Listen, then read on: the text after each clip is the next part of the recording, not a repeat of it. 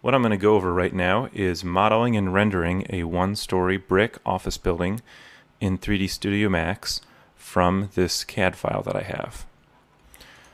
The CAD file I'm working from includes elevations and a floor plan. The floor plan that's here, I have already cleaned it up, which means I've removed everything except the detail that I will need to create the model from. So I just have these boundaries of the walls and the window and door openings and the locations of the mullions for the windows. The first thing I want to do is isolate this floor plan from the rest of the drawing so I can import it cleanly into 3D Studio Max. So I just copied it, create a new file, pasted it 00. And now I'm going to export it. You can export down a file version if your version of Max is older. And I'm just going to call this model base.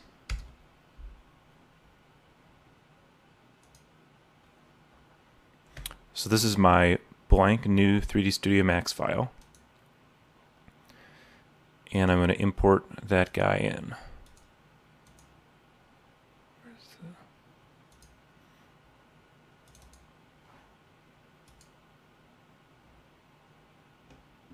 Now when you import different layers in, they'll come in as separate objects.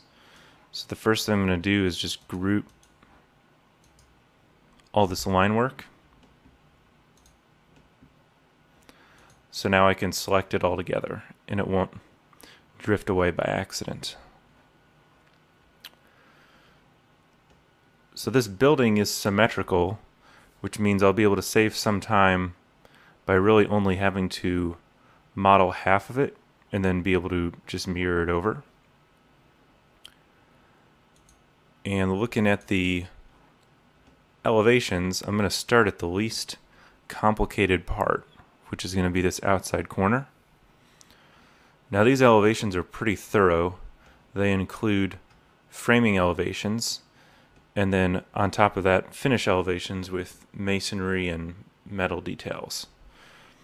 So if you're confused at what we're looking at here, these blue lines is the masonry, is the framing, and then this beige line is the face of brick further out.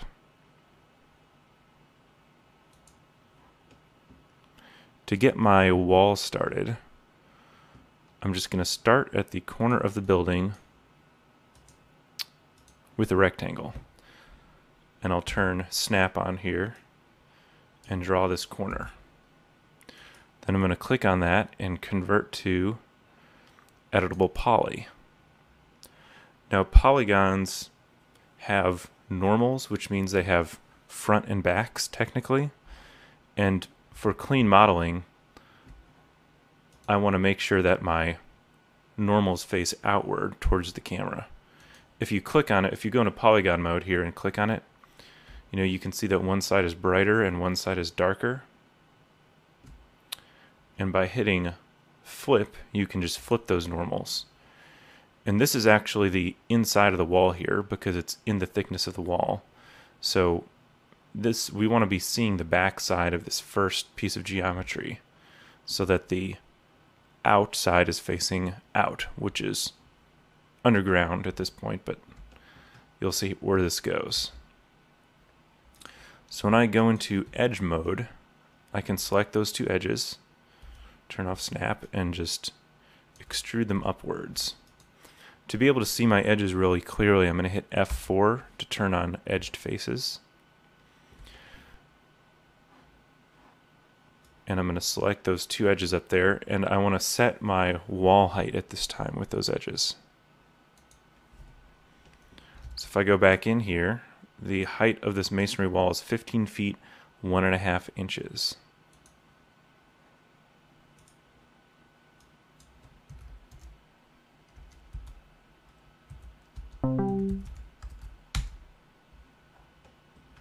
So that's the height of the wall.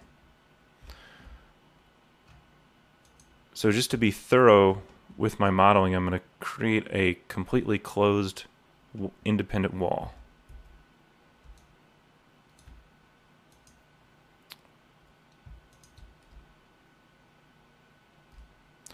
Now when you select some edges and you're having trouble moving them, you can hit spacebar to lock selection.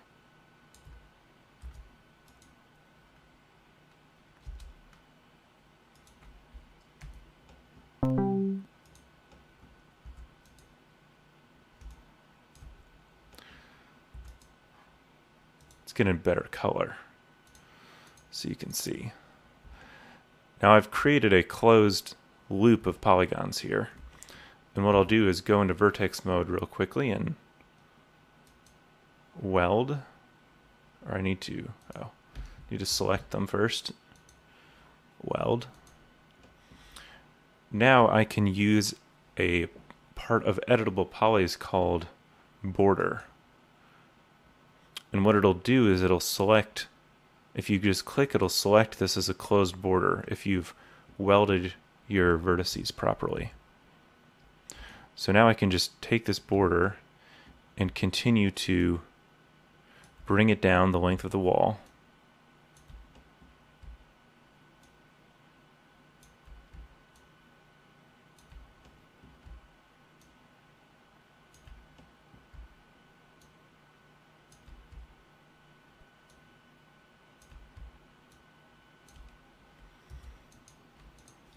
And I'm going to change directions here.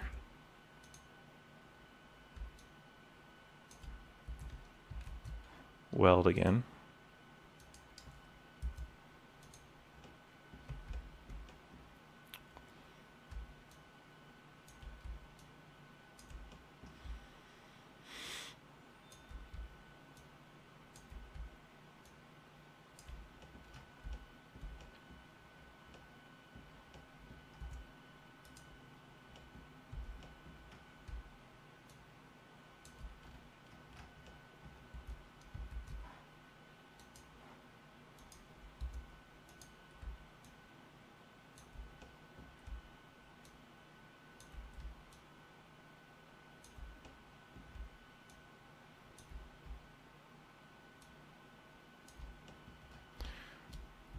And now I've got the first mass of this exterior wing created.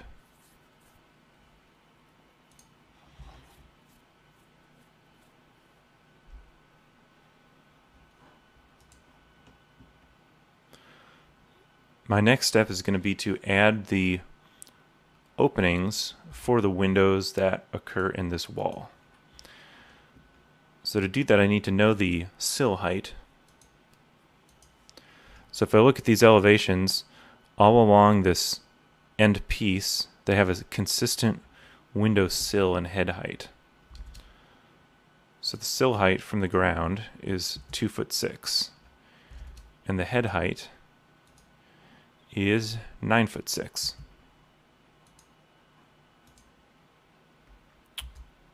So back with my object here, I can select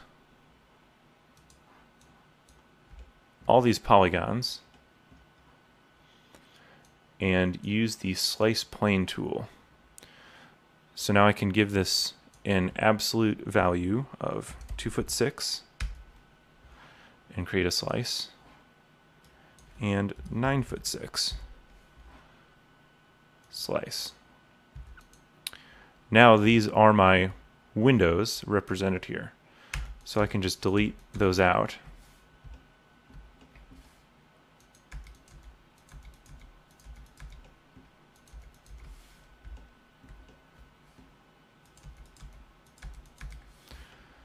And of course, you're left with a hole there where you're seeing the inside of the wall. So what you want to do is go back into border mode and select all the borders for these window openings we just created. And then if you press the button right here, bridge, it will connect all those openings. Now you have a pretty solid wall to start from.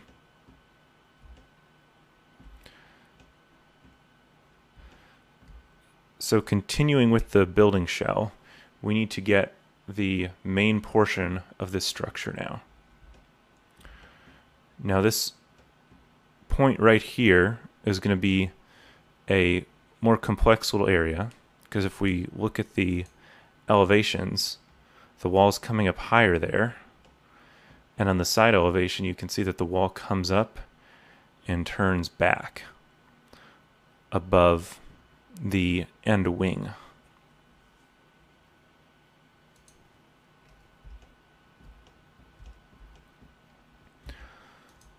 So I'm going to start from this edge right here.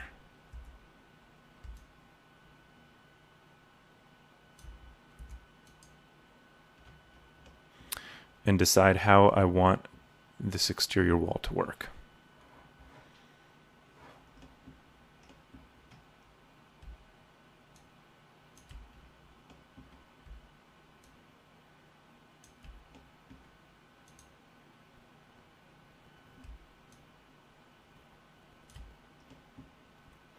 Now right here it looks like I have a problem because there's no portion I can bring out. So what I'll do is select this polygon, go into my top view, and use the quick slice tool. And since I have snap on, I can snap to these points and it'll create an additional edge.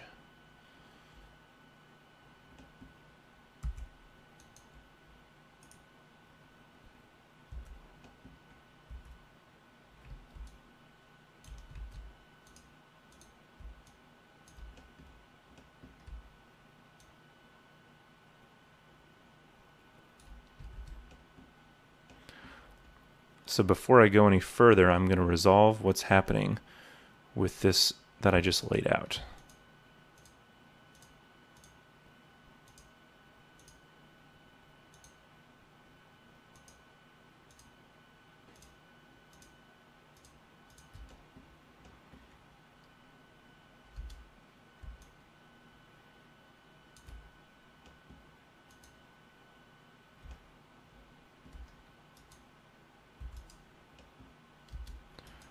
So about here is where I need to bring this wall up higher.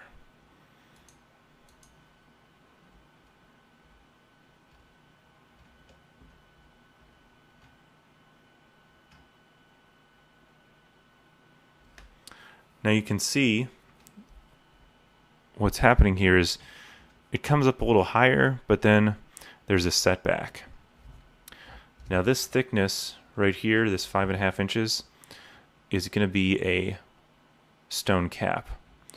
So really I'm just measuring up to the top of the brick, which is going to be 15 foot 10.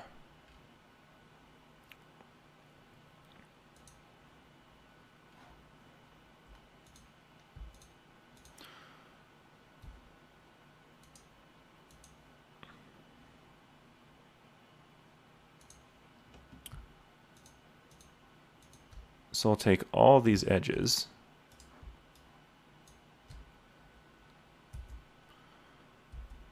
bring them straight up, and then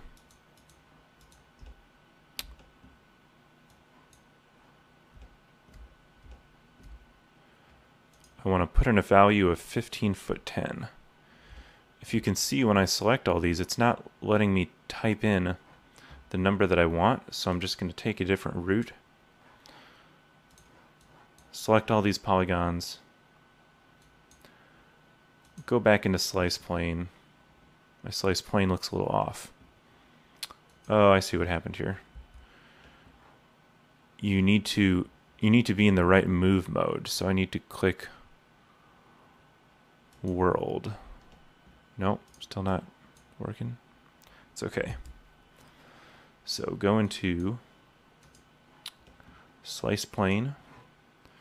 Give it the height you want, 15 foot 10. Slice it. Delete the leftover off the top. And that's where I want to be.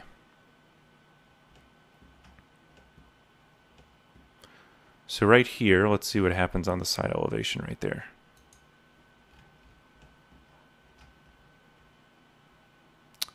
We look good. the brick stops right there, and then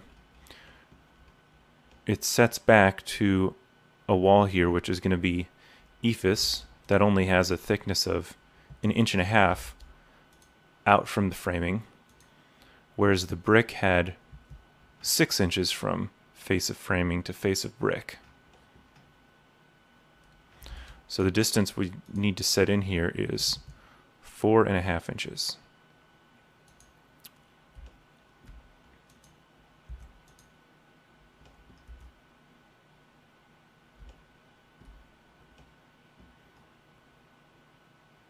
So this edge needs to go 4.5 inches in the X direction.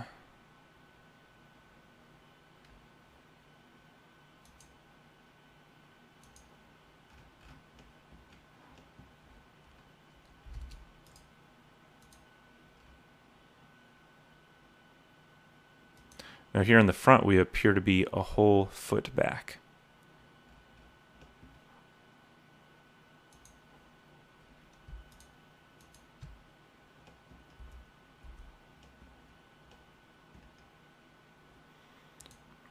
So now there's no easy way to just type in move 4.5 inches, but we can be a little imaginative. Let's just make a rectangle that is 4.5 inches by 4.5 inches. And we'll bring that rectangle up here to where we're working. And now it's going to be very easy to just bring these edges over so they snap to the rectangle.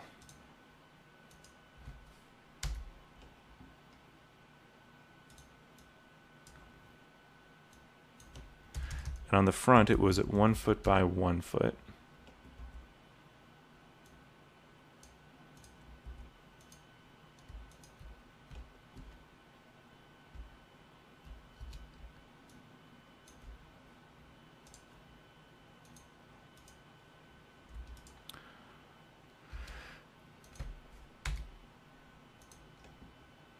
Now we've got a couple overlapping polygons here, which we can take care of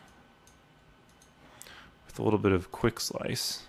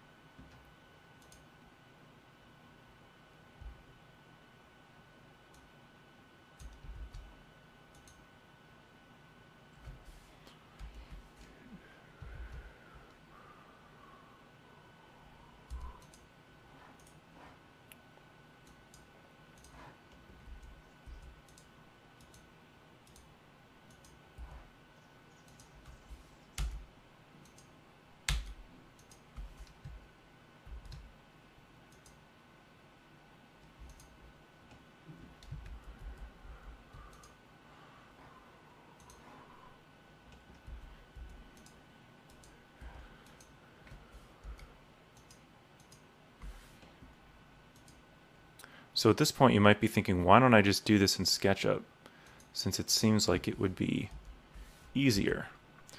Well, a lot of times I prefer to have clean geometry, because sometimes when you want to apply different effects to your geometry, like displacement, if it's messy or has a lot of strange polygons in it, it doesn't work very well.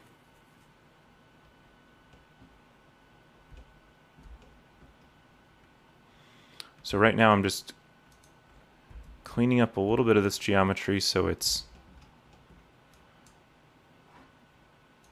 going to extrude cleanly.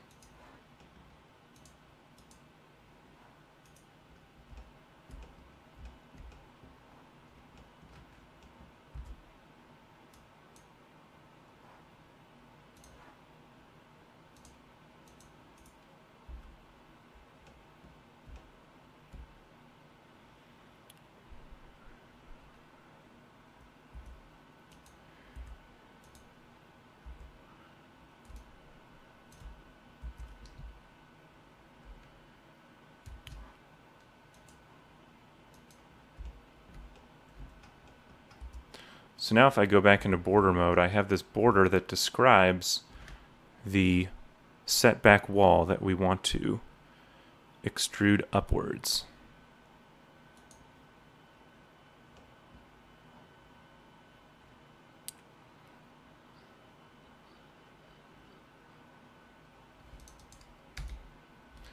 And the amount we're going to come up, again, remember we're measuring it from the top of brick to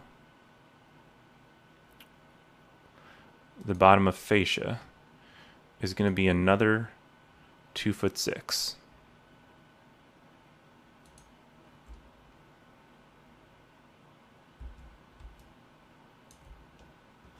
Now this border is letting me type in an absolute dimension.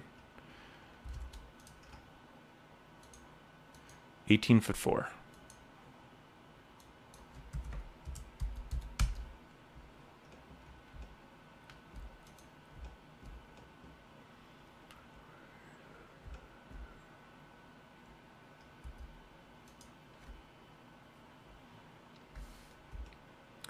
Now this point here is where we want to bring the wall back. But we want to make sure we have the correct bottom point for this wall. For the purposes of rendering, I don't need to take it to the ground, although I could. Yeah, why not just take it all the way down?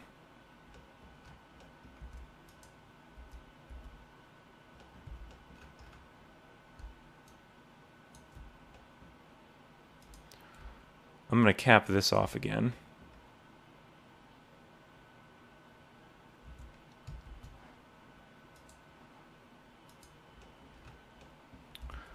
So now when I delete out these polygons, I'm going to have a nice clean border here that I can extrude backwards.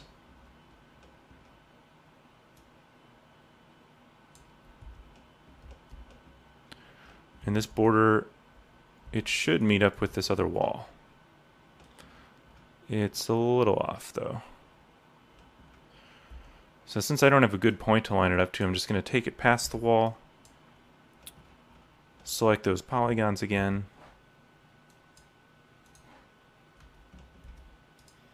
and slice it off.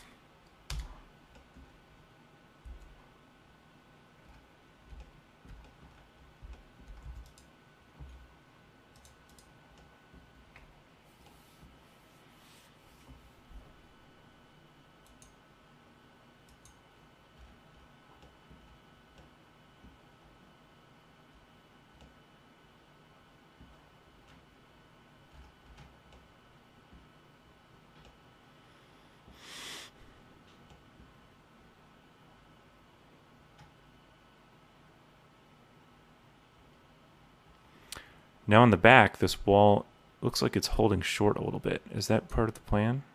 Yeah, that's part of the plan.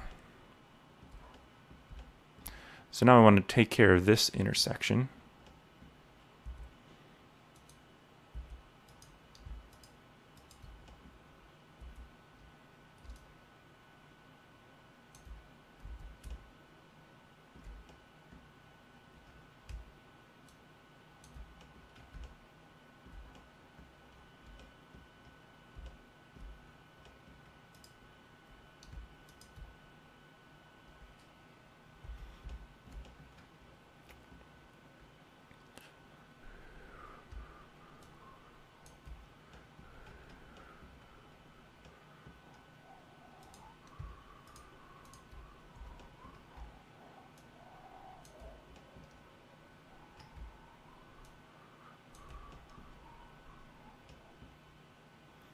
And my question is, what happens at this wall? Does it come up any higher, like it does in the front? Doesn't look like it.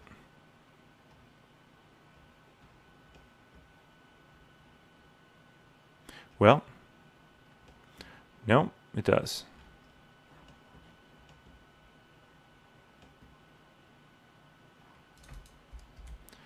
Looks like it's also going to be at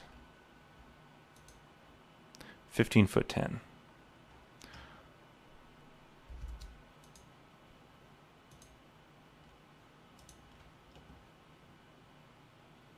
But that isn't going to occur until we get over to this setback.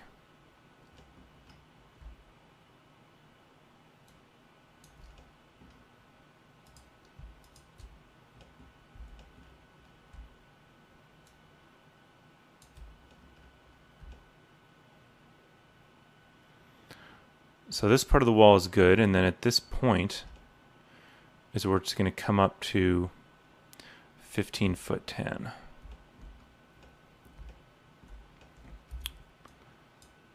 I'm just going to add an extra break.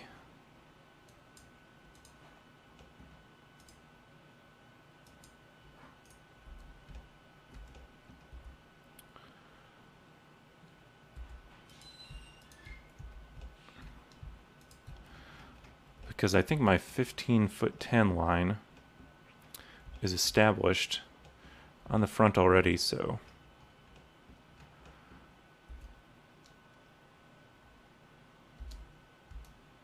I can just bring it up to that point.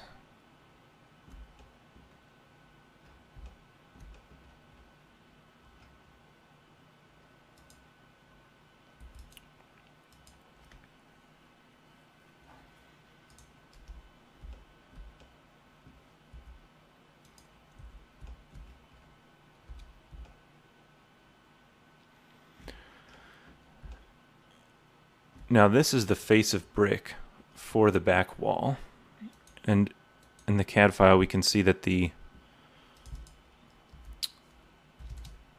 face of the finish here is going to be 5 inches behind that.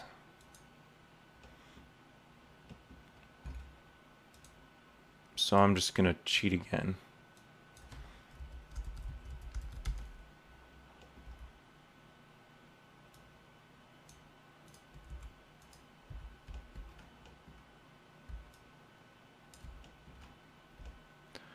That's my additional 5 inches. And just to make it easy, I'll add another break here.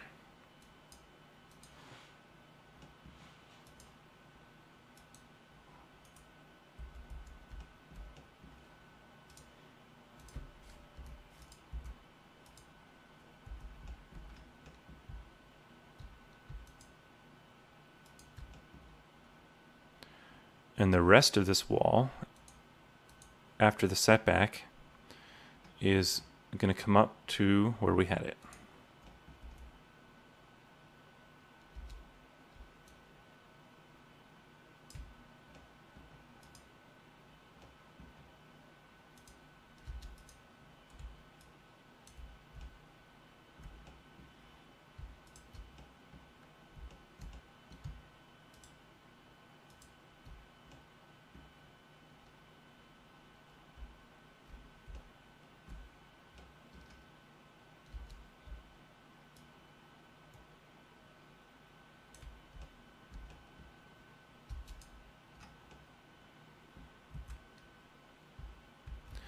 Now if I weld everything that I've done so far, I should have a border that is the correct profile for this wall. So I can just continue the wall all the way down to the center of the building.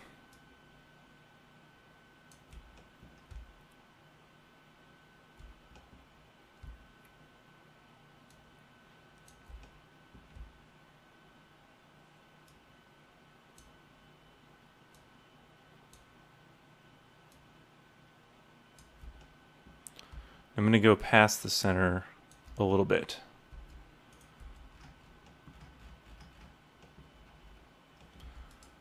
Because what I'll do is create a rectangle here.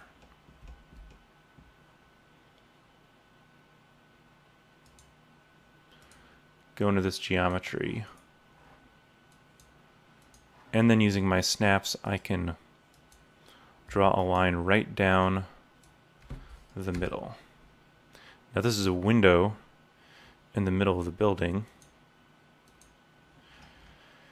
These windows on the back should be the same head height as what we've been doing, with the only difference being they go all the way to the ground.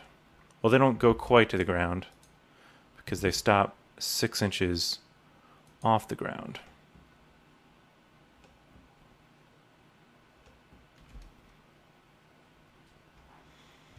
So what I can do is select all the polygons and go back into slice plane. If I set that plane at 6 inches off the ground, now I've got my mark.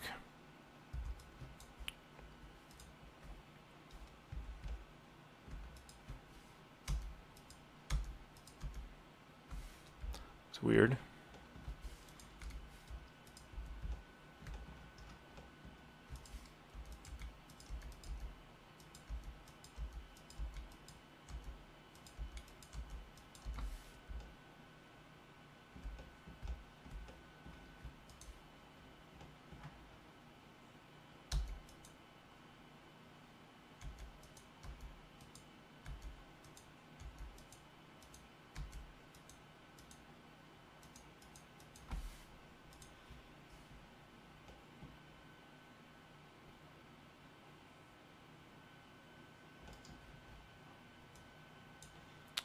Something wrong with these polygons.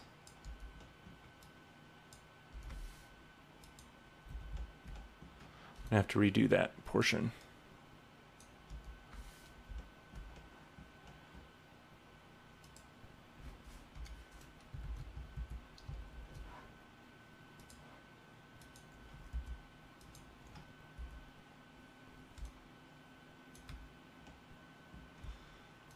They look okay now.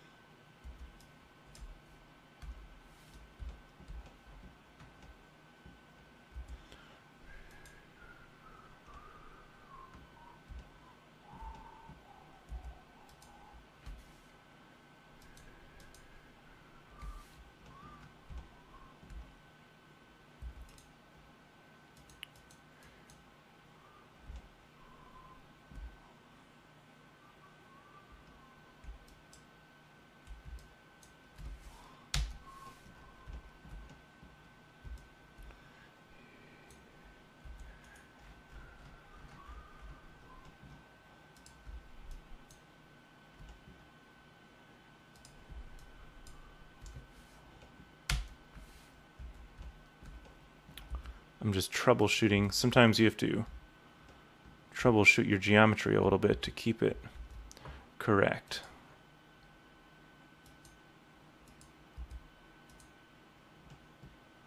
Now, I don't think I have any more problems with this border, but we'll see.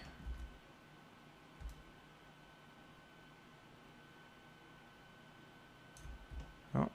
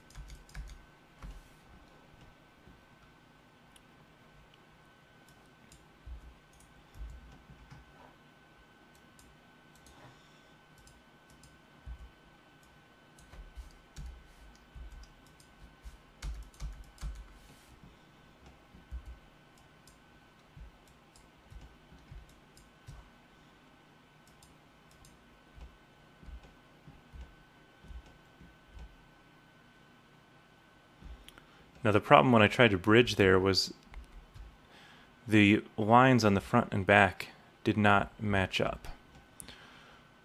But we can fix that pretty easily by selecting all of these polygons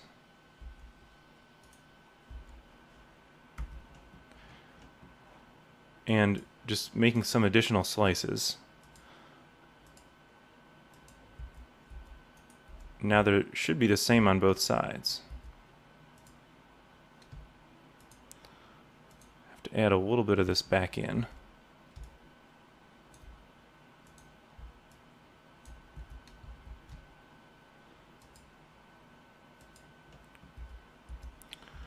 Now when I go back to border mode, let's see if this works this time. Yep, looks good. In this portion right here, I'll just do manually at this point.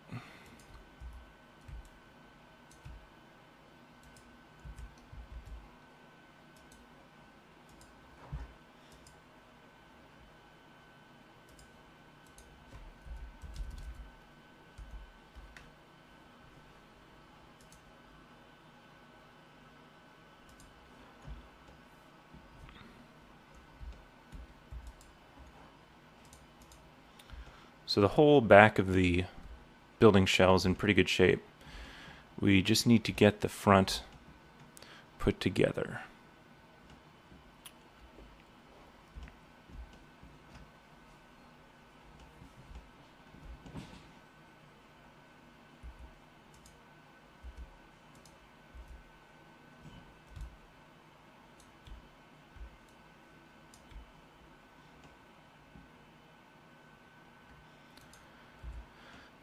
So this is one of the building entrances, and if you look at it in elevation, there's a canopy here.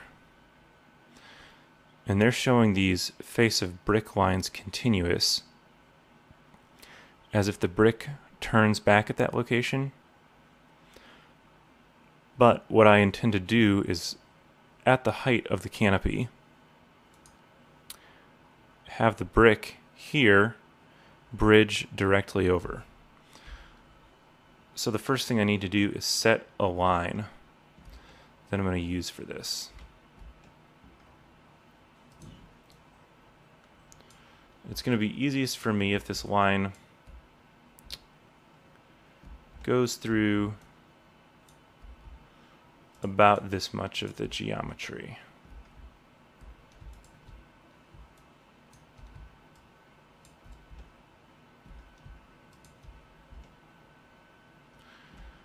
Now the height of that line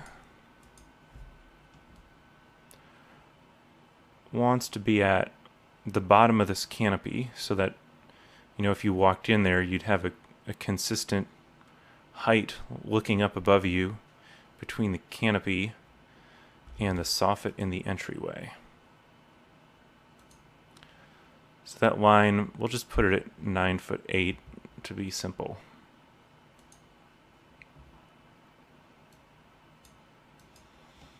So I get out my slice plane again, put it at 9'8", and make a slice. So what that means is all these polygons in here I want to get rid of.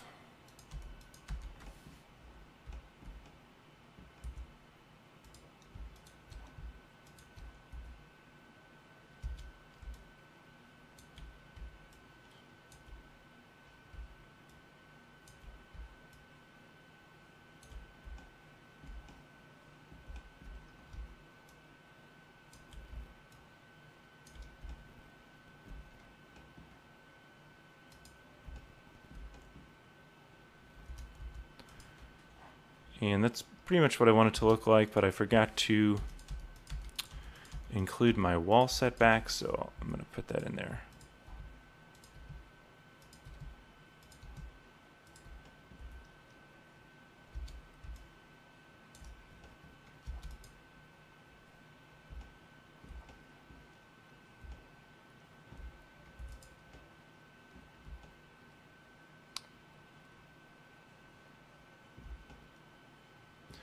Now the geometry on this other side of the entryway is going to be very similar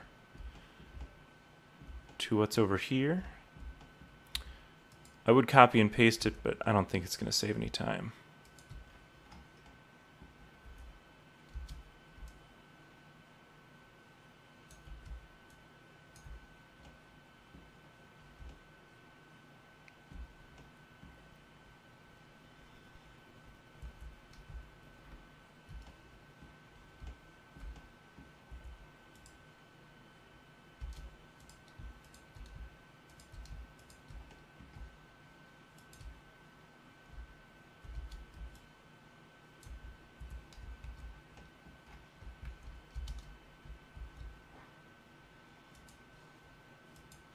Now if I did this correctly with all my vertices welded, I should once again have a closed boundary that I can just pull over.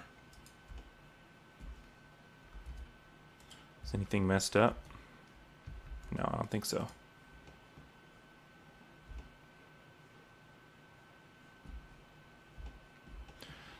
So between the building entrances, let's look at this in elevation. So we've got this left building entrance, and then we've got a center building entrance. And between the building entrances, the wall actually, that's right here, the wall actually steps back again. And you can see there's a roof difference there as well. But the overall height of the brick, anyway, is consistent throughout.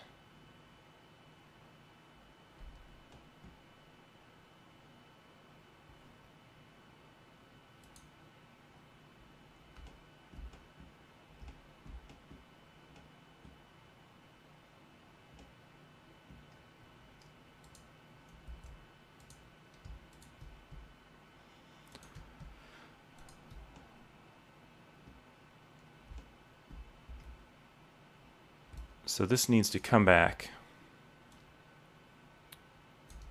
Oops. To the wall here.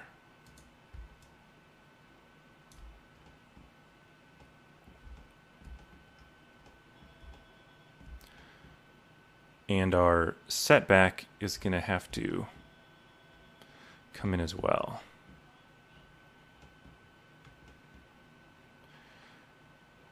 Now, if this is the setback distance in the front, it should be the same setback distance in the back. So if I lock my selection and bring it back the same amount,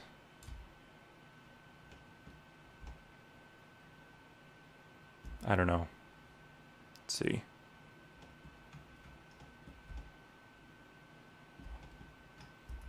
Doesn't really matter. I'm just going to pick a distance.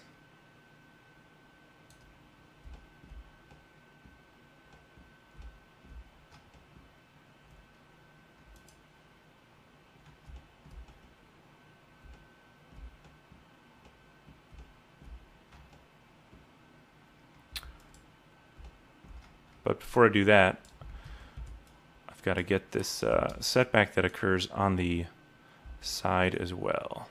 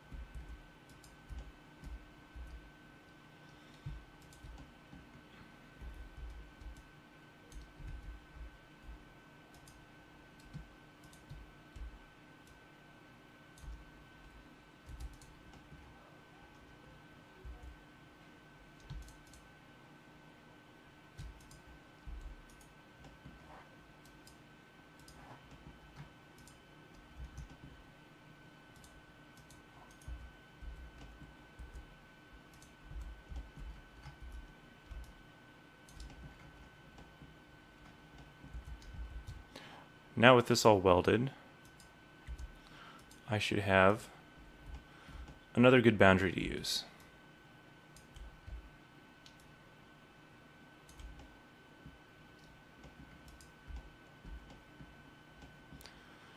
Now I think what's happening here is we have a little bump out in the brick, which does not affect the upper wall.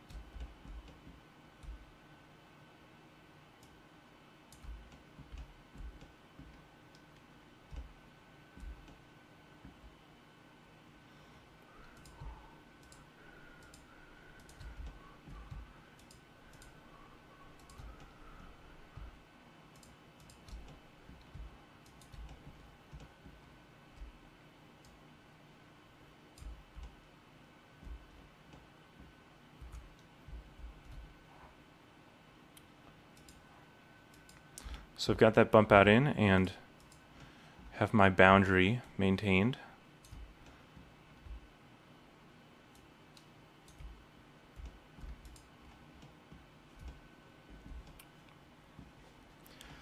Now I'm to the center entrance.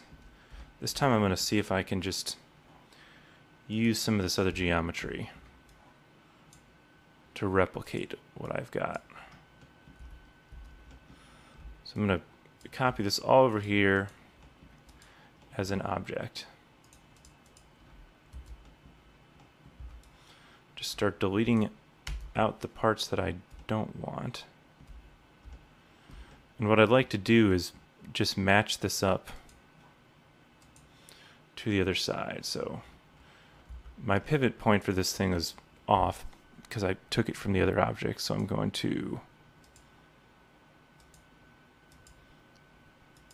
center the pivot, and then I can flip this thing easily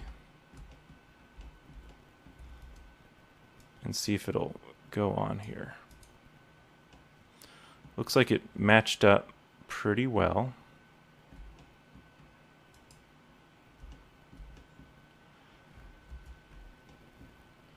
I'd like to make this even easier and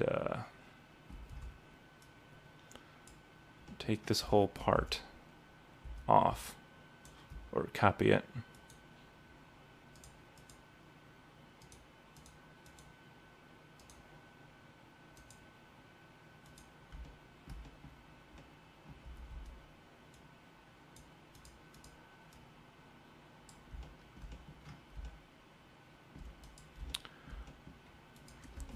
Actually, I don't need to do that because since this is my entry, I should be able to just split it down the middle.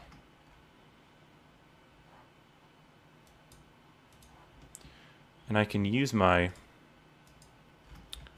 back portion as a reference point there and just delete off that other half. Now with my main object, I can attach it,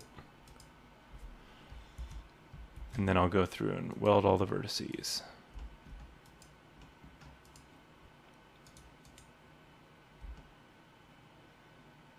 So that should basically be what I need for the building shell.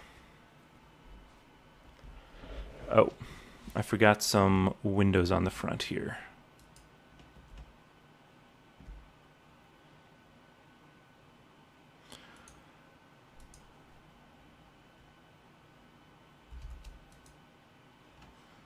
These windows are also at 9'6".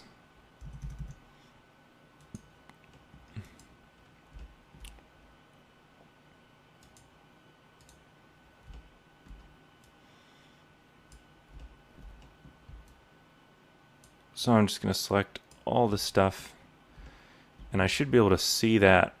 See, I can see it through my model. I had that 9'6" window height set, and my header height at those entrances is, or my ceiling soffit height at those entrances is 9'6". So I can just create another slice,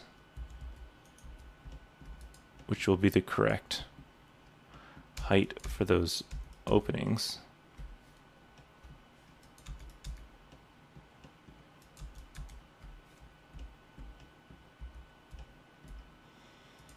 And again, this one I'm just going to do manually.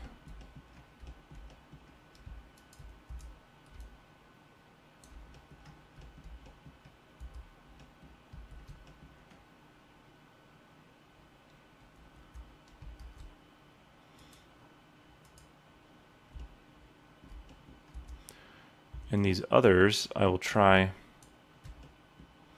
see if the boundaries will work.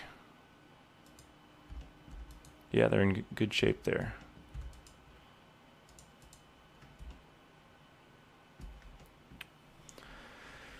So now that my building shell is together, I can switch to working on the roof. The roof on this end wing is pretty easy because it's just a flat roof. It's not really going to be seen. In the elevation, it has a mechanical slope to it, but I don't think it's necessary.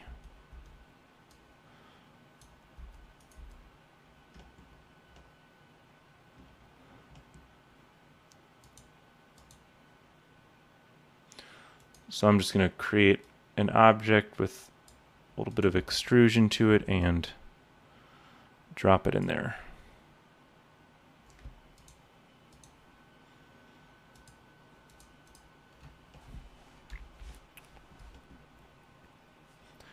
Now this other roof is a little more complicated because it's a pitched roof. So the important thing for this pitched roof will be setting the point that it's going to start from.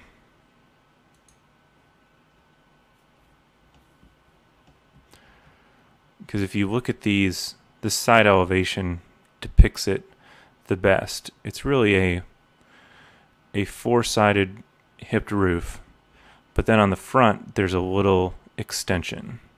So I'm just going to make the basic four-sided hip roof and then worry about the extension afterwards.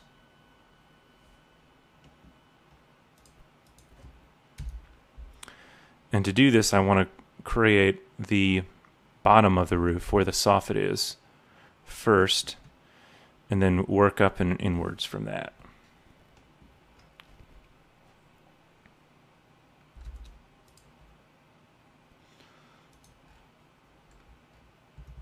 So on the front, our controlling line is going to be off this face right here. And then on the back, it's about 3 foot. And what was the front again? So it's a 3 foot and 7 inches. Those are going to be close enough. So on the front, it's going to be 7 inches off of this face is where we want to start it.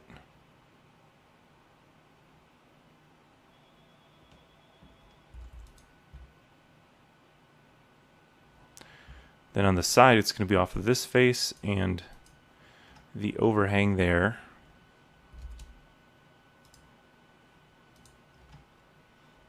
It's also 3 feet.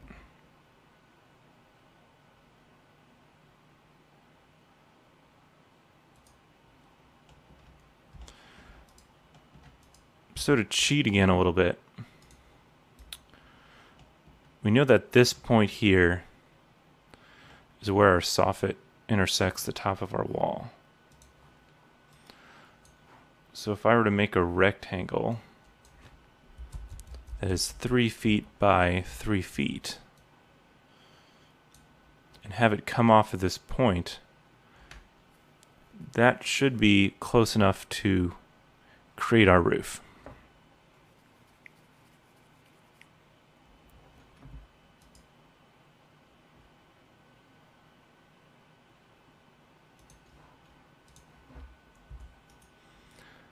So if I convert this again to an editable poly, we're going to start this process over just like we did for the walls, but now it's going to be for the roof. I'm going to flip it upside down, which is the same thing as flipping the face because there's only one face.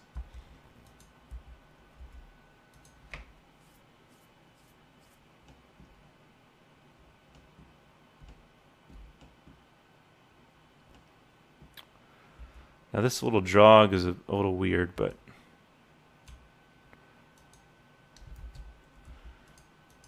I'm going to deal with it.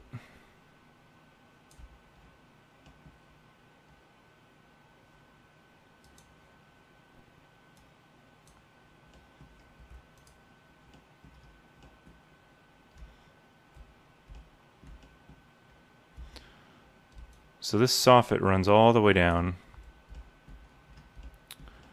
to the front of this wall, where it comes up another 7 inches.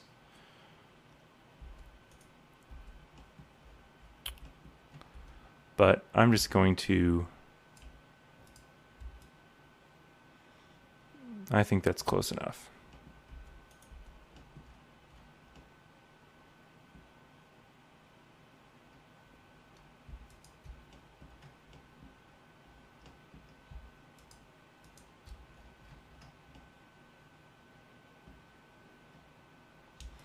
Now we can really just bring the bottom of this roof all the way over here, and since we're planning to flip the match up the sides of the building anyway, instead of measuring anything, I'm just gonna cut the roof off at that center point.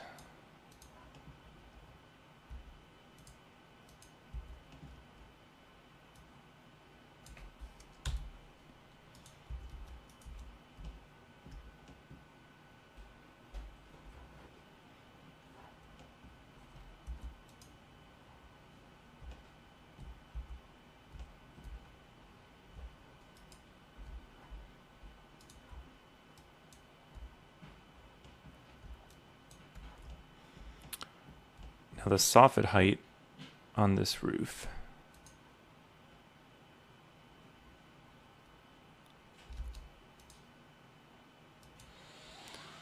is 11 3/4, or so, about a foot,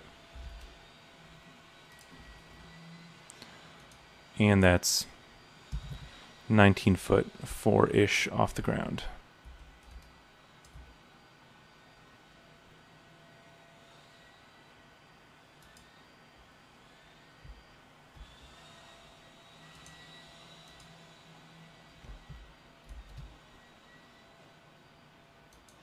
I'm just going to cheat again and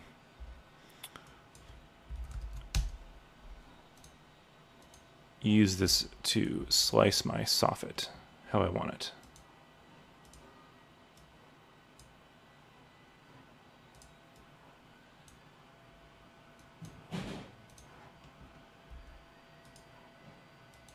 So that was a foot. I brought it up.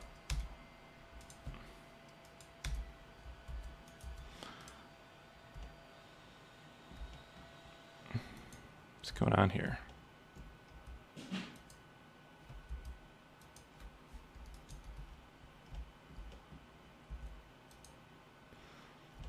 I must not have welded my vertices very well.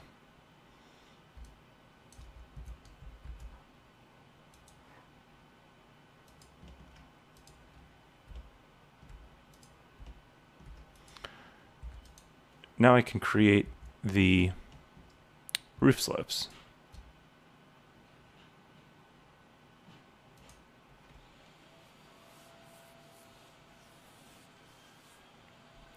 So what I need to do is extrude this line and give it a pitch.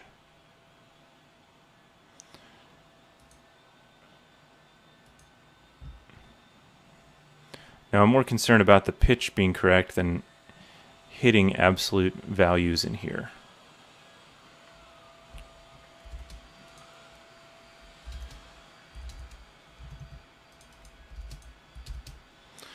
So I can see this is a 512 roof.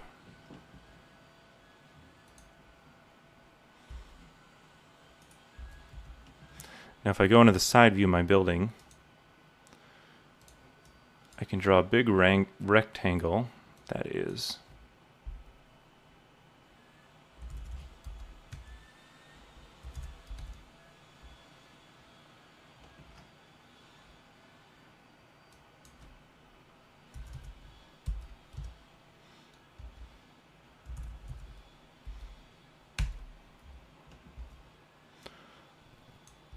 so that's a 50 by 120 rectangle. And the reason I'm doing this is if I put this rectangle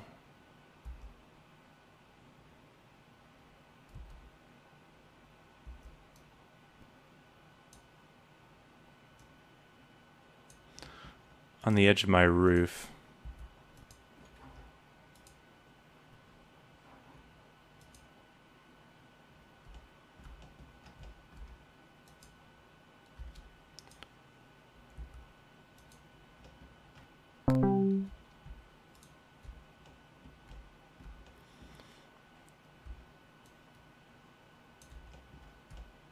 that is the correct slope off the back. And I can do the same thing on the front. Whoa.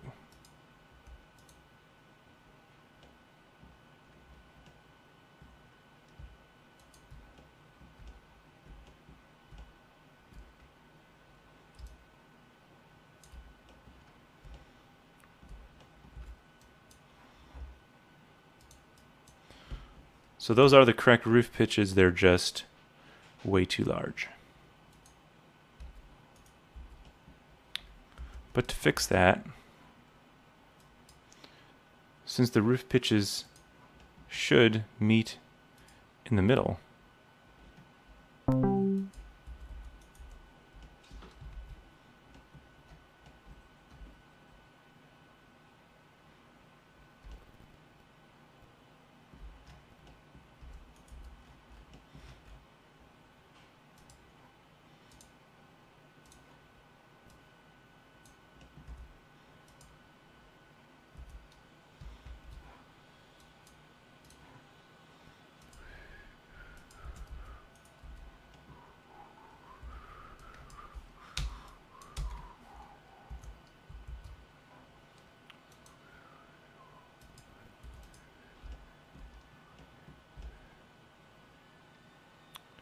now I just need to do this for the side.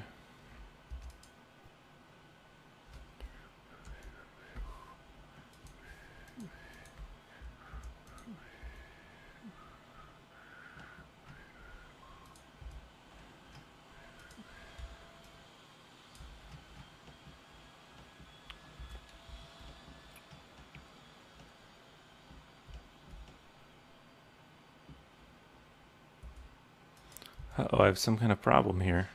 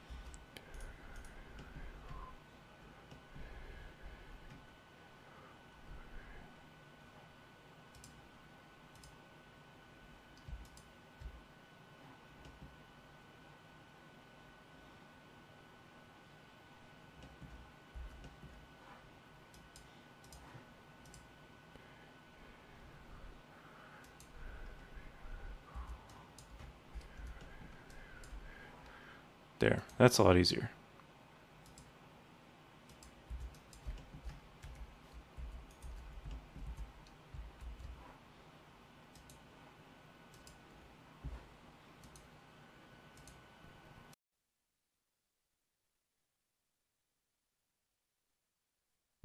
To get the last part of this roof on,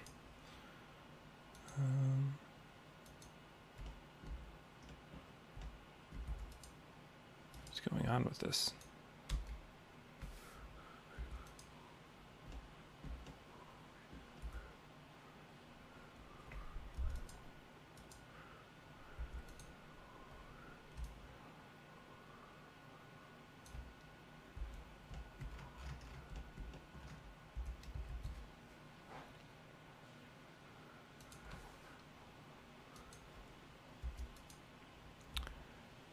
I can take one of these pieces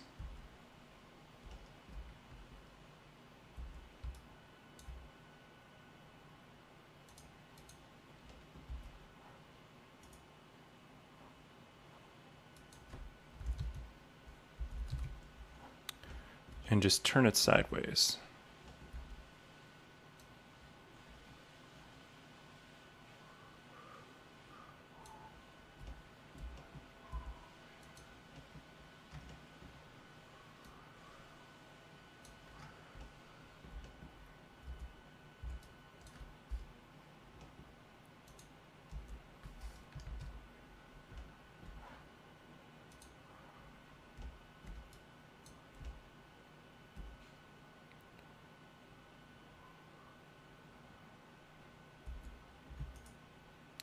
Now I've got this gable end shape, but I want to cut it off.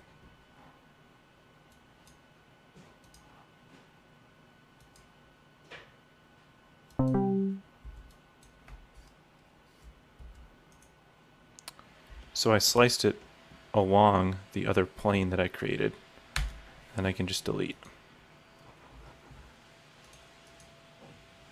Now this plane also needs to be sliced, but in the other direction.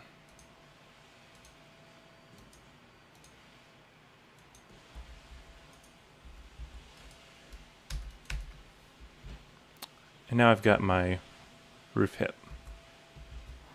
Good enough anyway.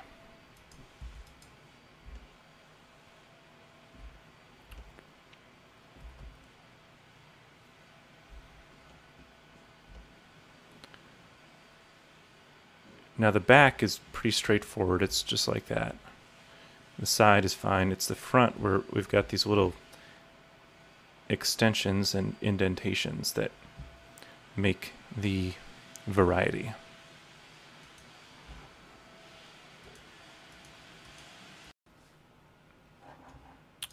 These bump outs in the roof, we want to look at what they do on the side elevation also. This one coming down, it comes out about 4 feet and maintains the roof slope. And from the side, it, say, 2'2".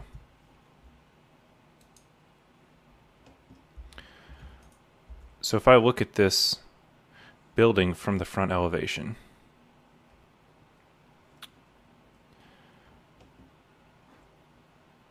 I'm going to ensure that my roof is working correctly by just selecting these polygons. Now if I do a slice plane, put it horizontal, if you have your snap on, the plane will snap to points you pick. So now if I go 2'2", looks about right. Slice. And then I need to go over an additional 22 feet.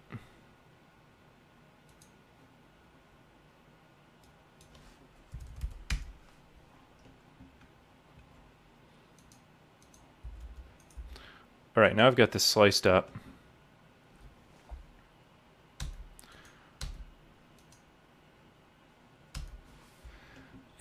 edit this geometry a little bit so I don't have that piece stuck there.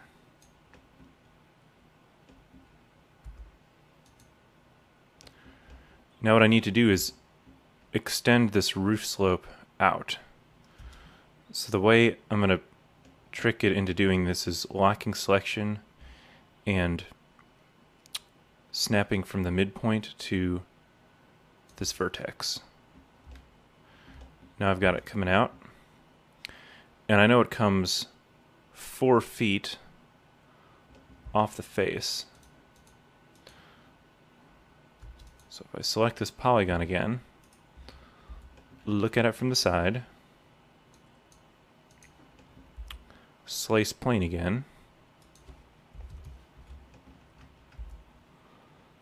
it's in the right spot, so then I just go -4 feet and slice, delete off the end.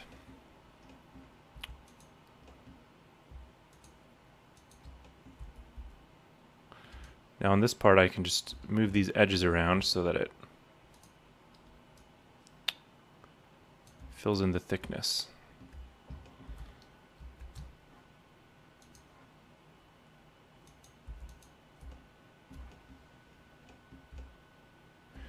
Now in the middle portion here, I don't think there's any change. I think that's where it's supposed to be.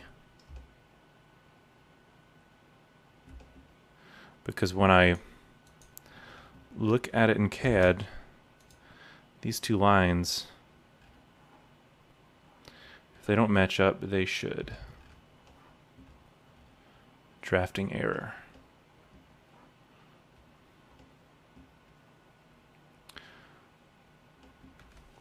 And the only other roof feature I need to model here is another extension over the main entry.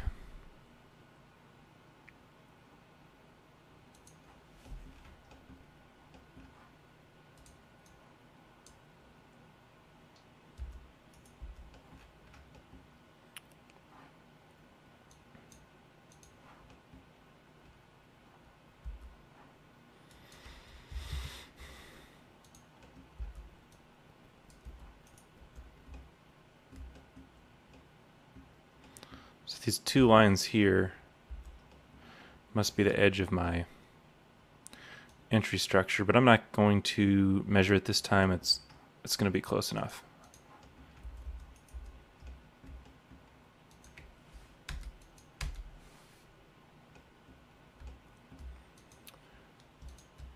Now since I've already modeled this once, I can just reuse the geometry and put it down here.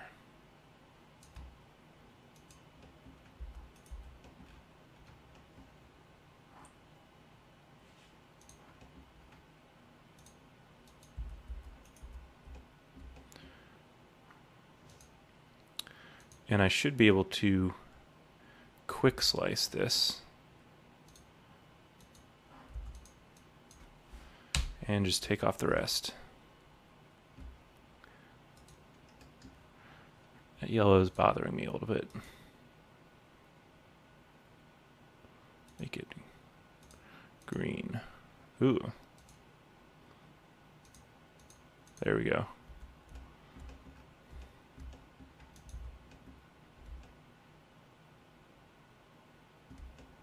So are there any other major features of the building itself that I need to put in? I think those are the biggest components. After this, we can start filling in these openings. Now you could export the elevation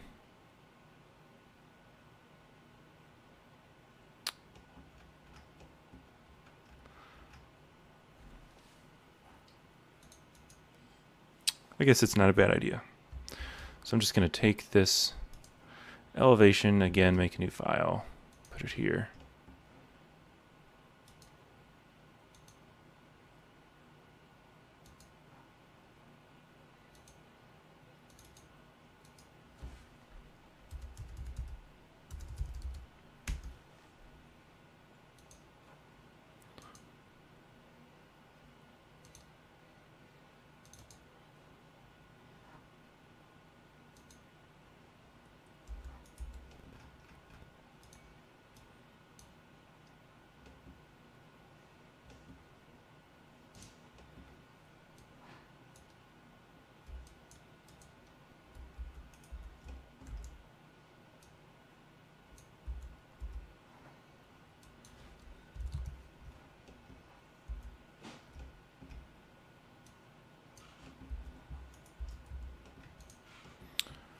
So this should be a quick way to create some of these aluminum frames.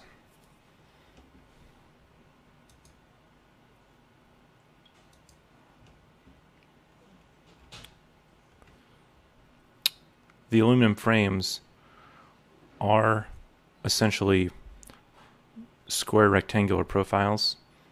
If you're working with residential or other custom windows, you might want to draw custom profiles, but for aluminum storefront windows, they're pretty straightforward. So what I'm going to do is uncheck Start New Shape so that I can draw everything I need to about these. And they'll remain one object while I'm drawing.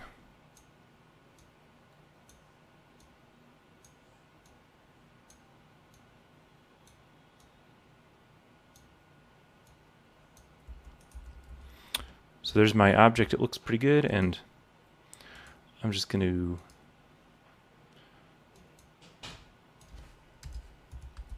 extrude it 4 inches. While I'm doing this, I might as well make the glass.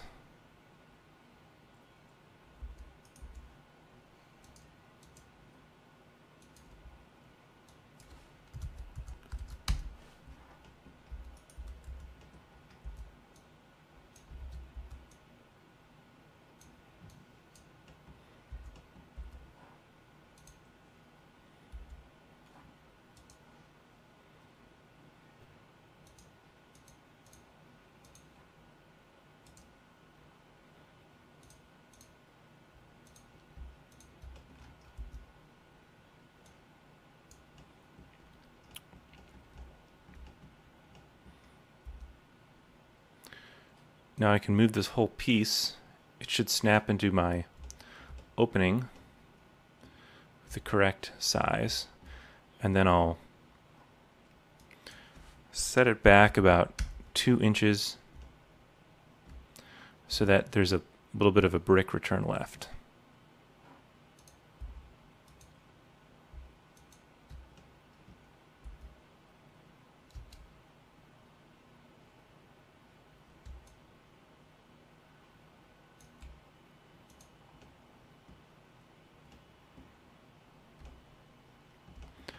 And I think these are identical to the windows on the back.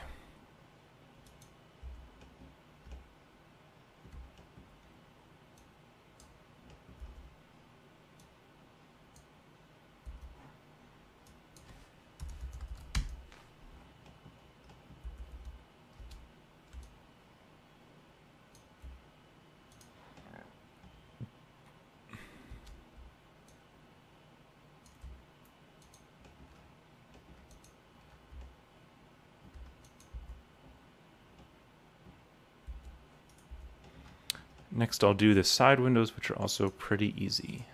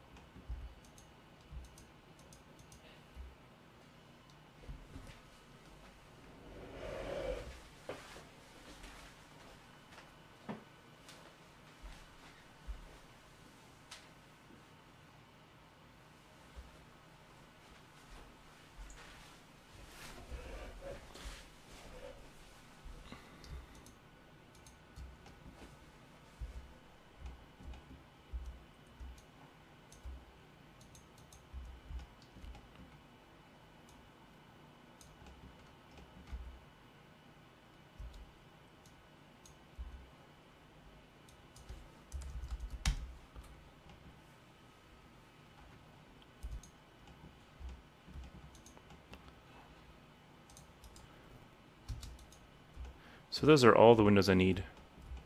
Oh no, I need that one. Now this one's a little different since it's the entrance.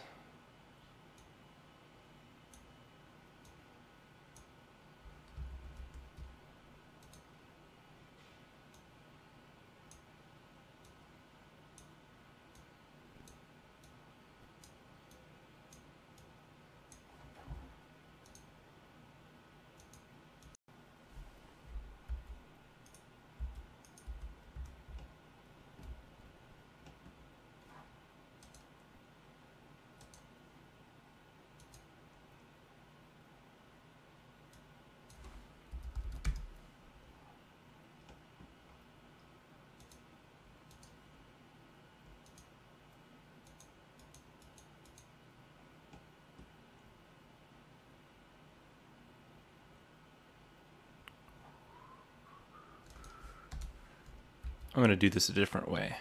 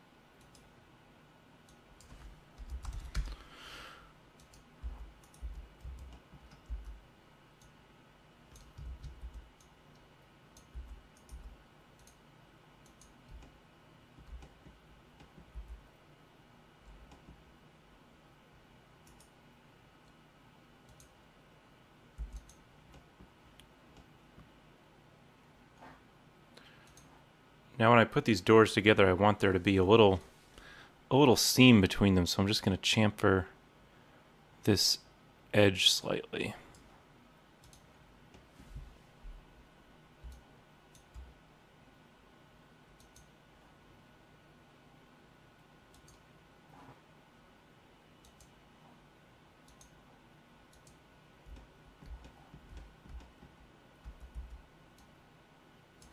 That way there will be a little bit of a shadow line.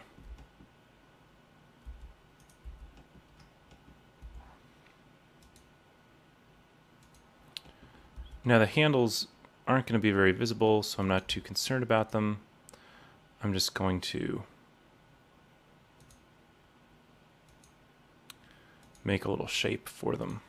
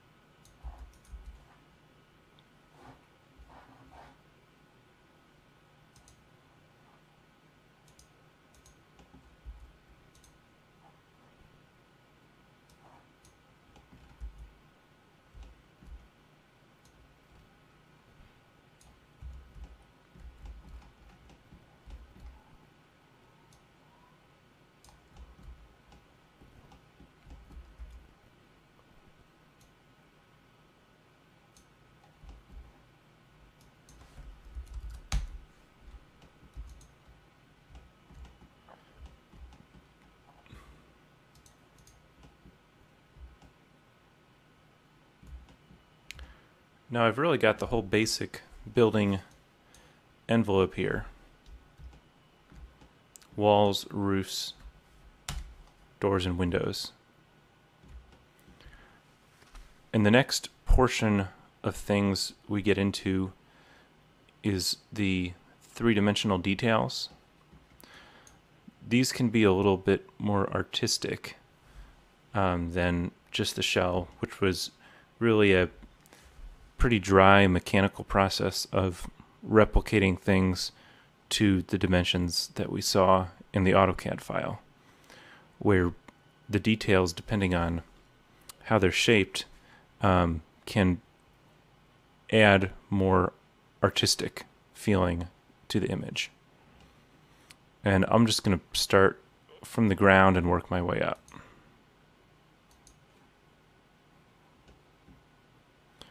So the first thing shown is this band, and this is going to be a linear stone band, I think. I don't know if it's labeled. Well, it's labeled as brick, but I guess it would be a continuous row lock.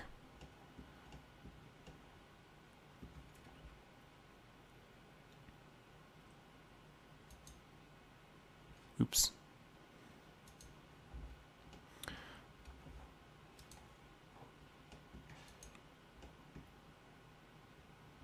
So to get this started, I need to create a profile for my continuous band. Now I think that this piece that I'm about to draw is going to be a different color than the rest of the brick, because we've got this building that's brick, and then these bands that are shown, I want them to be a different color so they stand out. Now where that's going to be an issue is, right here, where we've got this wrapping around. Well, it won't be too much of an issue.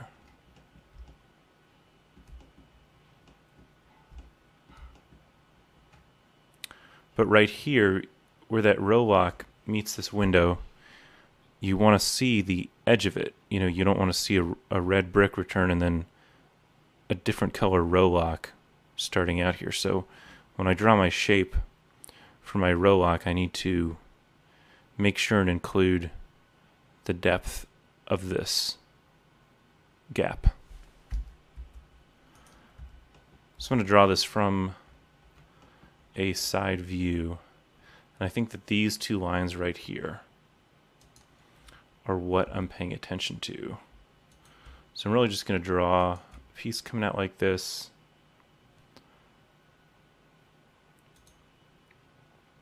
I'm not really concerned about this being a perfect size or shape.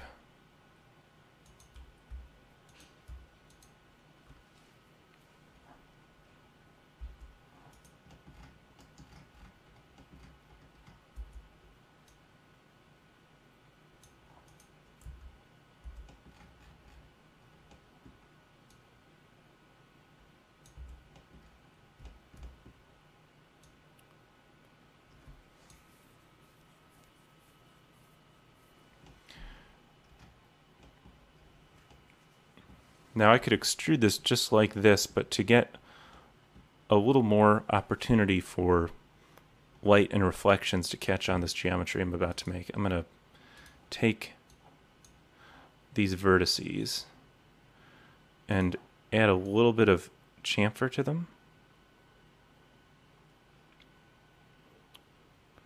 Now a brick might not have that much chamfer, but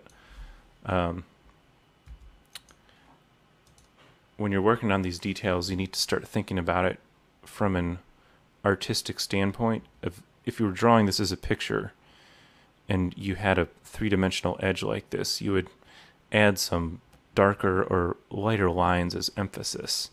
And since we can't physically draw them into the picture, when we create some extra faces, it gives places in the geometry where light can reflect and shine to create that kind of emphasis for us.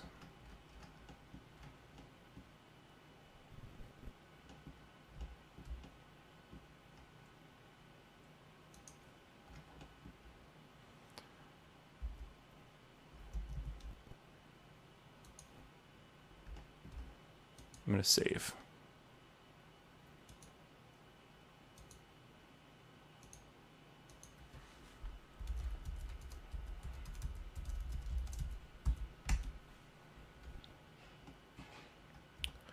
So what I'll need to do is come under here and I'm going to loft this shape.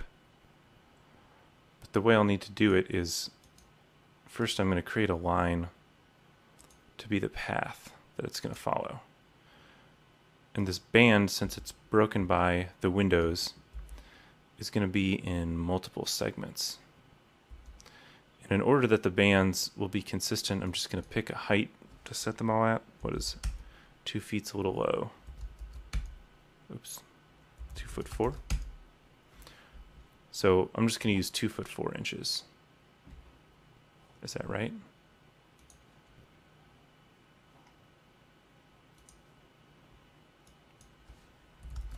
Maybe 2'5". And this is my shape over here. So I click on this line and I'm going to do compound objects loft, get shape. Now it usually doesn't come in, well, it came in pretty good right there.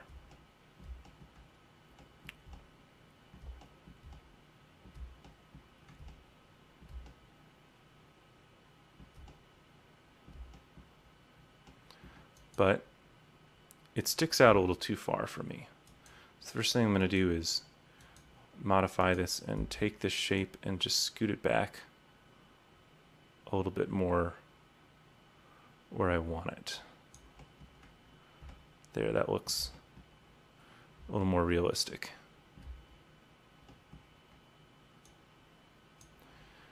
And then I'm going to edit some other things about this.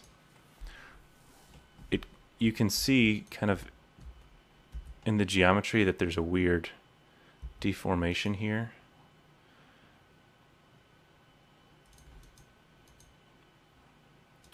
If you turn off smooth length, that will go away. Now you want to keep on smooth width just because it makes it look a little bit nicer. Also, all these subdivisions, you don't quite need this many subdivisions, so just to reduce the load on your file, you can remove a lot of these. And I think it'll keep those settings when you create more lofts.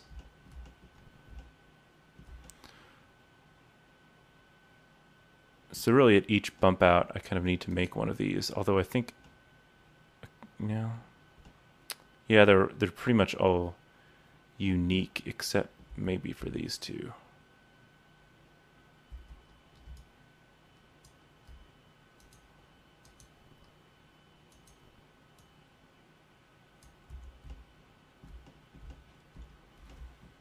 And this doesn't have to be, I mean, you just get it pretty close.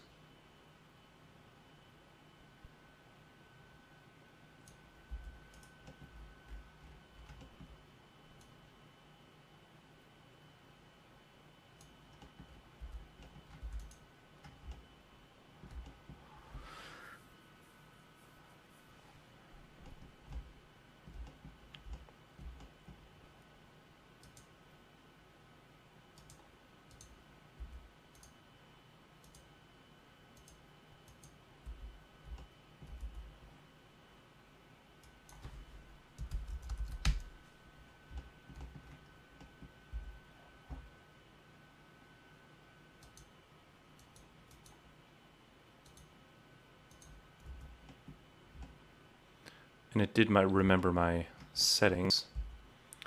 All I need to do is just move this shape in where I want it.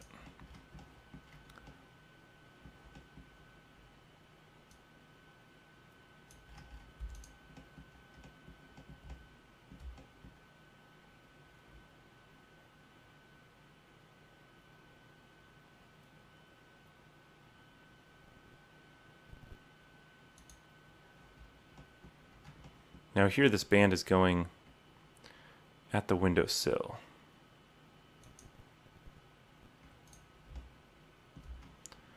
So it needs to continue all the way around here.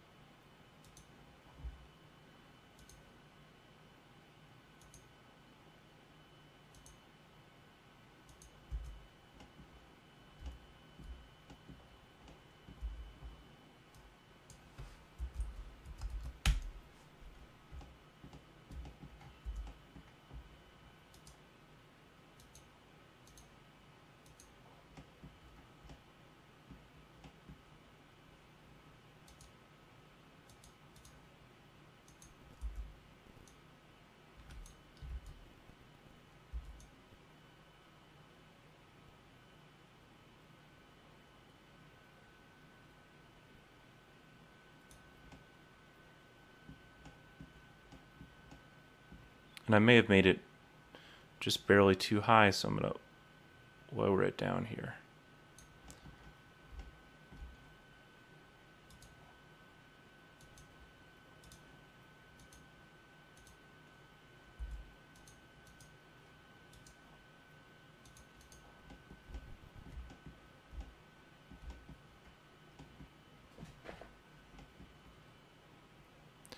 Now between these, I don't really need to loft it because it's a straight line, so I can just copy the shape and extrude it.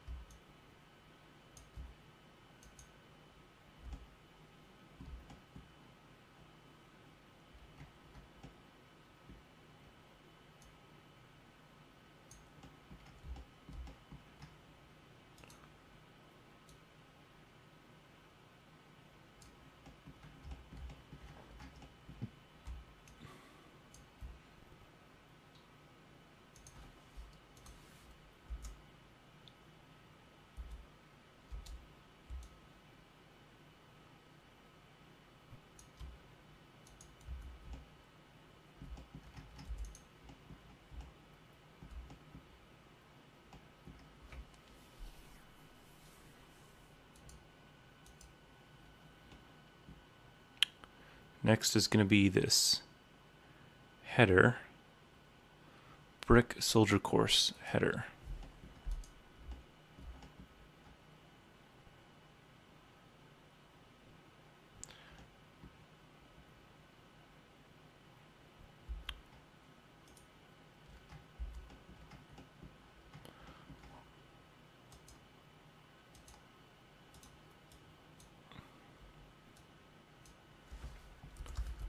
This one I'm going to make about 8 by 4 inches. I'll give it a little bit of a corner radius just to make it interesting.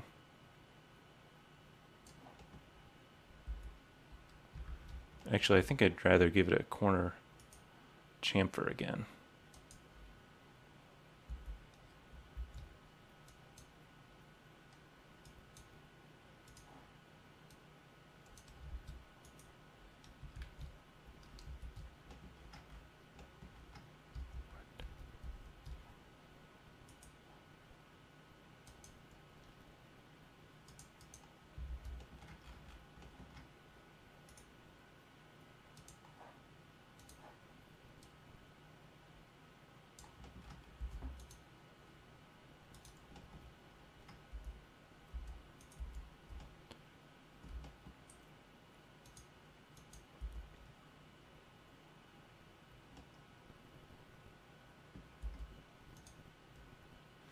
Now say I get all these in and I think they look too short.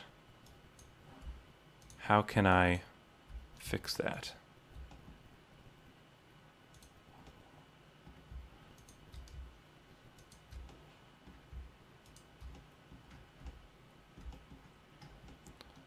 I can pretty easily select them all.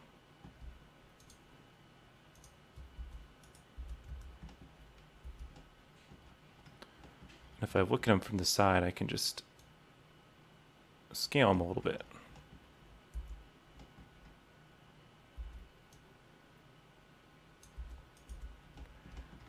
Now they look a little more proportional.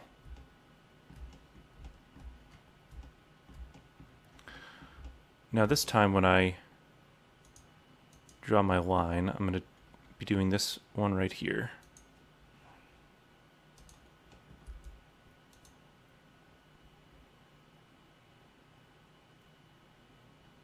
Can't see what I'm doing.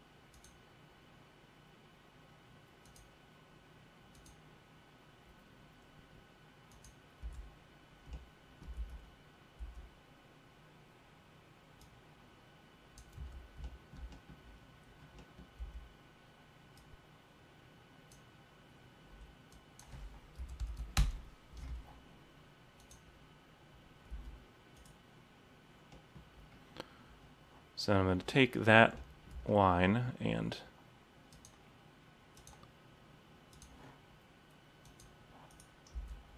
do my shape along it. And again, this sticks out much too far.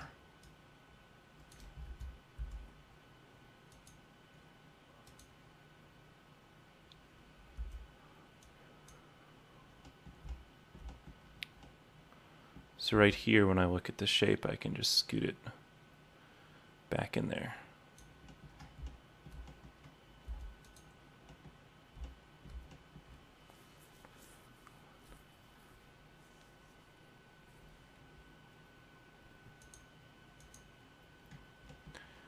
This line along the rest of it goes uninterrupted all the way around, it looks like. So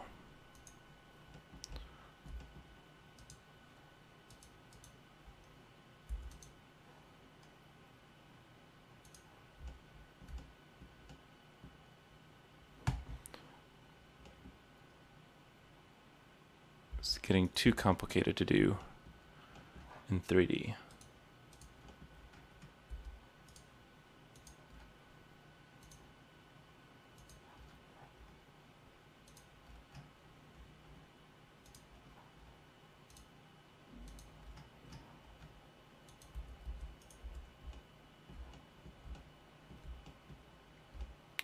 But now you can see not all the vertices are flat, so I've got to adjust it.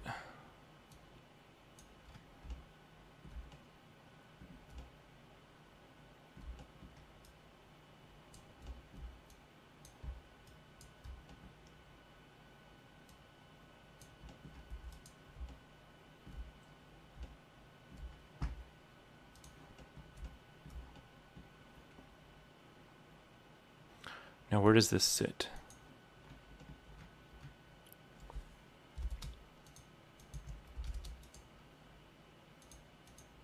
$12'10".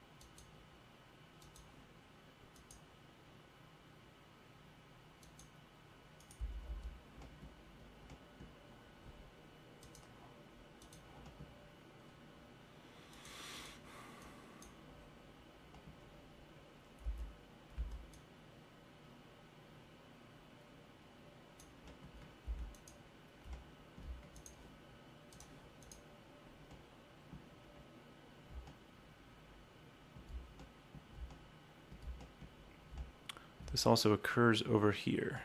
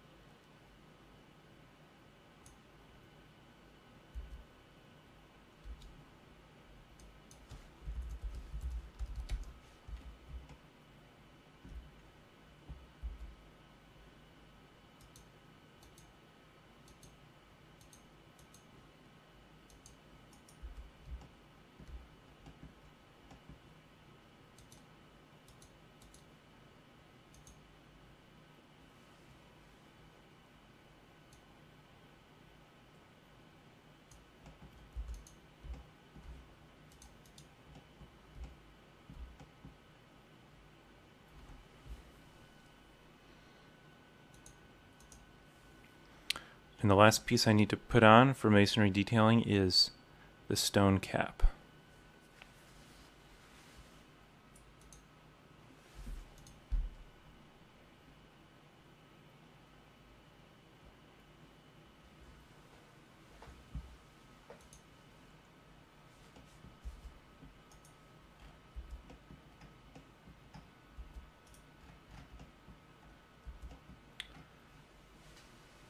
Now, if this is the thickness of my wall, the stone cap should really go all the way over it on each side.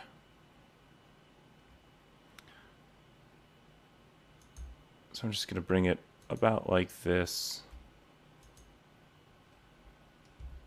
Now, there's an even easier way to do this probably, which is to use a rectangle.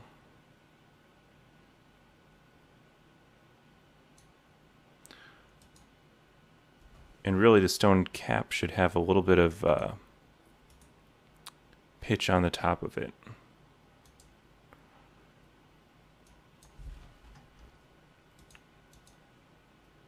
Which would mean that I want to insert a vertex. Do that right here.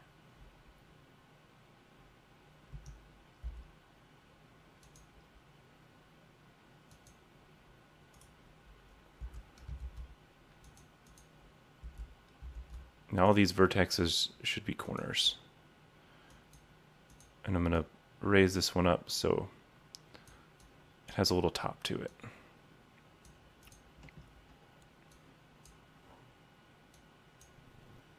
And then, like the other stuff, I'm going to give these a little bit of chamfer so they can catch the light better.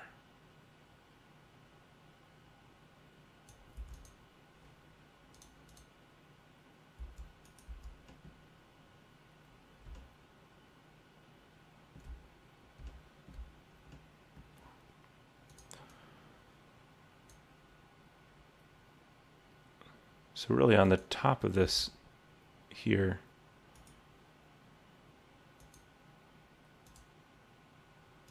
really going to be going all the way around to here.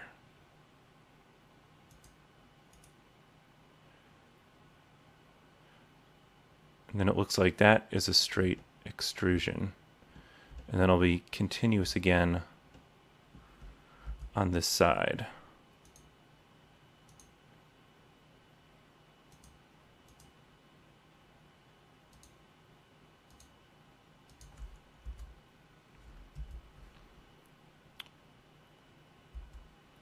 So I'll do this one first. No, this one first. We can use the same shape. It'll just, on the parts where it's not freestanding, it'll be hidden in the wall.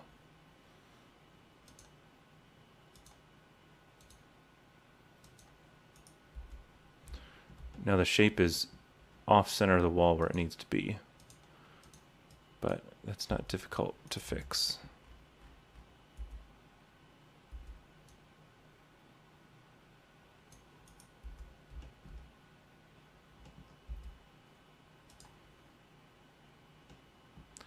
It also needs to be up a ways.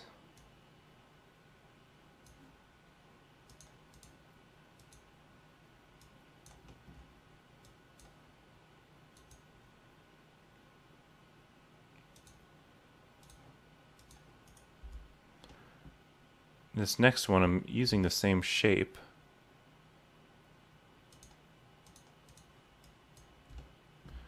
But the way it's going to be positioned.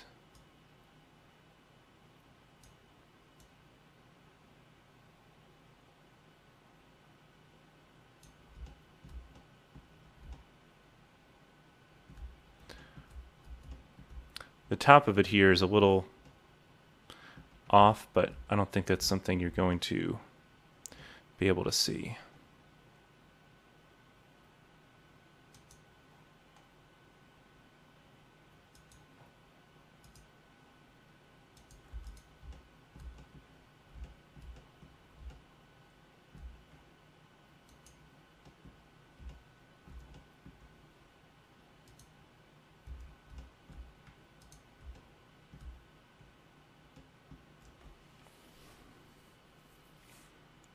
Looks okay in proportion.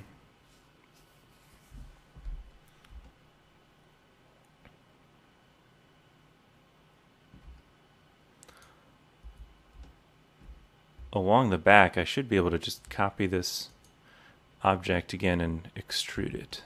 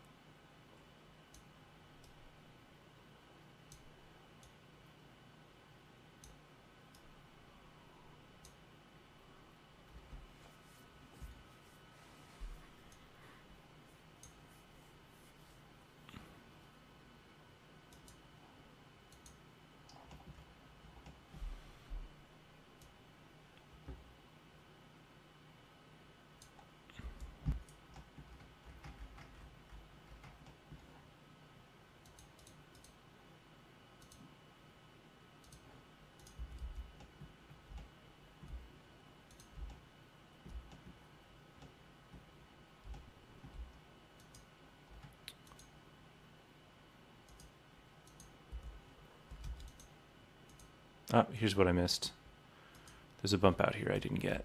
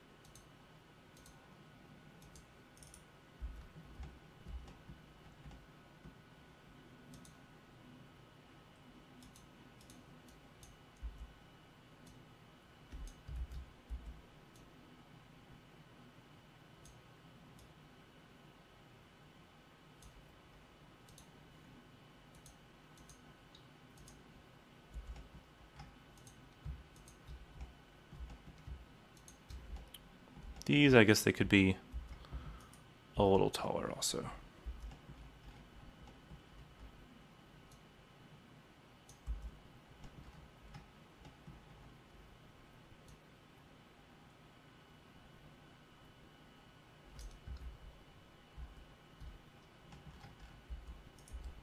Did I get them all?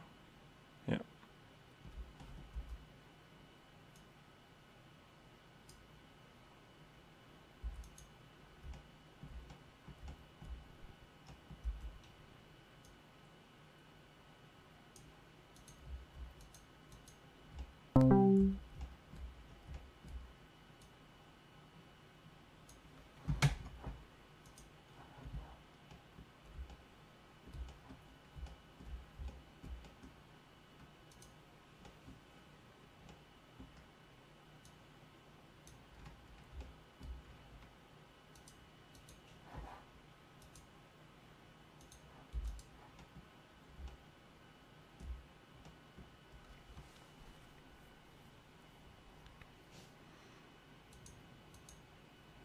Now I just need to get these headers over these windows on this end side.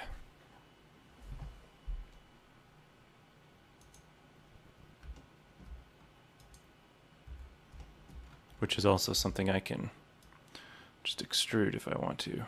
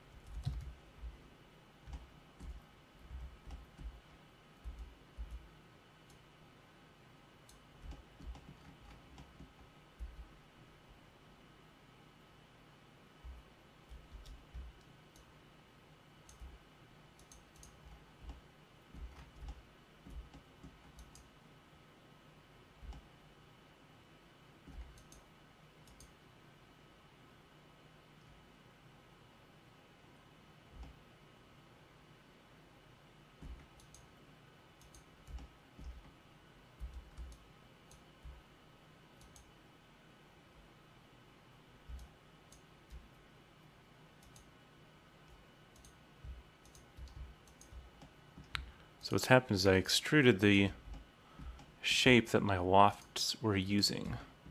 So I've got to go into these shapes that I've made, make them unique, then go back to this original one, and if I delete this off, well, there they come back.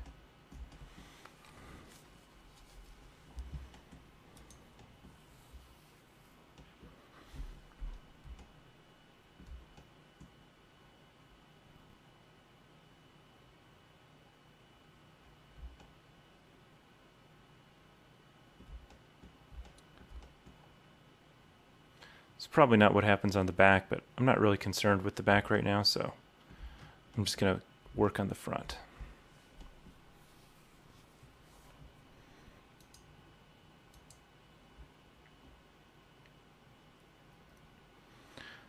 Now next I want to get these gutters in place.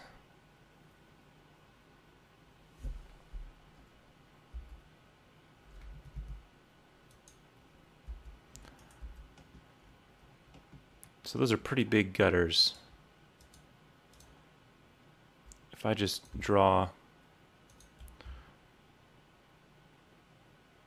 are they completely square?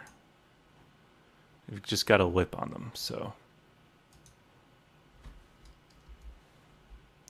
if I just draw a line that's generally square and then has kind of a lip coming up like this,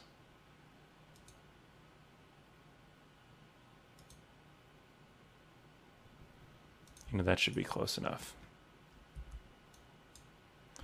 Maybe move these out a little bit.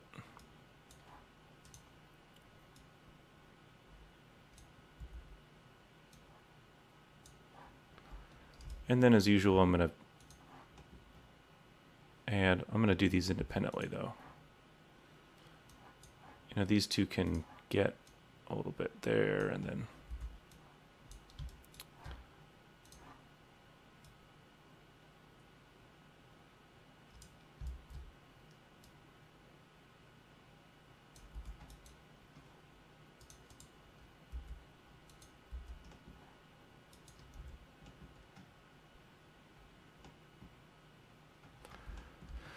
now these look like they'll need to be lofted at least partially.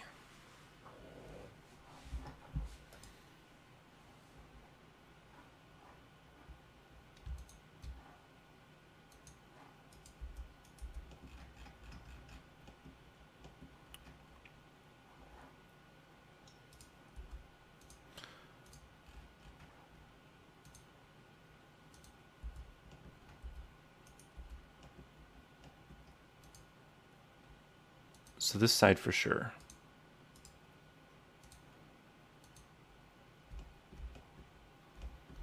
Now on this one, the shape came out backwards.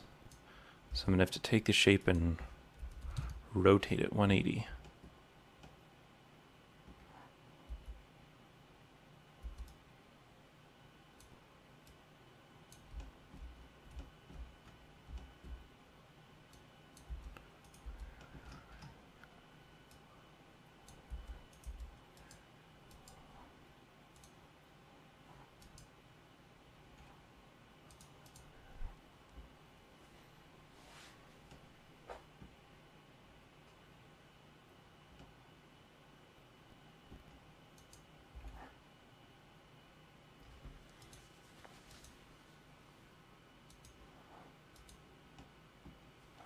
Now these other couple areas, I should be able to just do it with a linear extrude, I think. But this time, the shape I'm going to extrude from, I'm going to create a copy of, so it does not mess up my loft.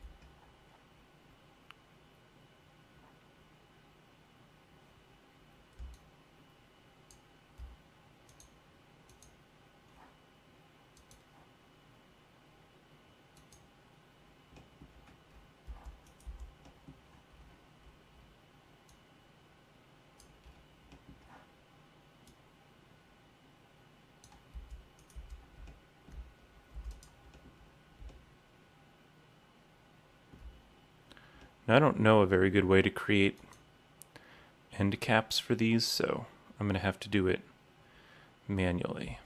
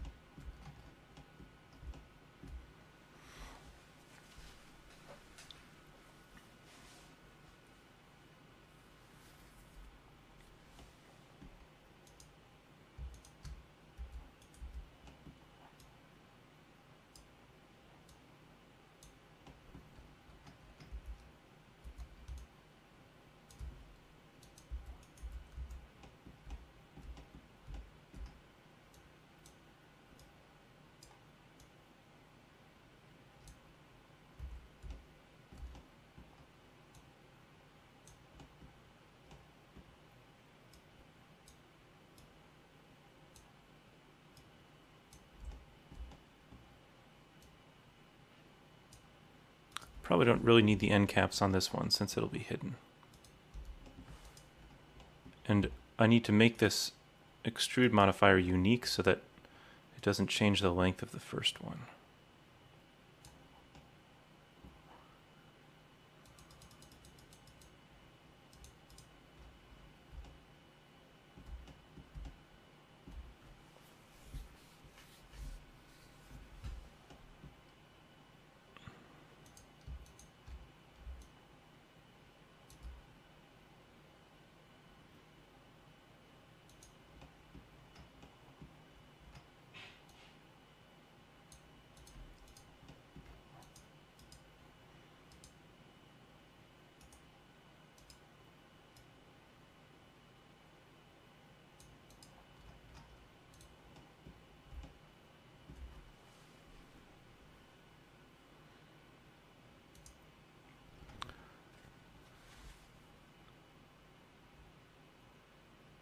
The other part of the fascia is these downspouts.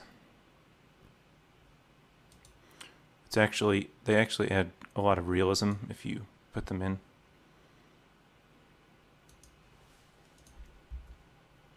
And they're fairly easy. You know, if you just look at the building from a side view,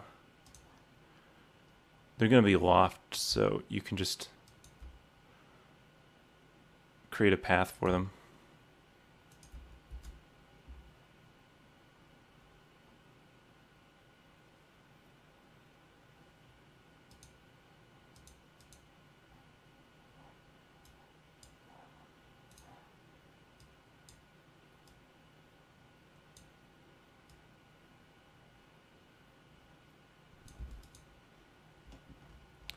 And then make an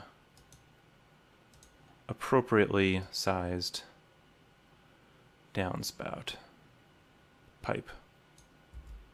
So you can see that'll fit within the gutter thing.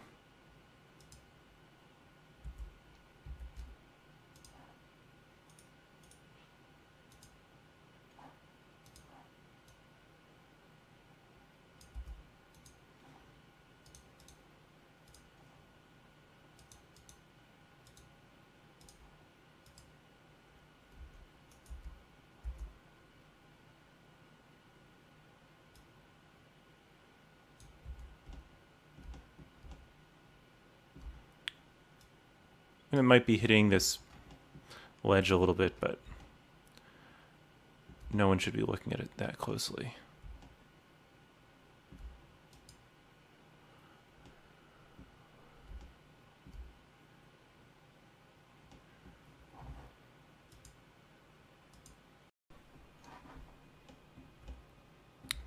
Now there are downspouts that come off this part of the roof also, but we can use the same object because you won't see the bottom of them.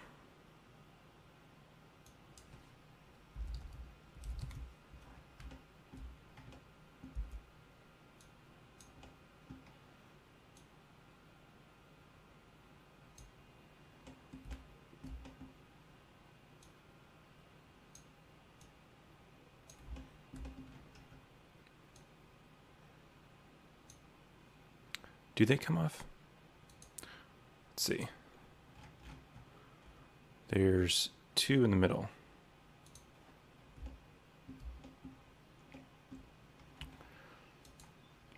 Now on these, they angle too far, so to edit them, I'm going to make this loft unique so that I can edit the path.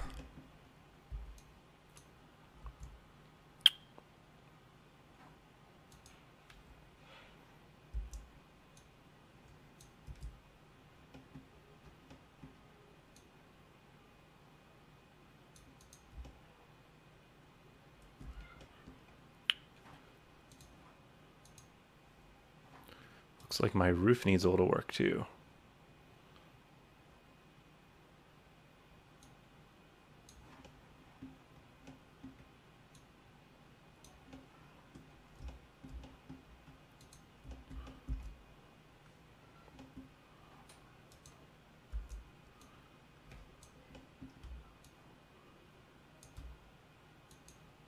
close enough.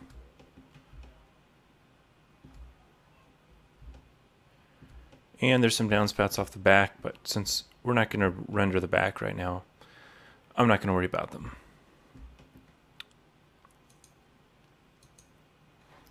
The last one we need to put in is going to be right here. There's one there too, but we're just going to copy it over.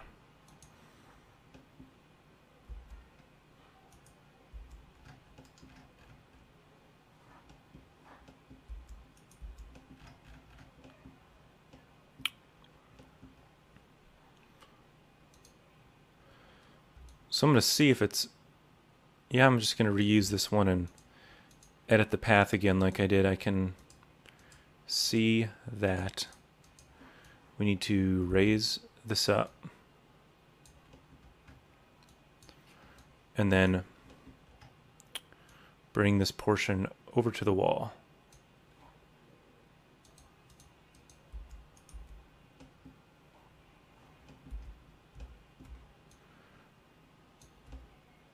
Too far.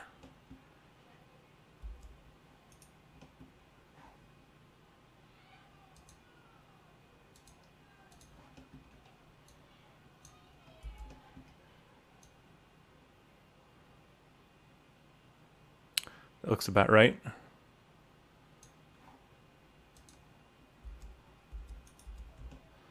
And I'm going to put this in the corner so it's not blocking the window on all these.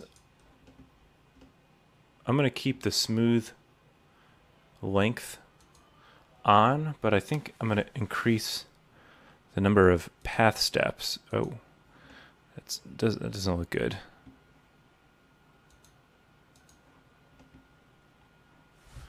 The reason would be because on this path, all the vertices need to be corners.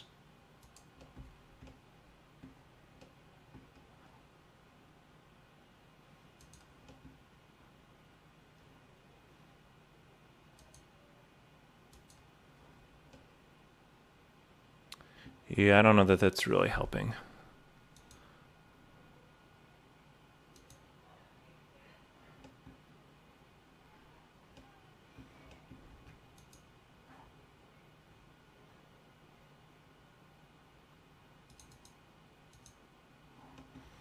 I'll just leave it the way it is for now.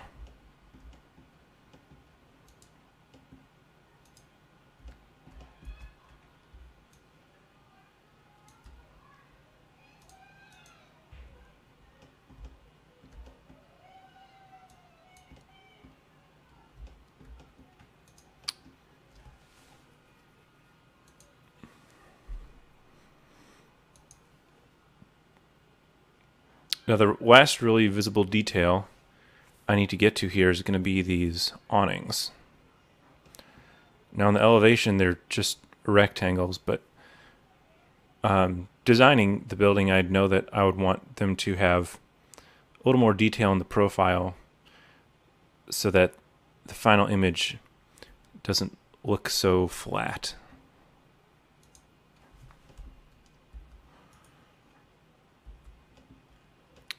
So the first thing I'll try to do here is draw a suitable profile to use. And I'm just going to do something with a little bump at the top. Now, I remember this second blue line is the height that our awning goes to, so. Oops, what did I just do? Just going to make it about like this.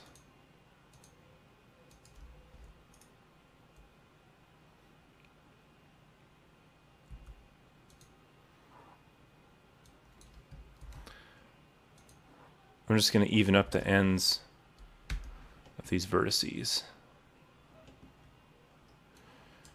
And as usual, I'll add a little bit of interest there.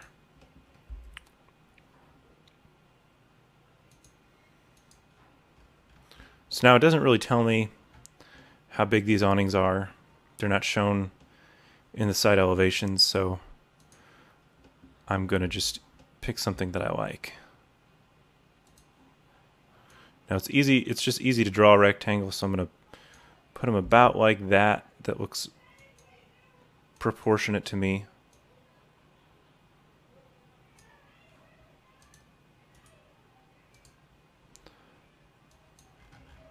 And I'm going to delete that segment out. And that's going to be what I use for my loft.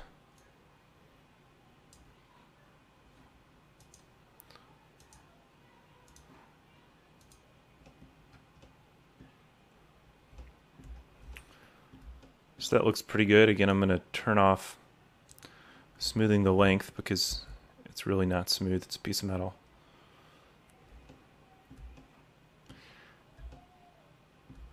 And to finish this piece up, I'm going to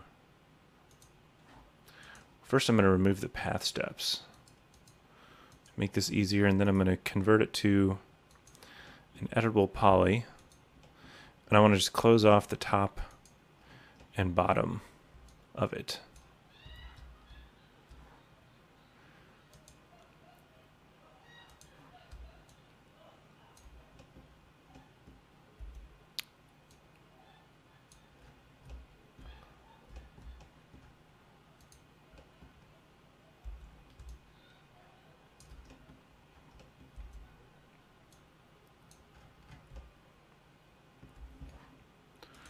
Now overall it looks a little thin to me. I'm going to make it a little fatter like that.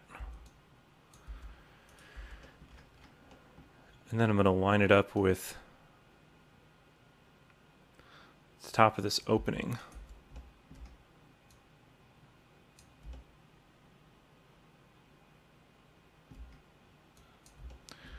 And about, it looks pretty good there for a overhang.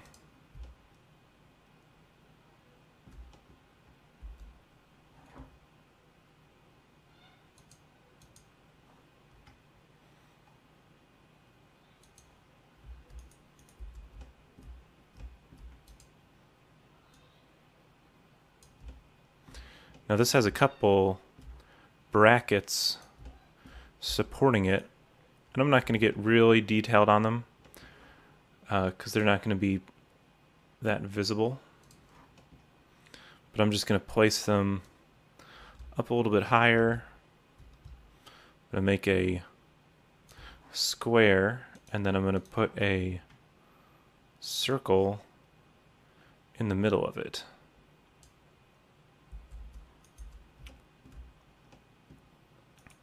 Then I'm going to convert this thing to an editable poly.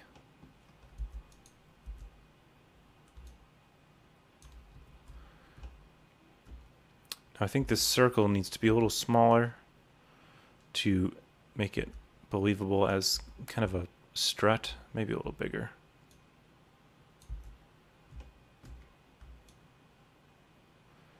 And I'm doing this really simply.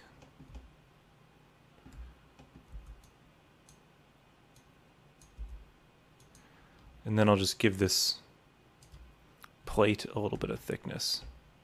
So that's all I'm going to do for my awning support. It's not a very important piece.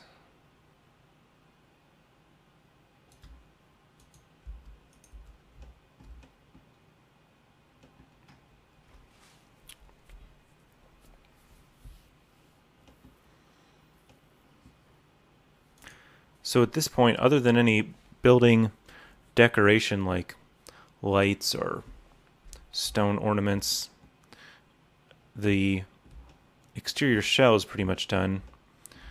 I think that it would be nice to add something right here, right about there. So what I'll do is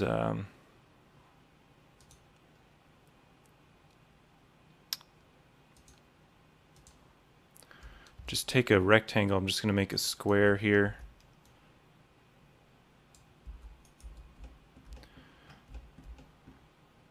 push it back against there.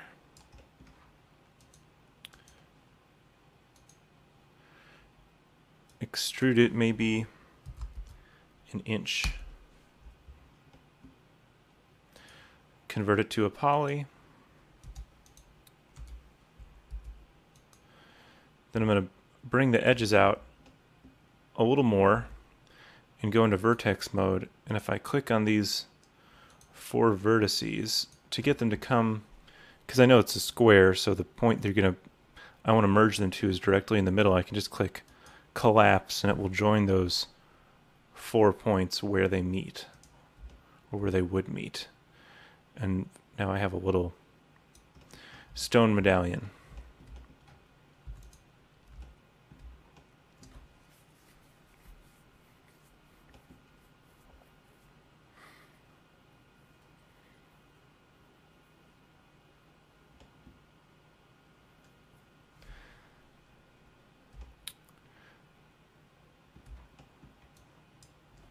Now that I have the whole building almost put together, I'm going to do some tests before I go too much further. So the next step would be to start applying textures to this, start setting up a lighting situation. But before I apply textures, I want to get my lighting set up so that I can continue only applying textures to half of the building.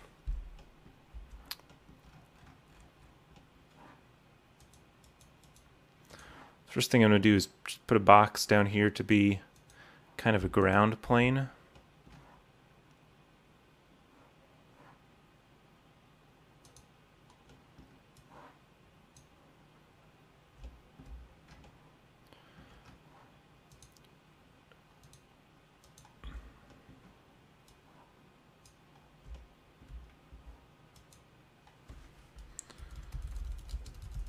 And as you saw, it wouldn't let me group these objects, so I'm just going to create them as a selection set. Whoa. And when I'm moving things, I want to set my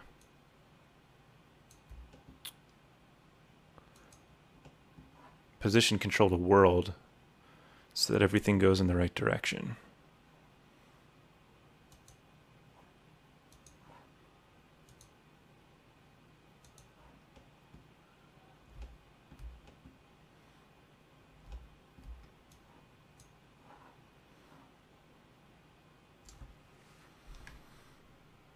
I can't group these, so how am I going to mirror this?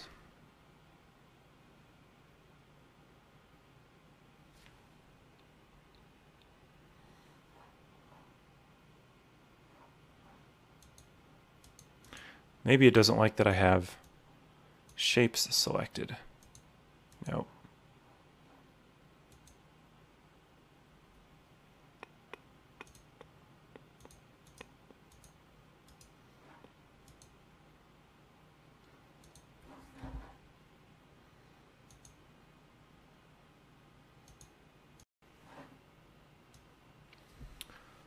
So what I'll try doing is selecting all this stuff.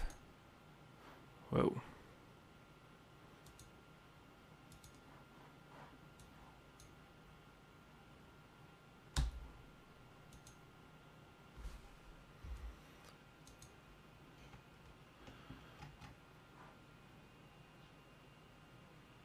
Can I get rid of all these shapes?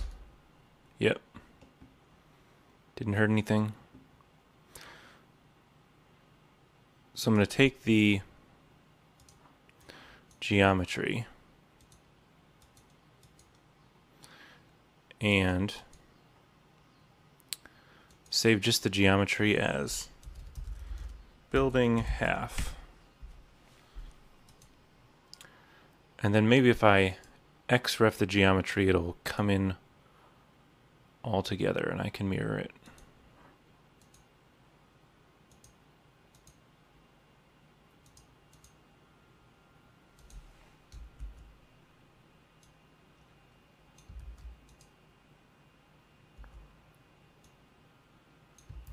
Nope. How do I get rid of that?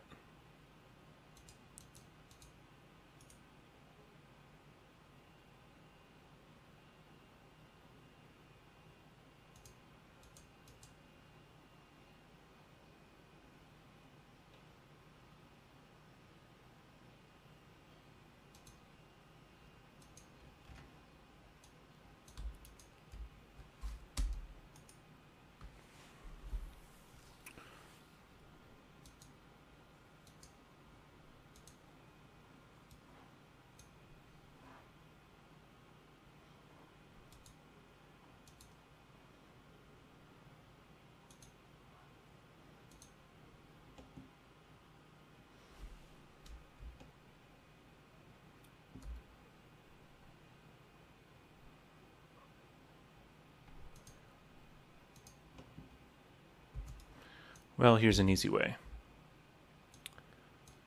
If I copy all this stuff and isolate it, I can simply attach everything.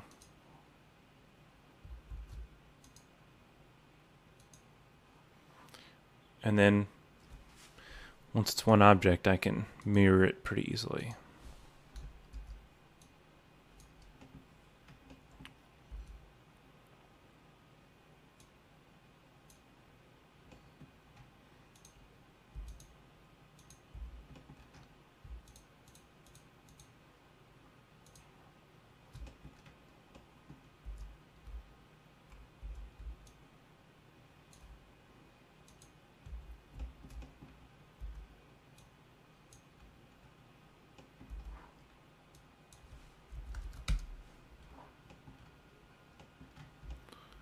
There's that door.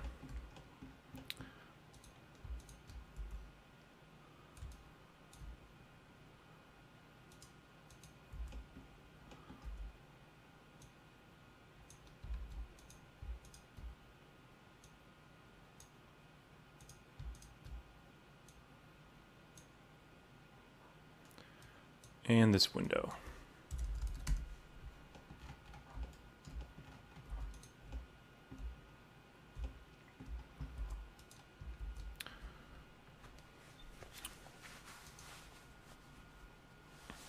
So now I'm going to load some overview settings, which I'll make available.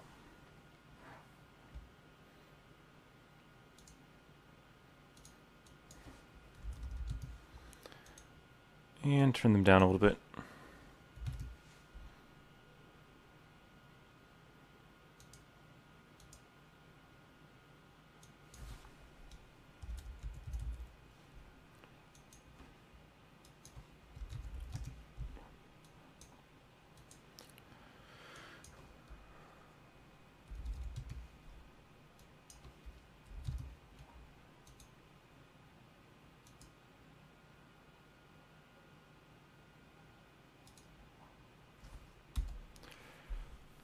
And for starters, I'm going to create just a light material.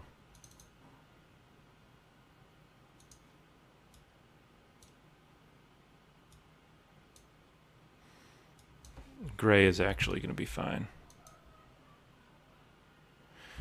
And apply it to everything.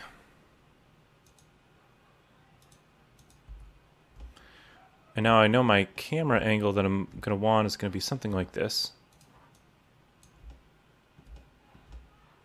So we can get a little angle on the building.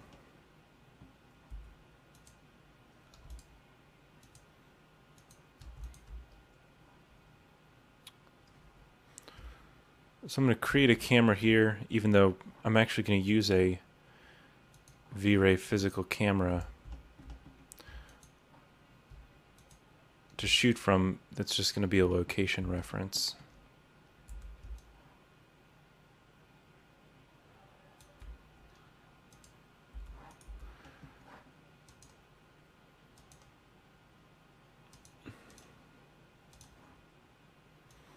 So I'll get a camera going.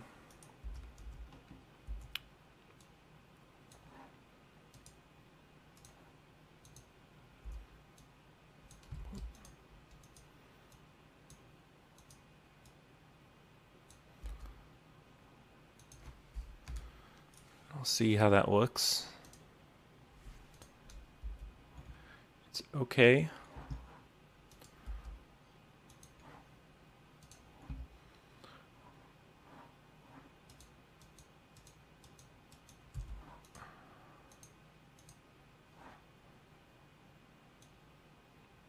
I can edit it a little bit.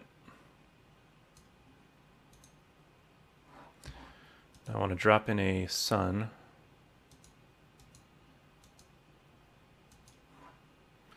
And I'm going to put the light in at about a 90-degree angle to my camera so that I can get some good specular reflections off my materials.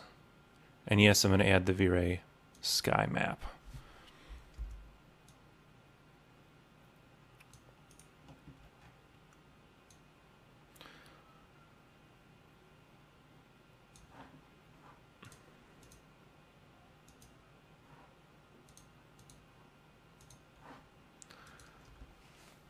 And the sun, don't have too much experience with them, but I'm going to try an idea using a smaller size to get more of a gradient of specular reflections across the scene.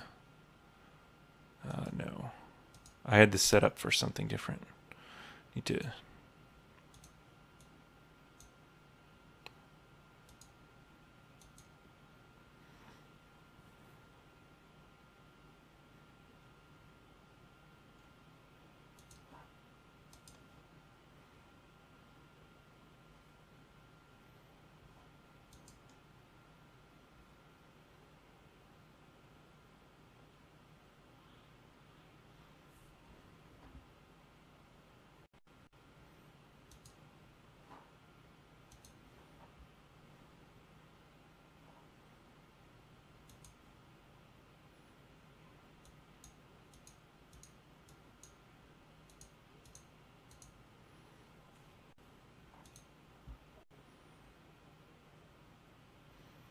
So that's pretty bright,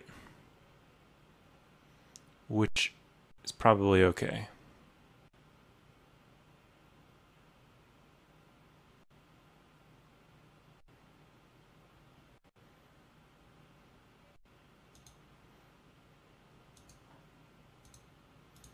I'm going to scoot this over.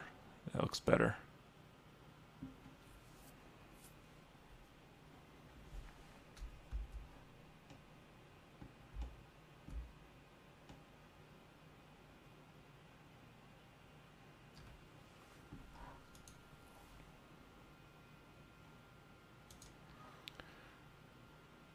Now the only thing I'm going to edit, let's see, the environment. It's got the V-Ray sky in the environment, and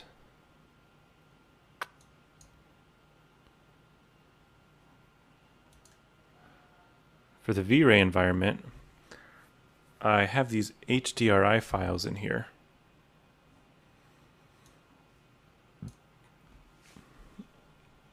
Let's see what these are.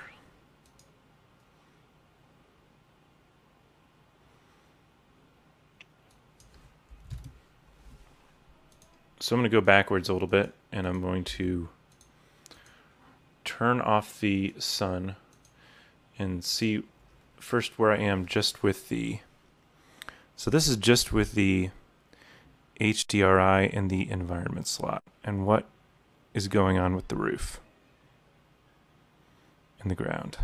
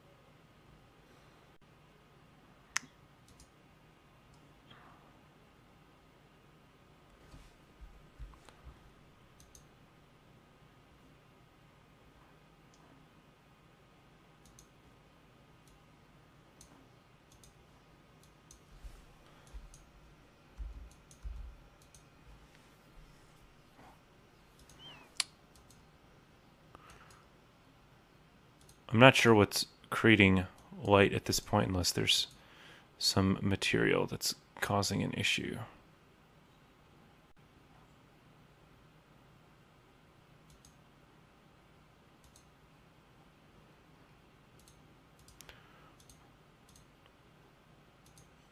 Or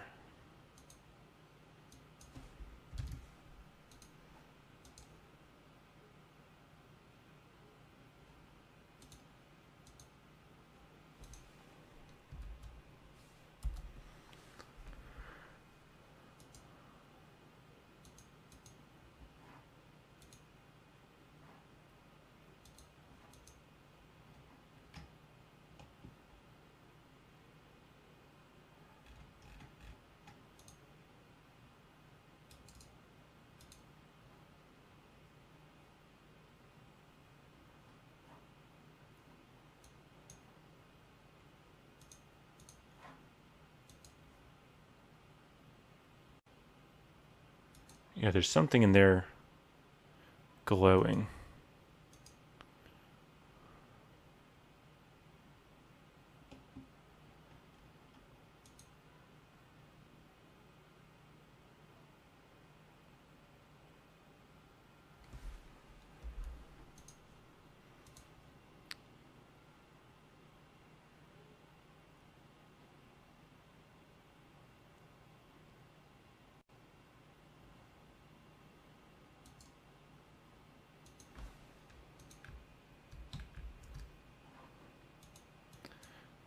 It's probably just the fault of my render settings because I had this to save. That's what it was.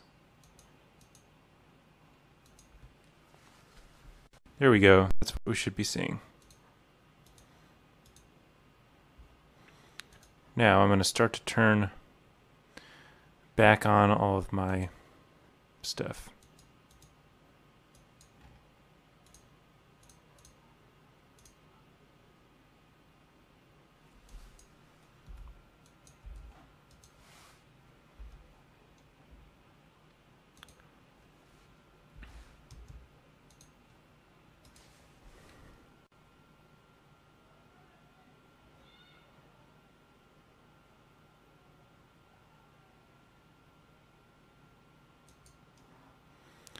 That looks better.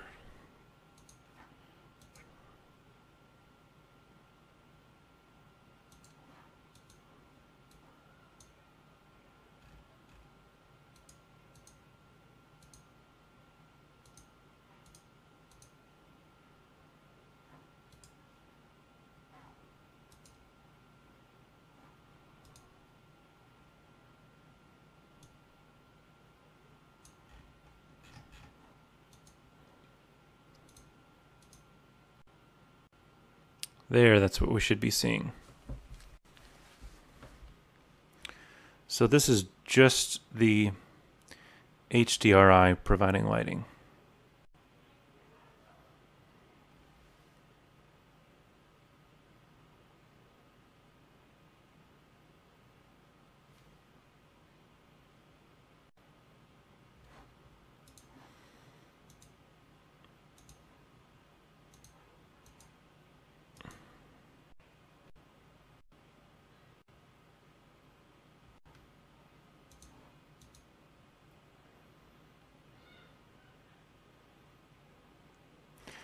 Now I'm going to add some reflection to my gray material because most of the materials in my final scene will have some reflection. See if that changes it at all. So it still looks pretty good. Next I'm going to turn this light back on.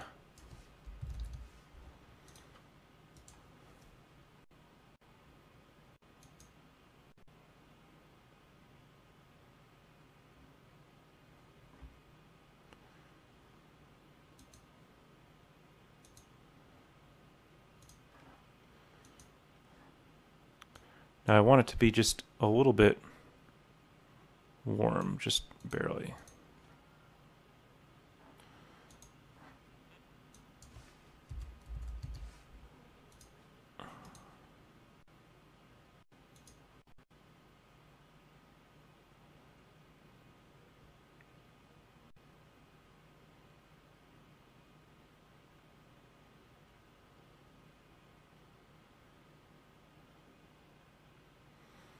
So I think now we have a pretty good exterior lighting condition.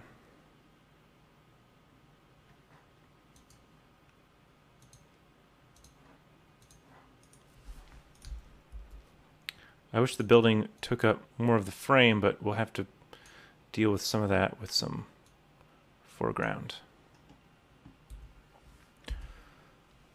So now I'm going to get into texturing.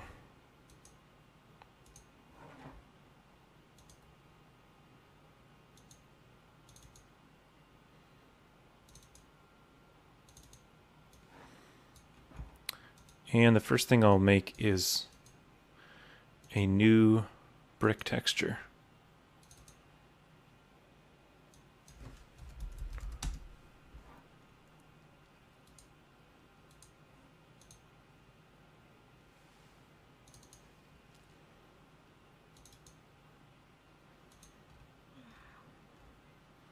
And I edit a lot. I edit a lot of brick textures to get different colors that I want to use.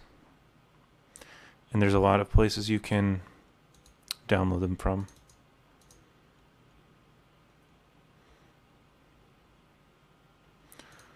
I think I'm just going to use this one for now.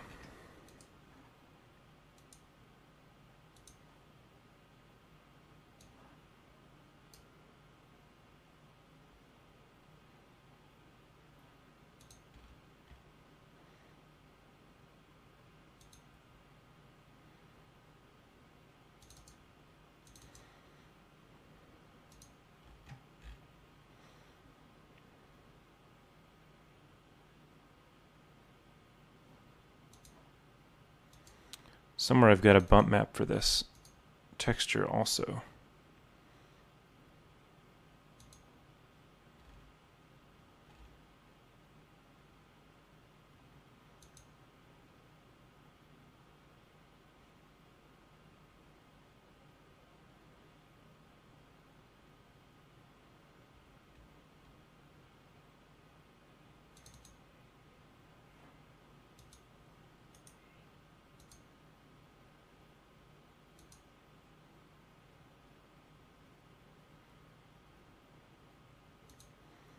I think this is it.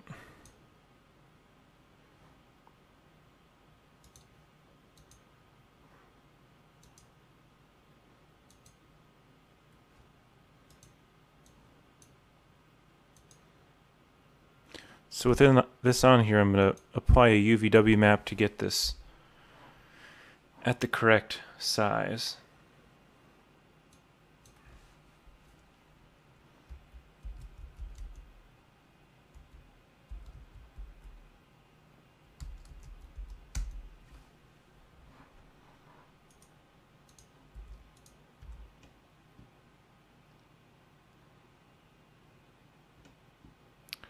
That actually looks about right. 3 bricks should be 8 inches, and if you remember, our header was 8 inches, and this is about the same size.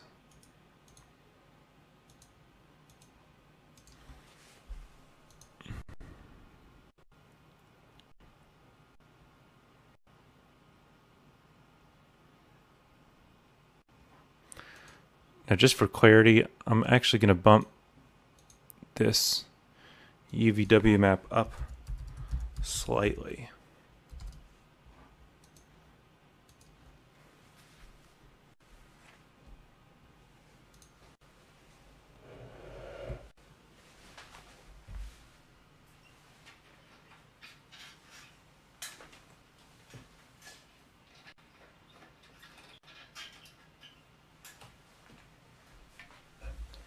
So that seems like a pretty good color of red.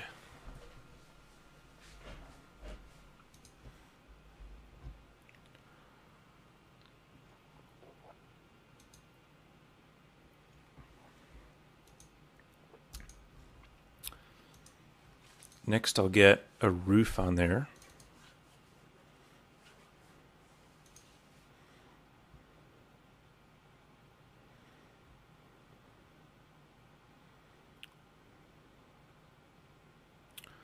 Not sure that I have a very good roof material. You know, is this tileable? I think it is, and it's not too bad, but it's kind of a bluish color.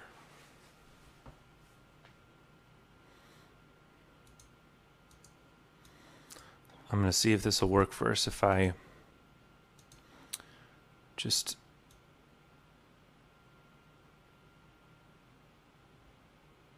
I mean, that's a little better already. I think that looks better.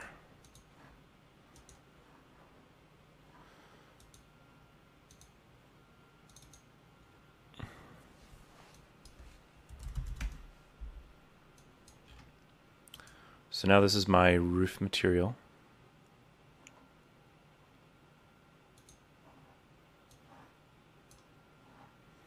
Doesn't really have a bump map. I'm just going to use the same file for now.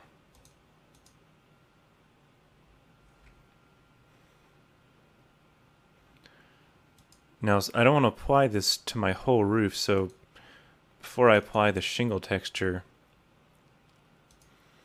I'm going to come up with a kind of a tan beige metal color.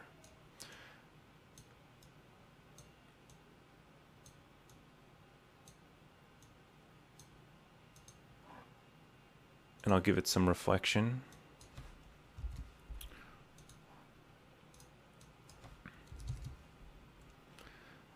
And I'll apply that first, so that will take care of all the fascia. And then I can select the slopes of the roof manually.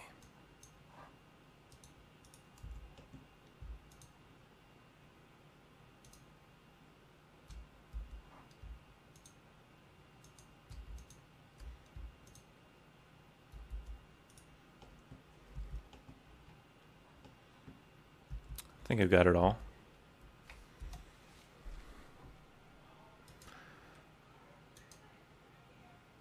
So now I'll put the shingles on there, and I want to see the shingles. And to get them to display correctly, I need to put a map scaler.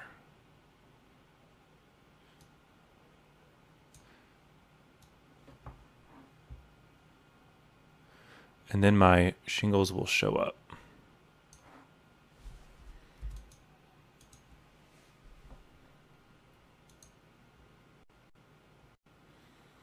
You can see the pattern on them repeating quite a bit, though.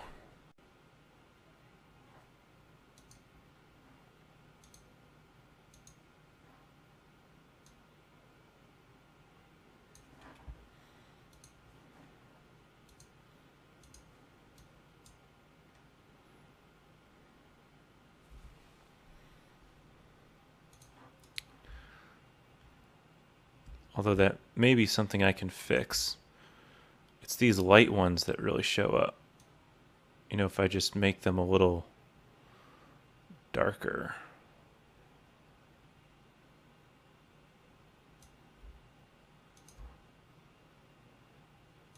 It might solve the problem.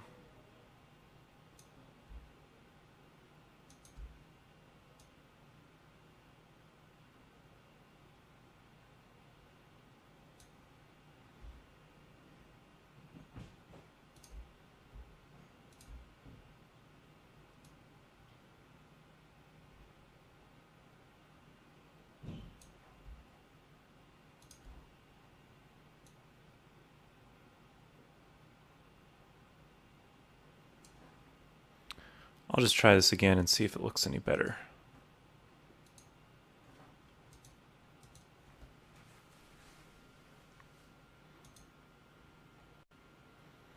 Yeah, I mean, it still repeats, but I think it's a little better.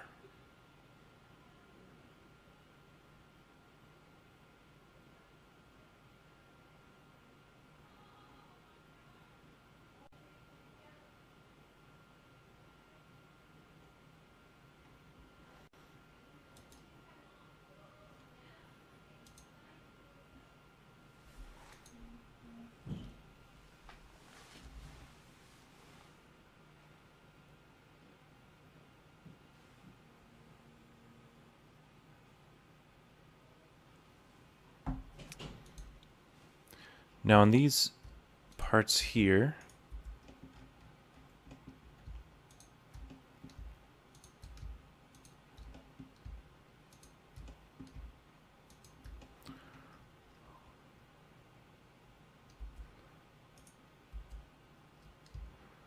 all these bands and these headers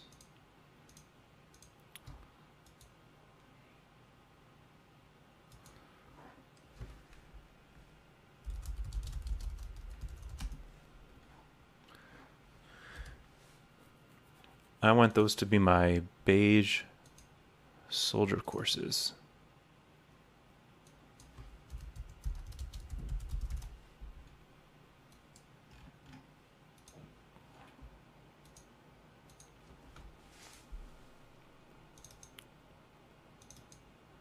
And I have a texture set up for that.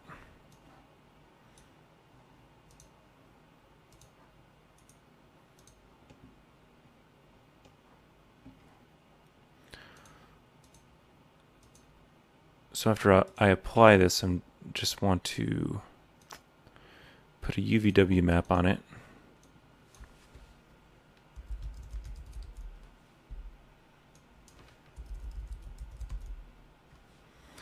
Looks about the right size.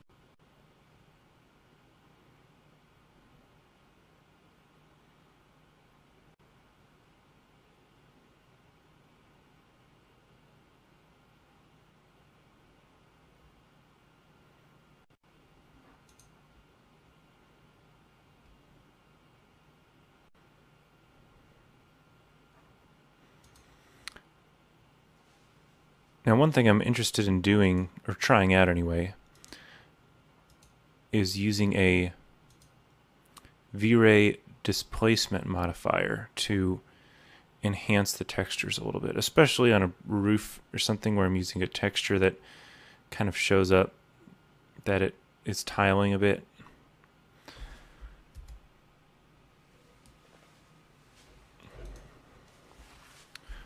So it's pretty easy to do. I'm going to drop the material into the displacement slot. And then on this object, I'm going to add a V-Ray displacement modifier. And I don't want it to be very much, just half an inch is okay.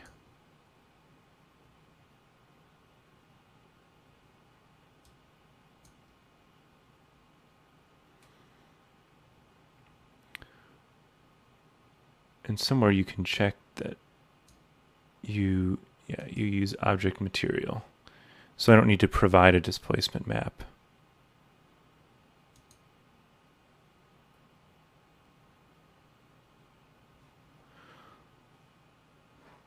I'll save this first.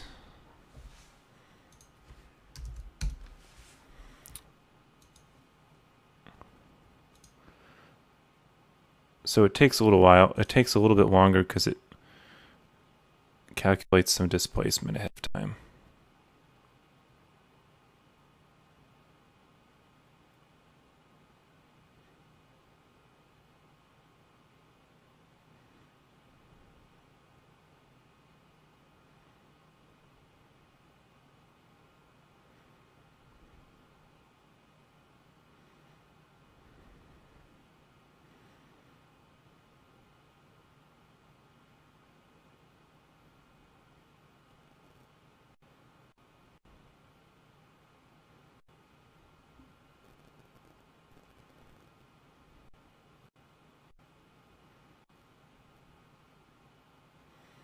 And you can't really see much at this resolution.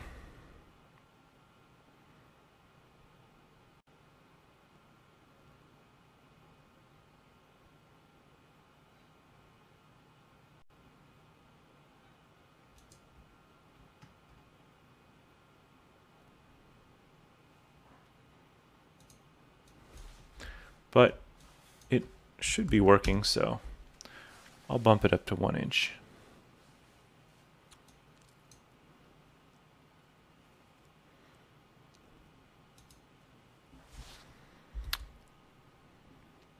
Now usually I give almost every material just a little bit of reflection so it can pick up some of the colors in the scene. Obviously brick is not very reflective, neither are shingles.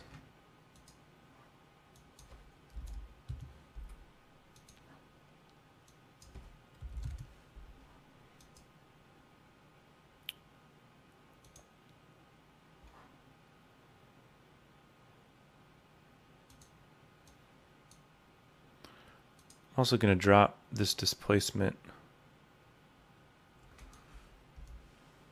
Oops. Really, I can just copy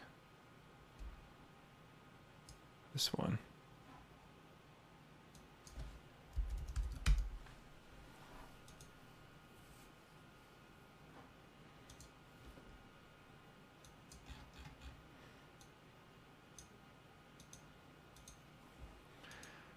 Now, above this cap, where the wall sets back, that is ephes.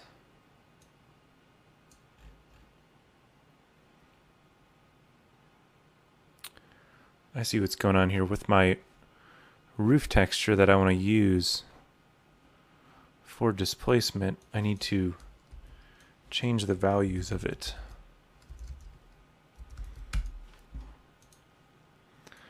So back into Photoshop,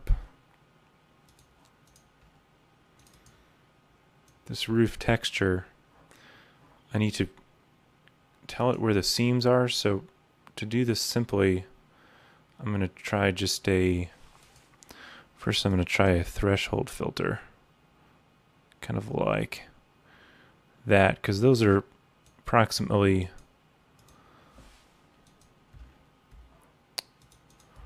the lines. There's some extra speckles in here, but maybe I can get rid of a little bit of it.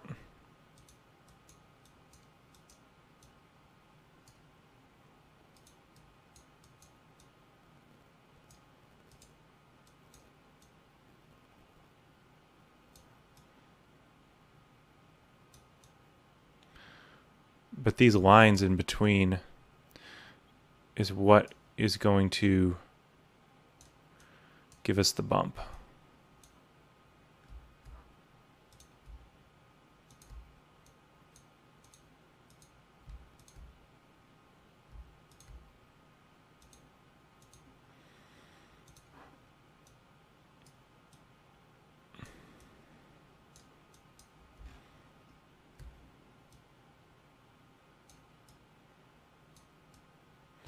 I'll just try this and see how it looks.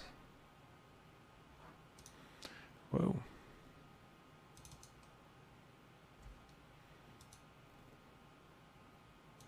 Actually want to blur it a little bit.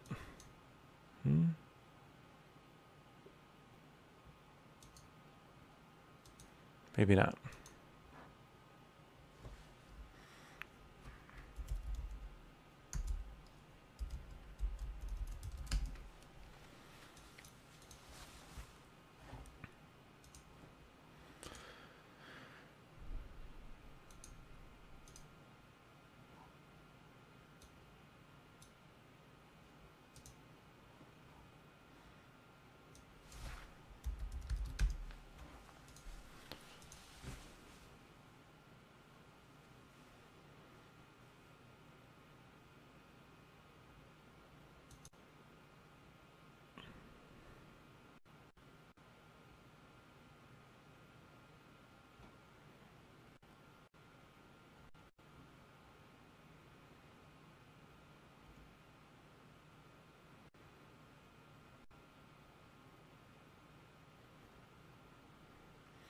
So since I've added some reflection, you can see the brick gets a little lighter where the light's shining on it.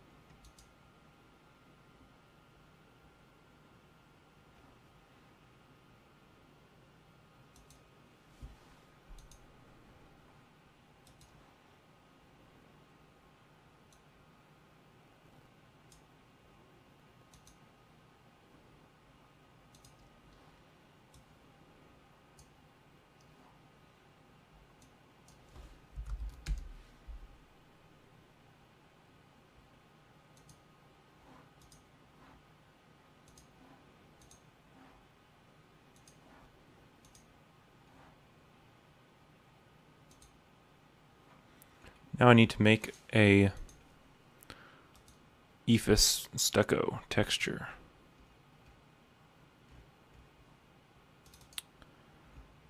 Which I think comes with Max pretty well.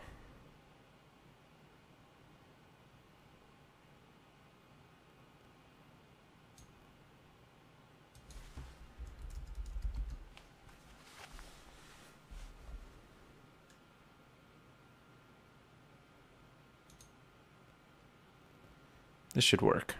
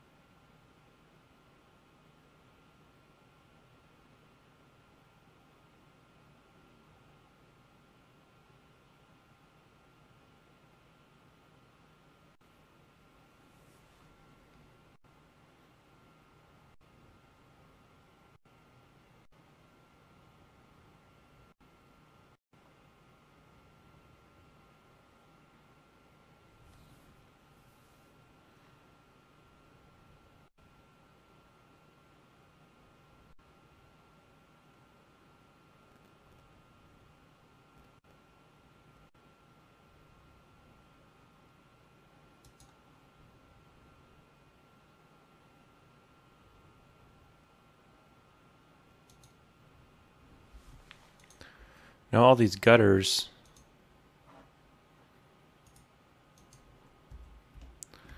that I've built, I need to apply my metal texture to them. I also need to get a stone cap in there now.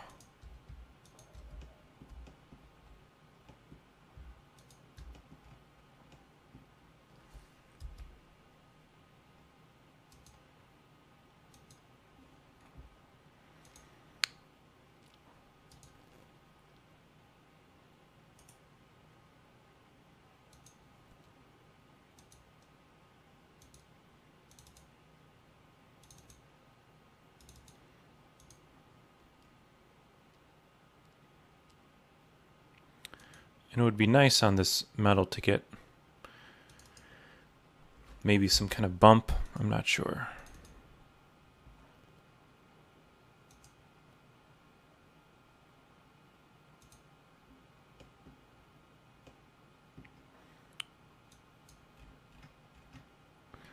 What you can do to get a little bit of a bump is to use one of these predefined textures.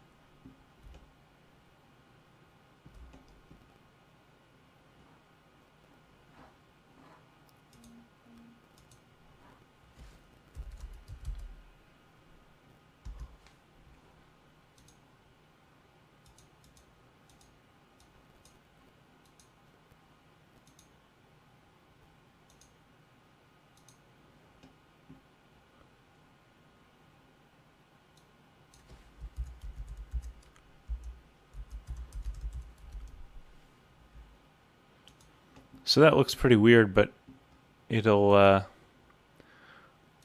kind of want the metal to have just a little bit of bump to it. Oops.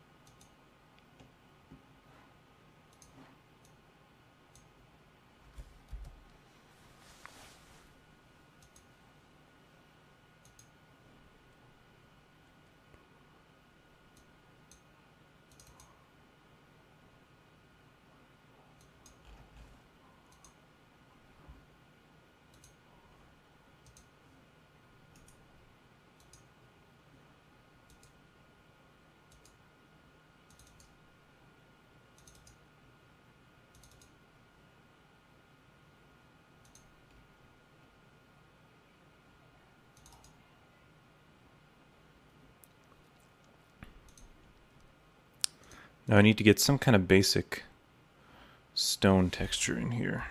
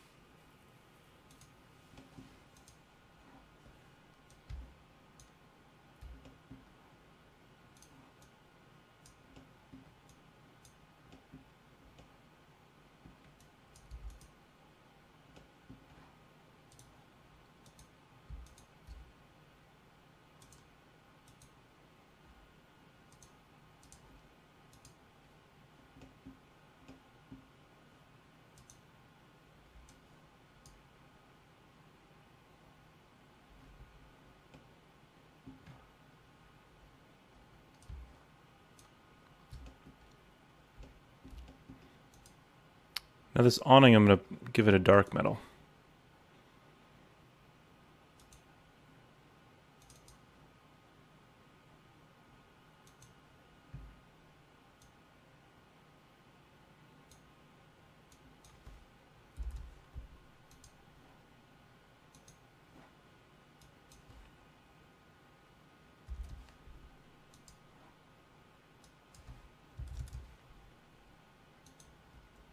Oops.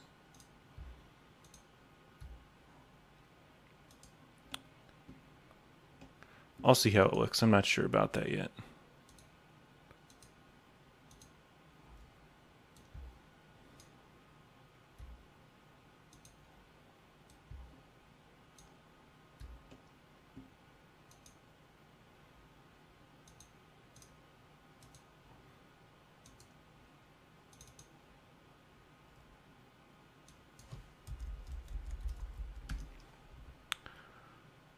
I'm also going to make a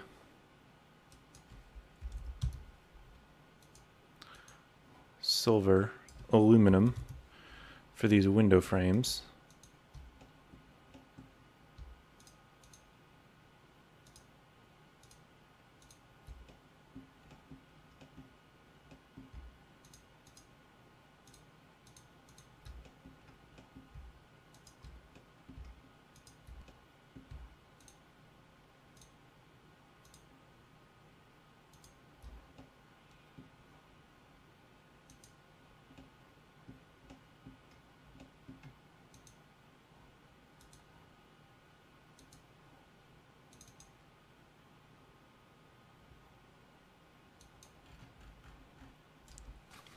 And for the glass, I'm just going to, for right now, have a reflective material.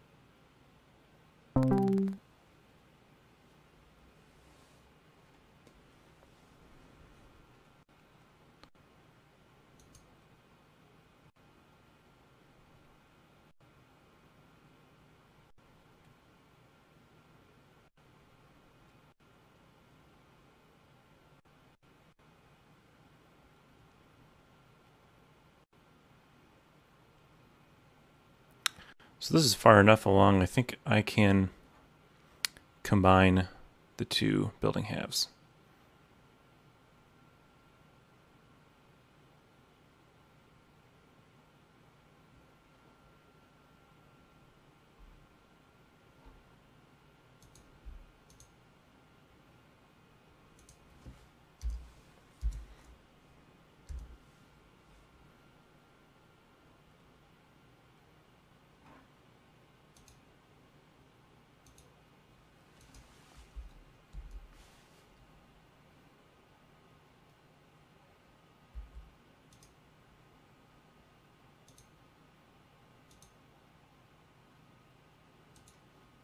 Can I freeze this? I don't want to select it accidentally.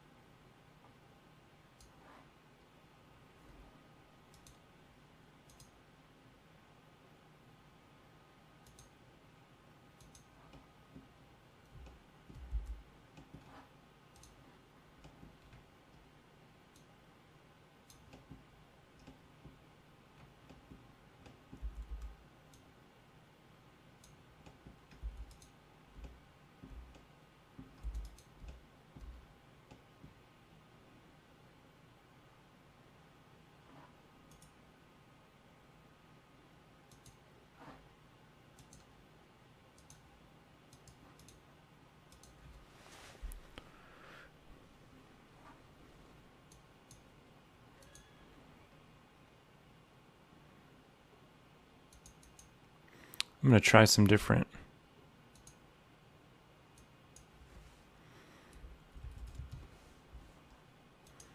settings, see what happens.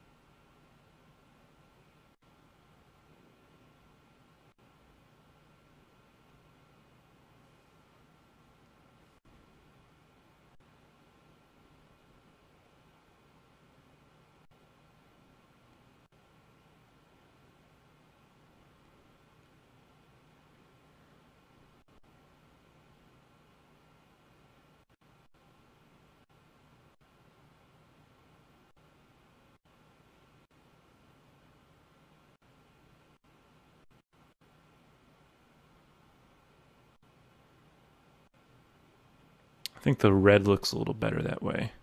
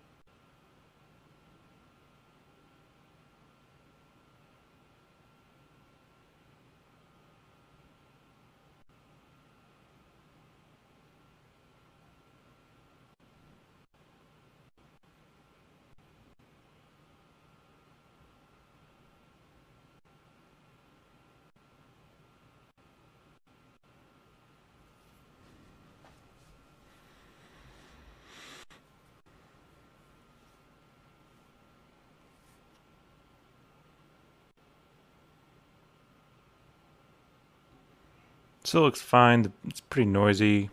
The quality's set pretty low right now.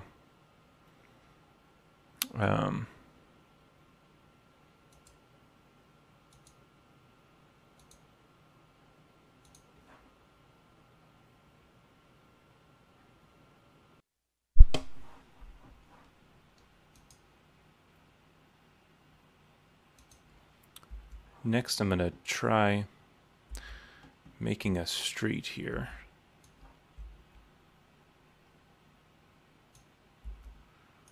Now what I want to see in my perspective viewport is how thick to make this street. Like right about there should be good. That'll give me a little bit of room for some grass or plants in the foreground.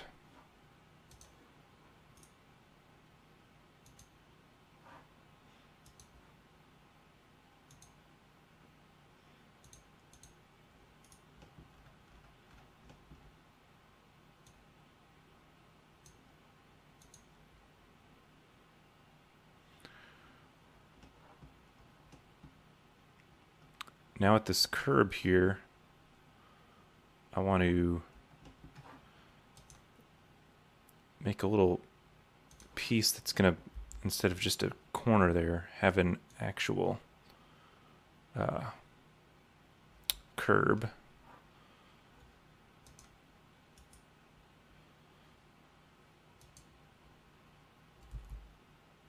So I'm going to fillet this off pretty good.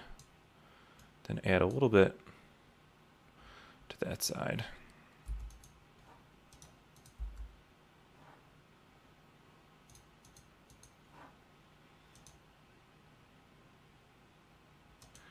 And I can just extrude this.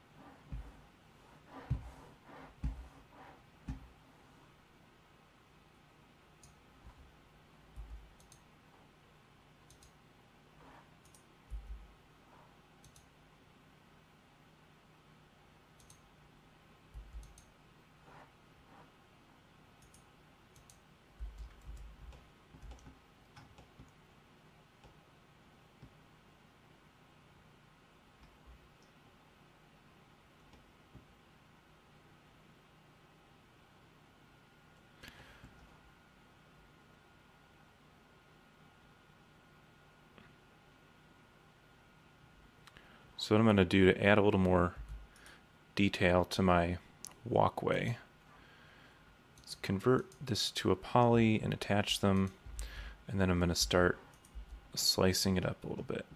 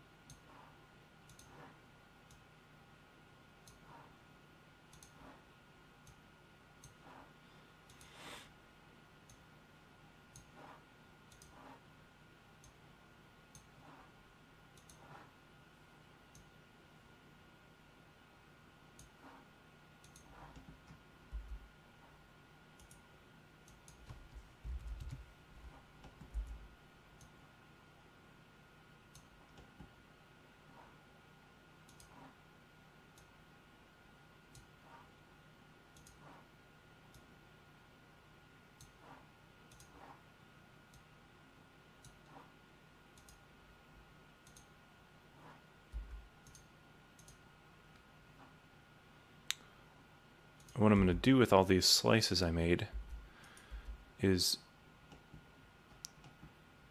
make them into joints. So if I click on the extrude tool, I can actually put little joints into the modeling.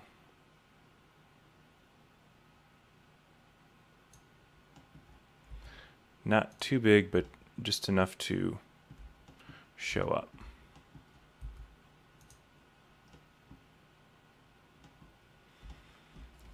And then I'm going to need a texture for this sidewalk.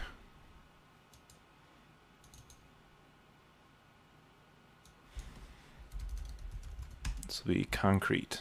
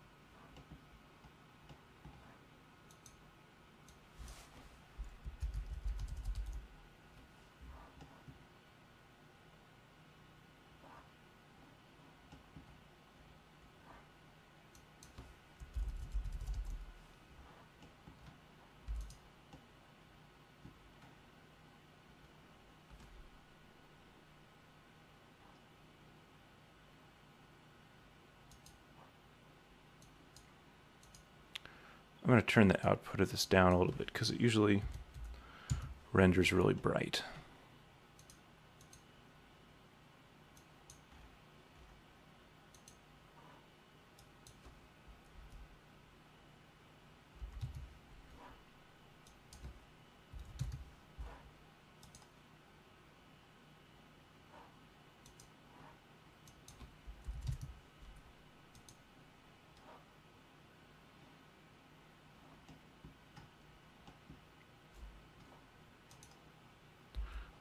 Then I just need some grass.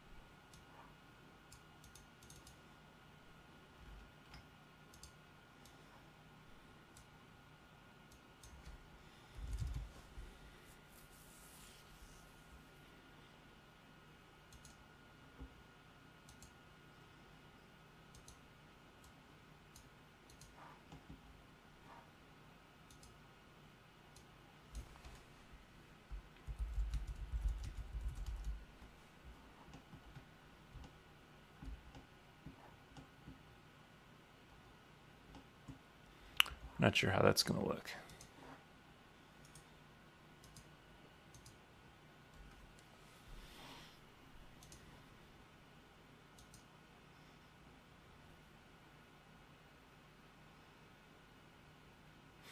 Now we don't want the green of the grass really to reflect on the building because it'll make it green. So I'm going to create a V-Ray override material.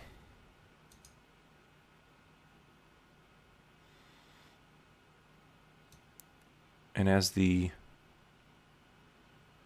base material, I'm going to put the grass, but then for global illumination, I'm going to use the white.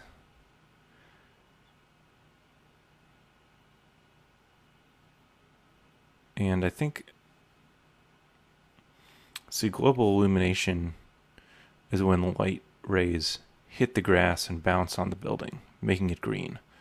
Reflection is literally what shows up in the reflection. So the brick is not actually very reflective, but we do want the grass to show up in the window reflections. So I need to put that in there.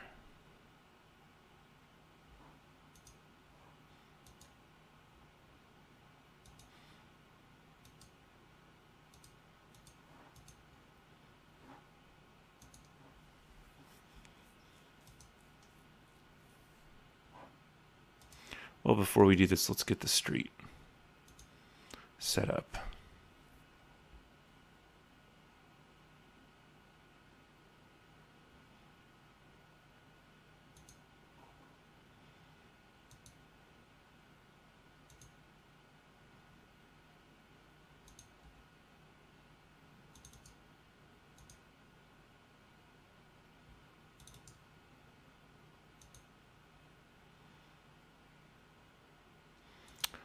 I think this will actually work okay. If I just want to do a basic, instead of an asphalt street, just a concrete type road.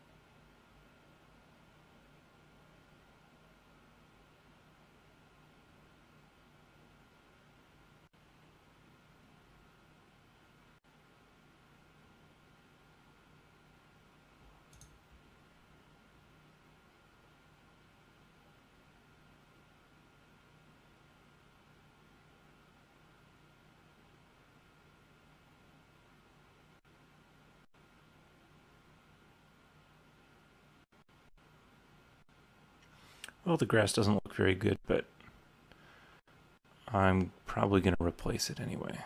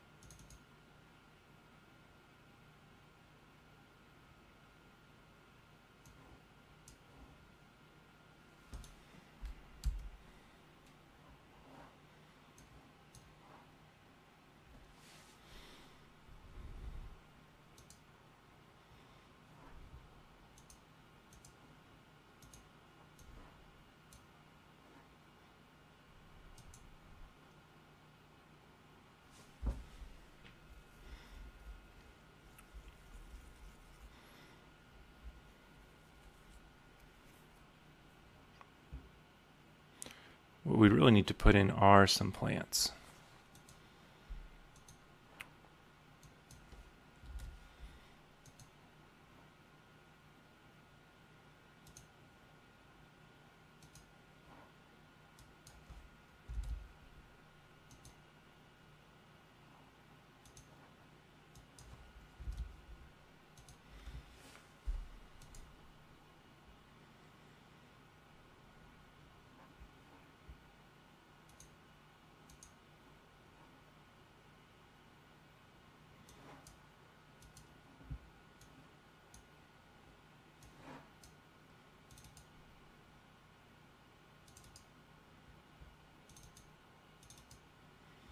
So I'm going to pick some out.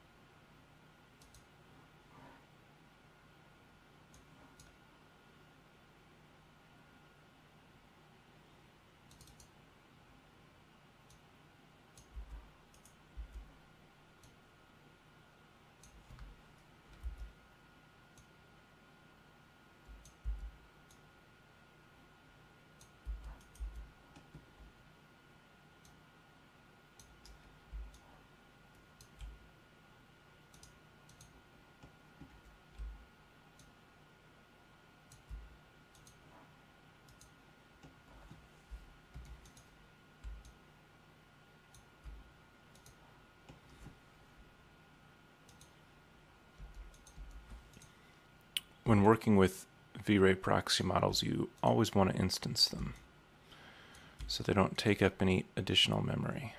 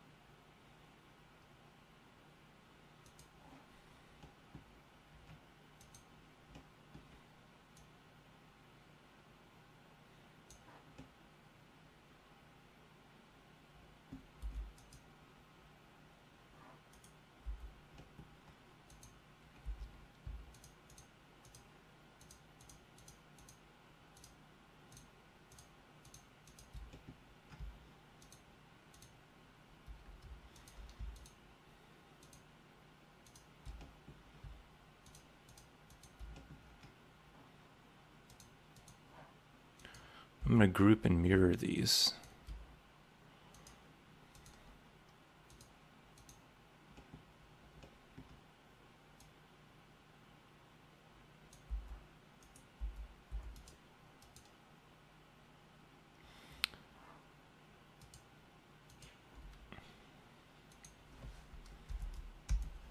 And then make sure these plants are rendering correctly.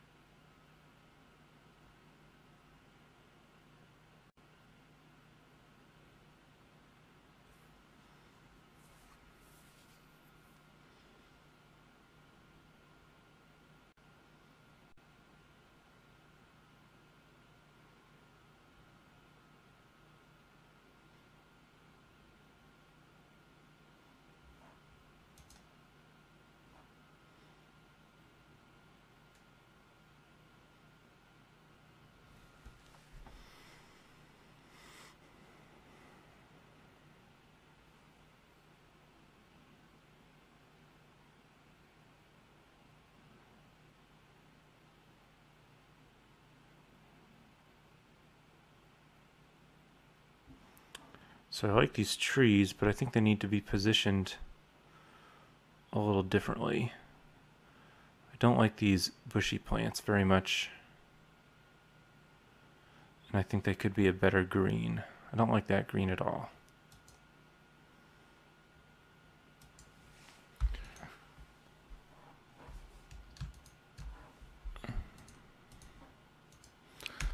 So these have to go away. These need to go away. These I think would be better if they were spread out.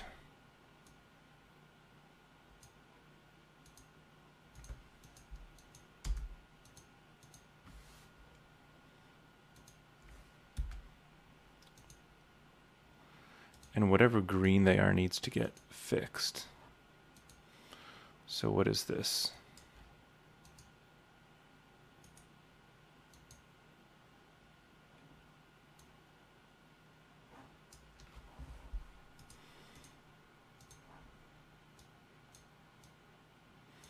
Let's make it darker.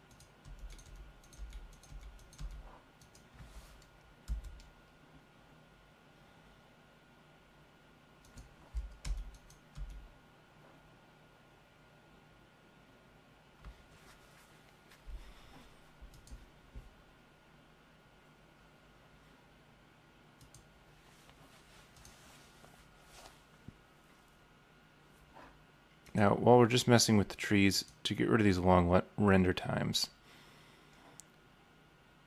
I'm just going to turn off displacement.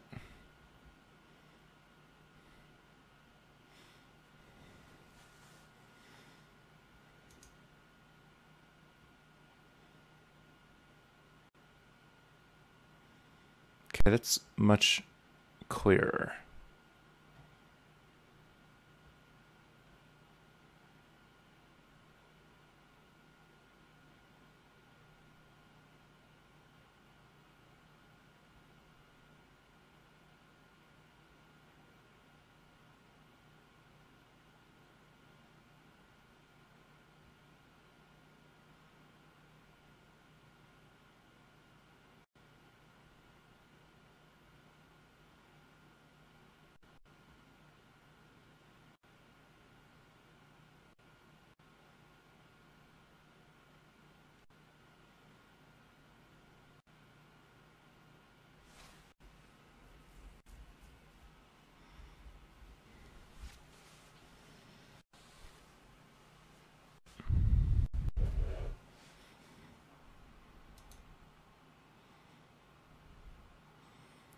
I don't really like that green. I guess it's okay for now.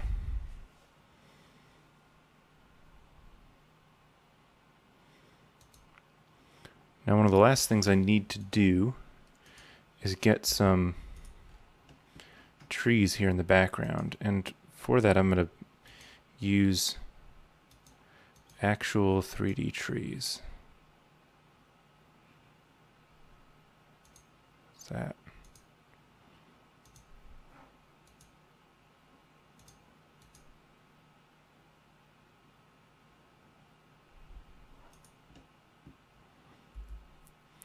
So this is just a bunch of trees that I have pre-grouped.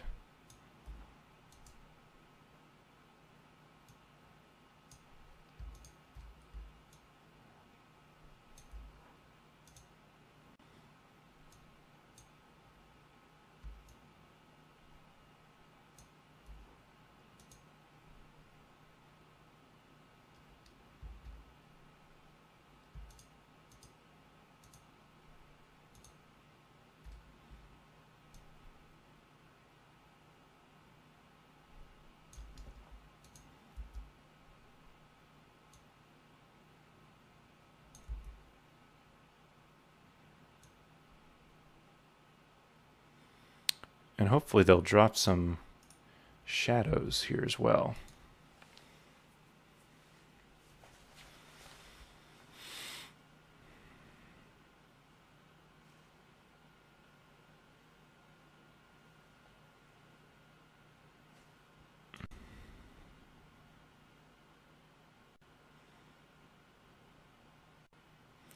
Not too much yet.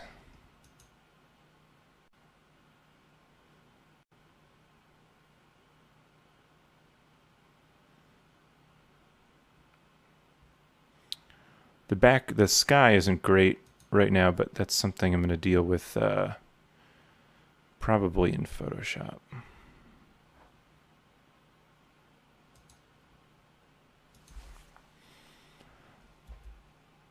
So to get these trees to drop some better shadows across the foreground, which is really kind of plain still,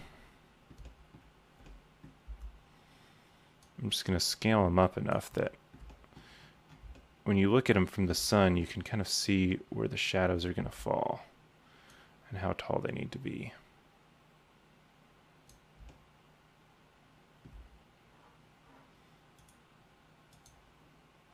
So now there should be quite a bit.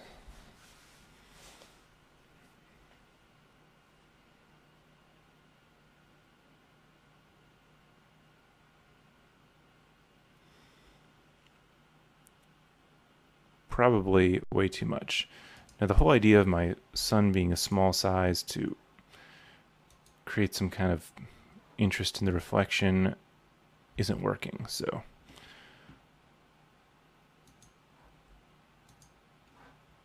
and the problem it's causing is the shadows are too sharp. So I'm going to go back to a big sun so I can get some softer shadows.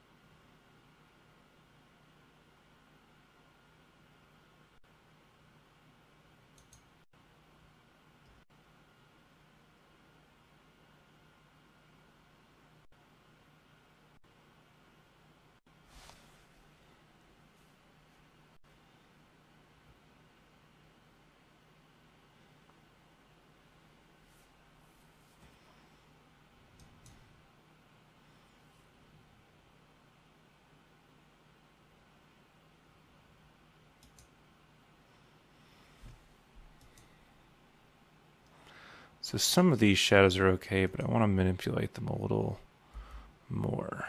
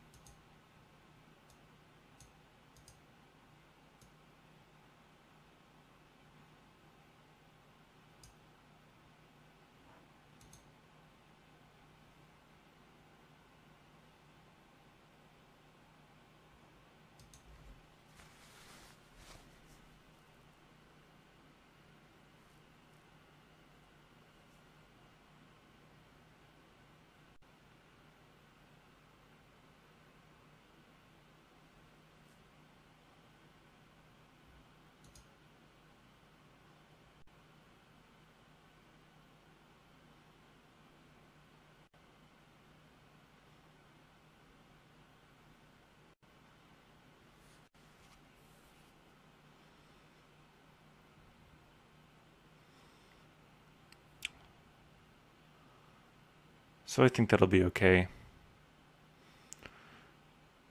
And one of the last things I want to do here is edit these awnings, because I think they're a little too plain, and you could drop the aluminum color in the middle of them to help them out. So actually there's a few more changes that I want to make to this based on some feedback I've just gotten back. One thing is that I need to add a mechanical screen to the roof on these flat areas that's going to hide some AC units.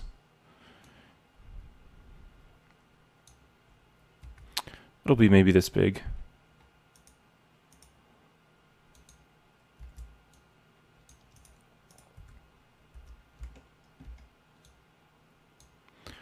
And this should be pretty simple to make. It's just going to consist of some posts and louvers.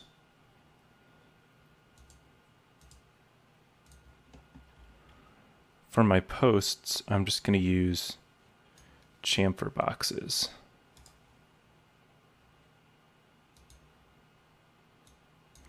And these will be, say, 3" by 3".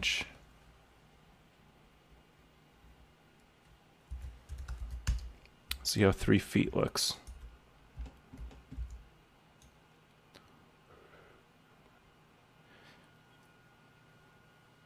Now these were a visual element of the original design concept, so I want to make sure they're going to be slightly visible from my camera view. That'll probably be good there.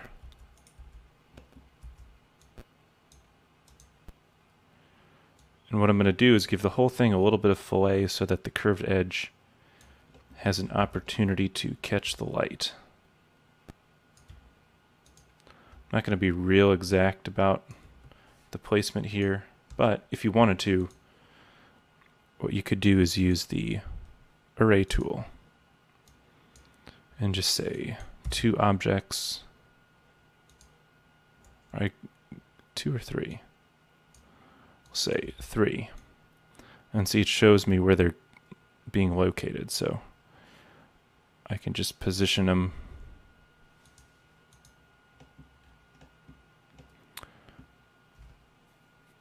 and then going up, I can do the same thing with a few more.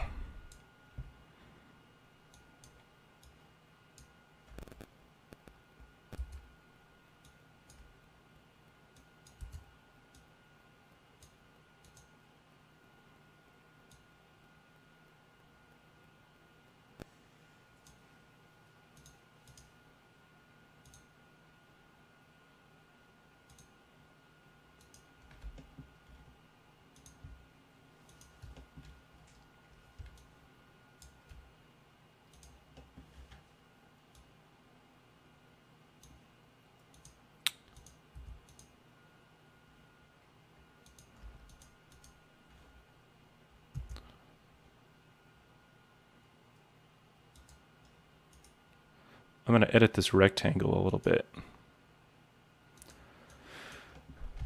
because I'm going to use this path for the louvers that will be part of this screen.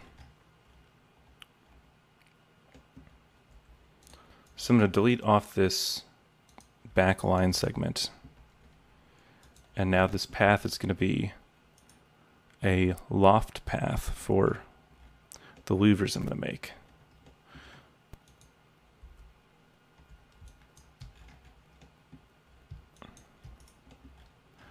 There's a lot of pink going on in the scene now.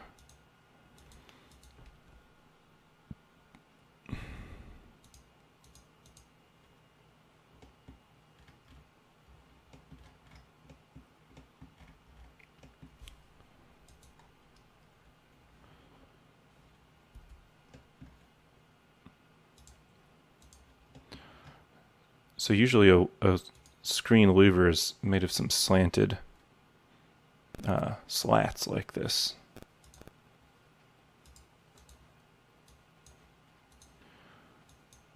So I'm going to outline these.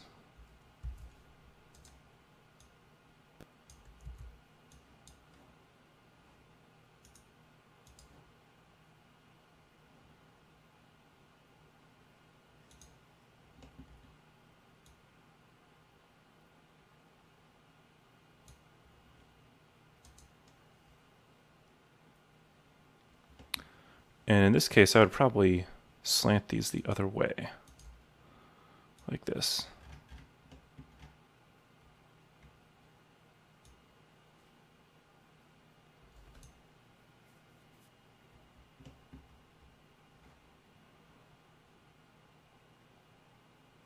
So what I'm going to try doing is, instead of making one louver and copying it, or one loft and copying it, I'm going to see if I can have the whole thing be one shape.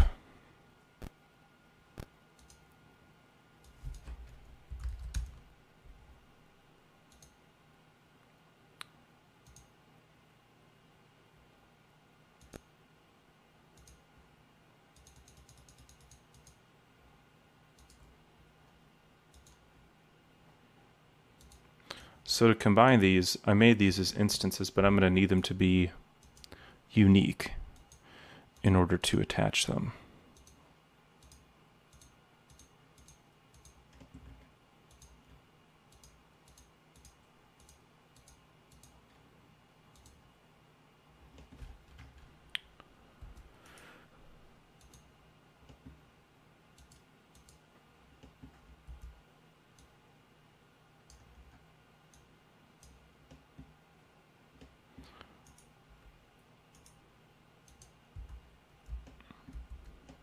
So if this is my path and that's my shape,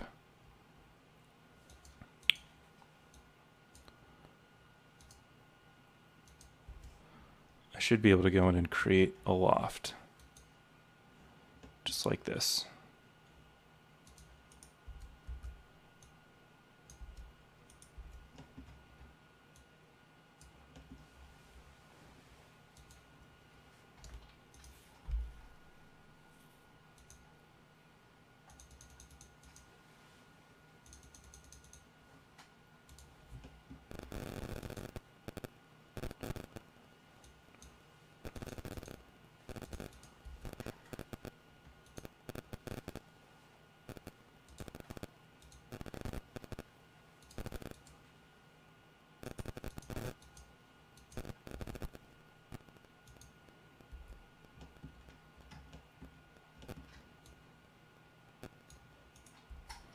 It's a little visible here, but I could even raise it up slightly. I'm just going to group this whole thing because it's simple to.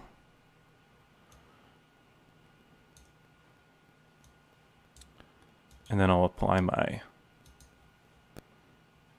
brown metal.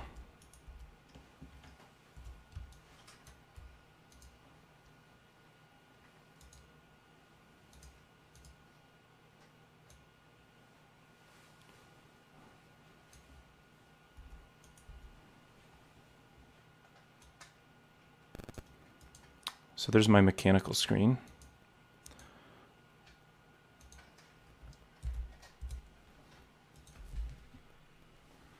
One of the other items I need to do here is delete one of these gutters.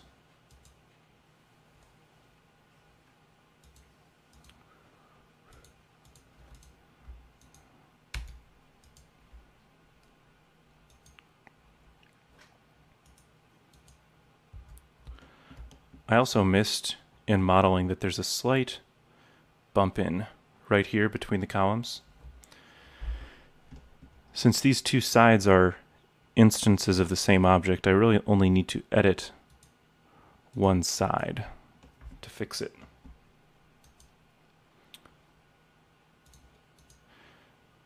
And since this is an editable poly, which is constructed in a pretty organized way, it's easy to come back in and fix the part that I need to.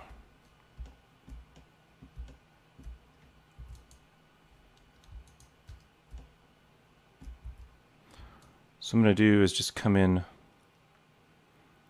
about that far with this bump in.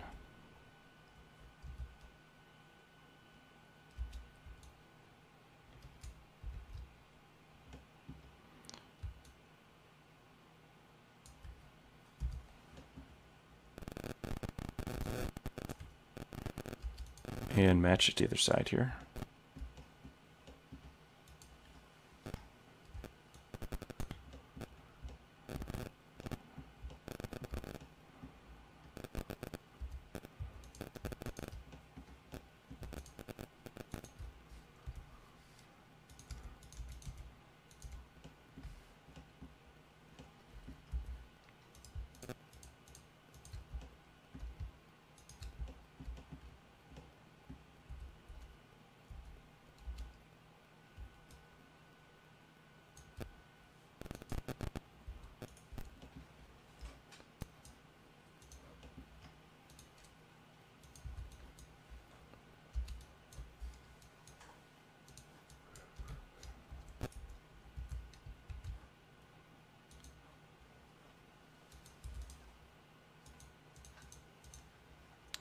The other thing I should need to change is this loft.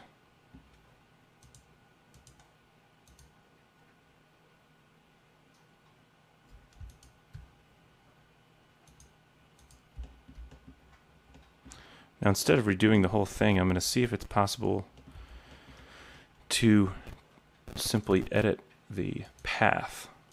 Because when I go down here, it is still a line that I can edit.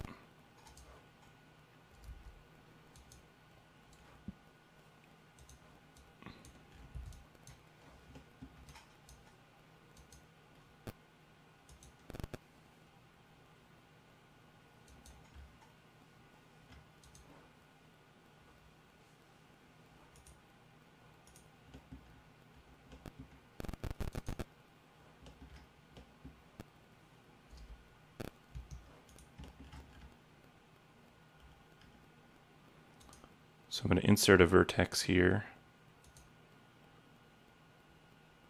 I think it's moving the other direction, so I'm going to start over here.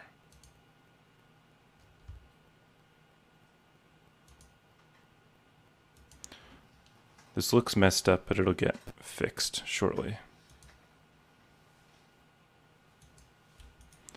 Because these vertices that were created are down on the ground. So whatever distance these are on the ground, it looks like 12 foot 10. These need to just go up 12 foot 10. And then my shape is fixed.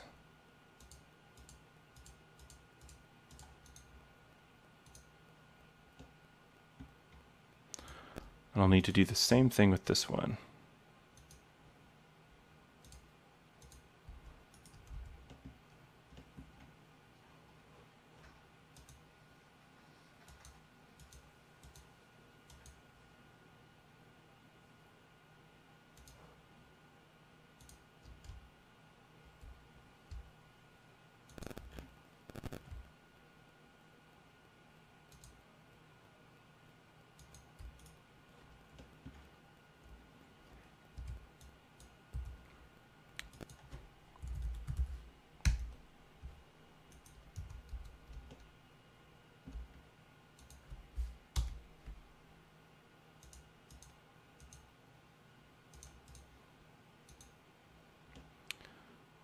The other comment I got is that these awnings should not stick out so far. So I'm going to move them back into about here. I think these are okay at the height. The question is, are these instanced? If I change one of these, is it going to affect everything? Yes. So those awnings have been shortened quite a bit.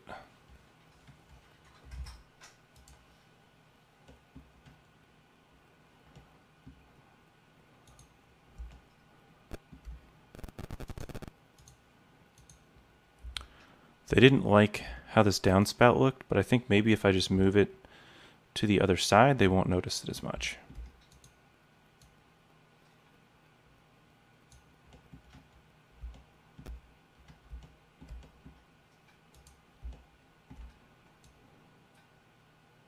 I'm going to hide this one.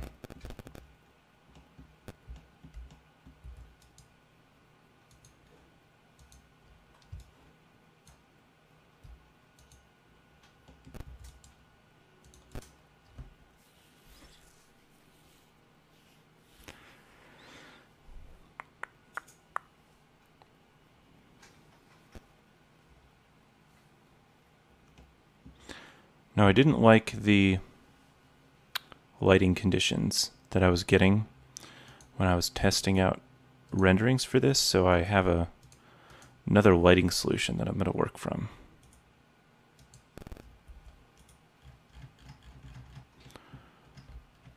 So I'm going to go back now and delete my camera and my sun.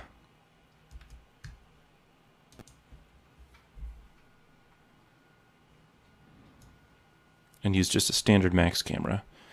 I'm going to load some new presets that I'll also make available.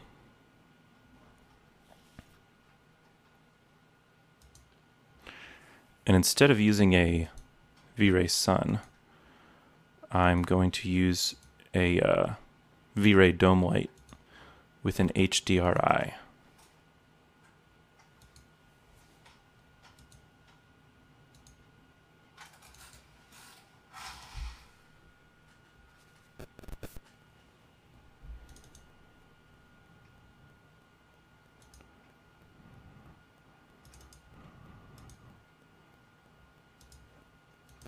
It's one I already have set up, but will be in the scene when I put it out.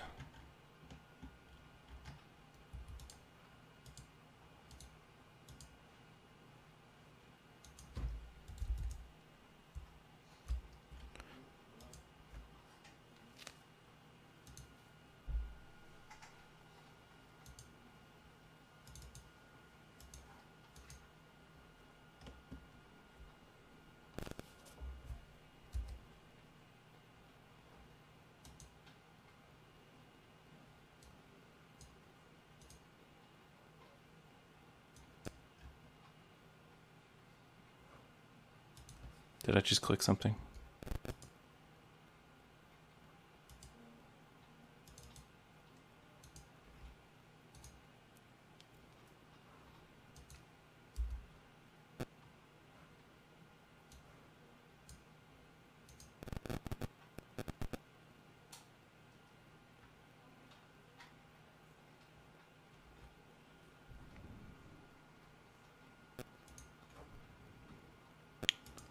So this is a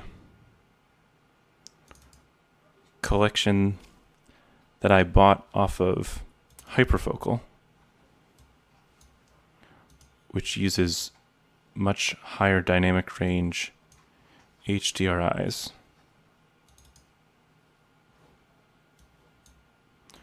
And this is the one I'm using, which it doesn't look very sunny, but I tested a few out, and this one works pretty well for a daytime scene. So the only light in the scene will be this dome light projecting the HDRI, which has intense enough brights to cast shadows and everything we need.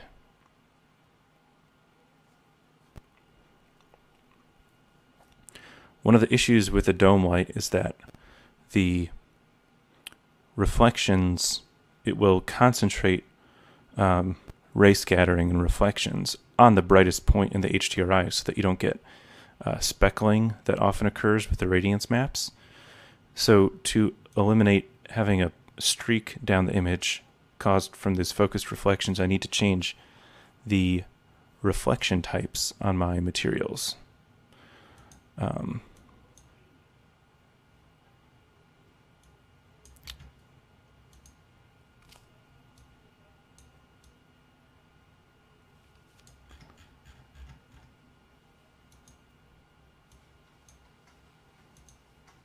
Where do I do that again? Oh, right here. I'm going to change them to Phong.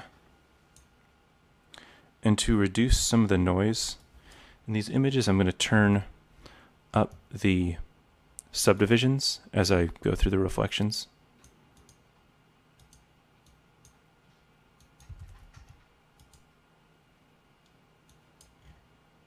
This one doesn't even have any. What am I doing for brick here?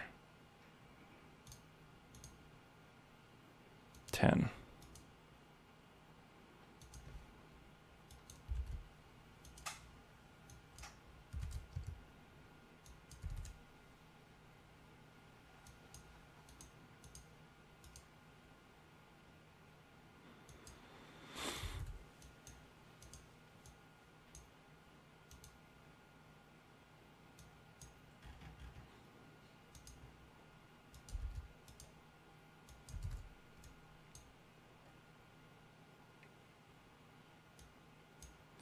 I try to give everything some reflection because it helps the scene be much more realistic.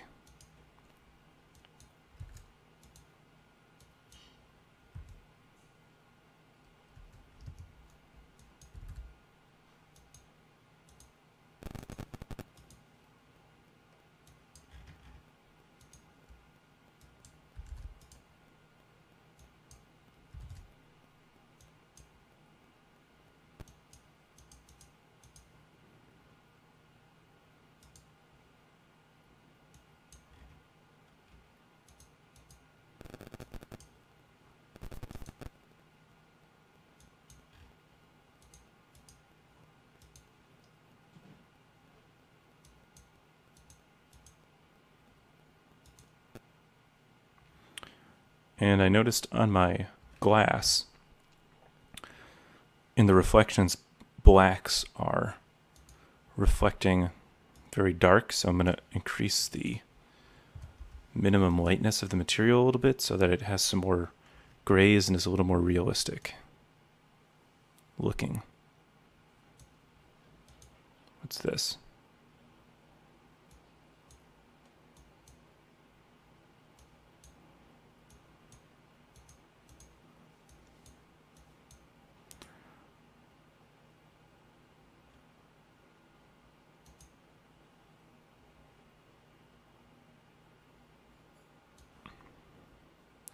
I also noticed this concrete is still coming out very gray.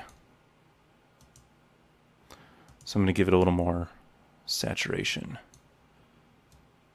Whoa.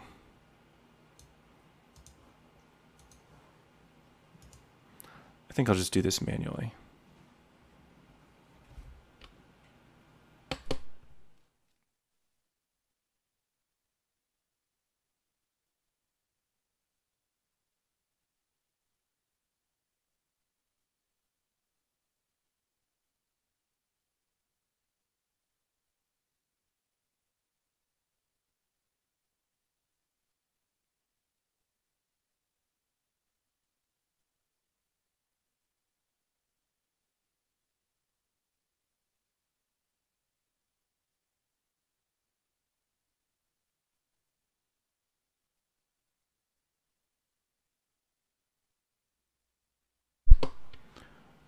So this is a little more brown in it. We'll see how this turns out.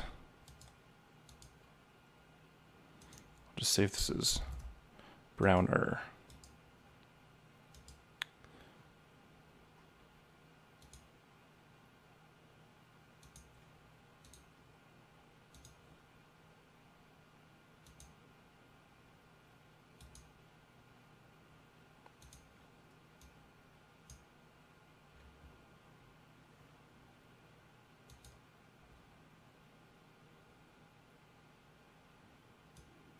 I'm not sure where this default material is still used.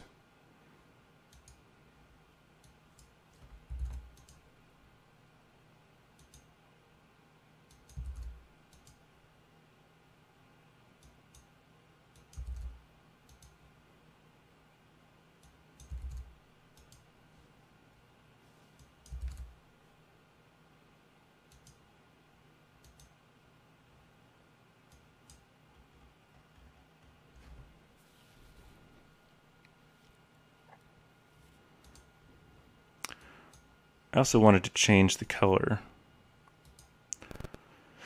of this red a little bit.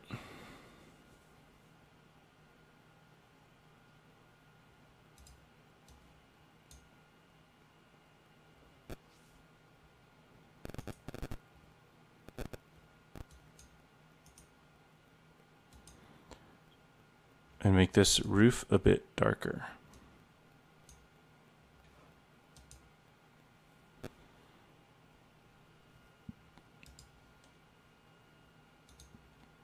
And this brown a little browner. Or more tan, maybe.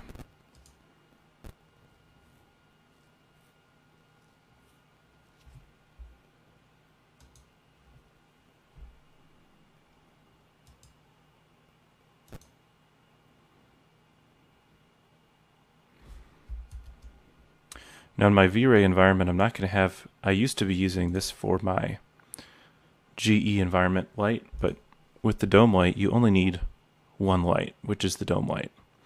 But I'm still going to use this one as my reflection environment.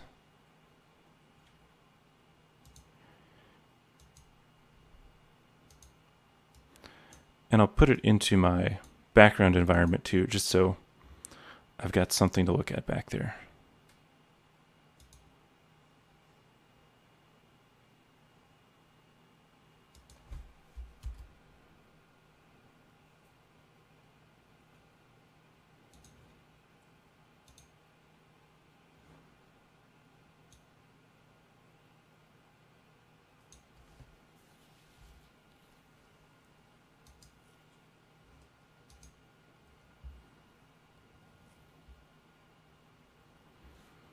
Now I'm going to unhide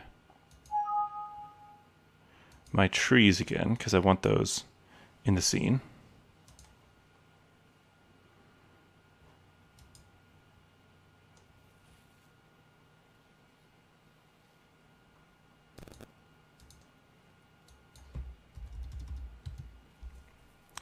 Now in this one I'm going to turn off displacement, because it's probably not necessary for this scene, but I may try it with and without as a test for later on.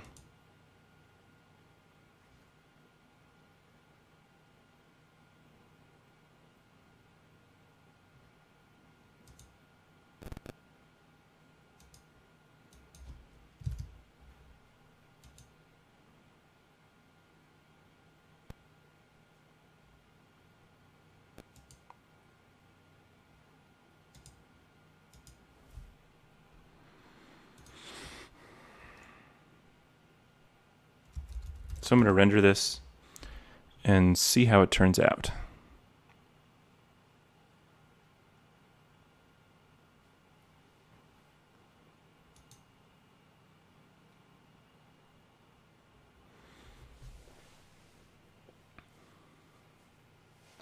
The light cache will typically jump up when you start rendering, but as long as you don't run out of memory, it will drop back down pretty quickly.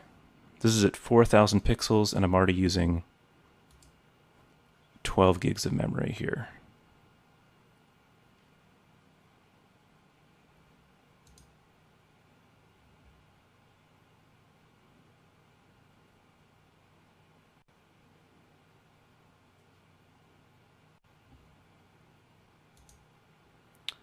Once it gets into the irradiance map, I'll probably just pause the video and then come back when it's finished.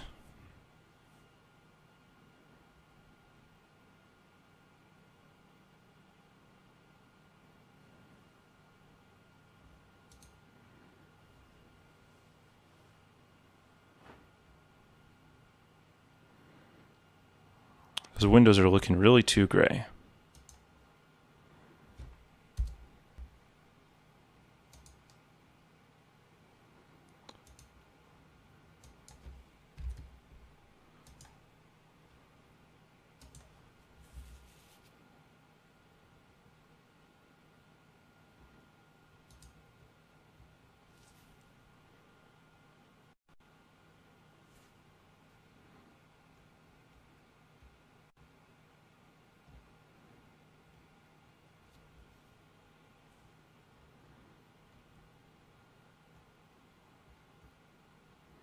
I think maybe 5 is where I want to put them.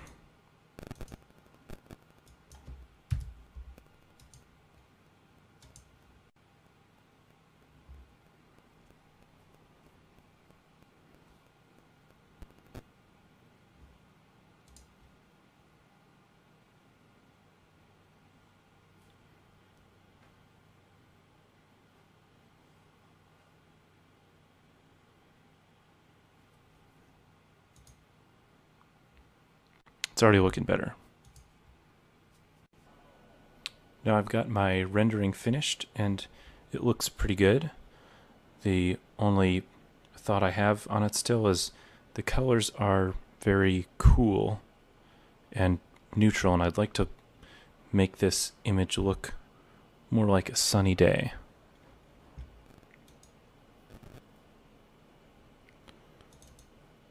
So I'm going to save this.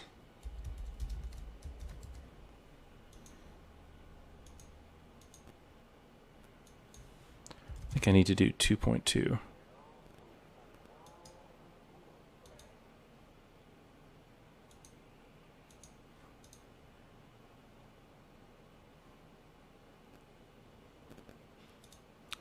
And instead of doing a JPEG, just to get the full range on this, I'm going to save it as an HDR.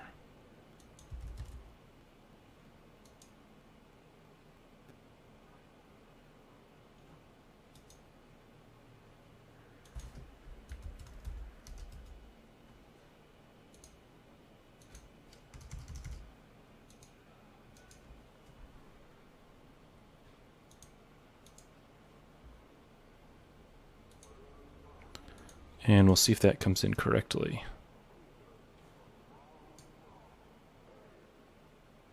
Yeah, there it is.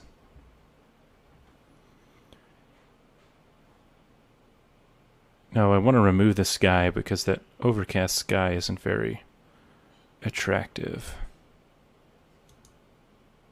So this is some imagery that I'm going to use to touch up the image.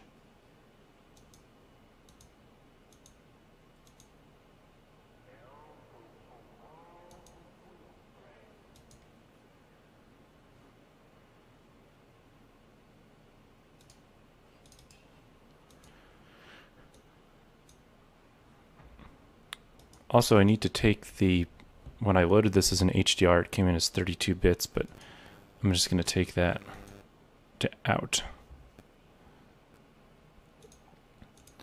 Now what I have here is an alpha channel from the rendering, which I already had saved from earlier.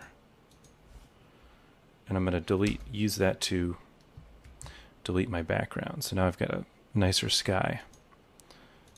And this layer is just some grass that I used because I find the grass, it's difficult to make very realistic looking grass, and it doesn't really contribute to the building design, so it's not something I want to spend a lot of time on when I can just Photoshop it in.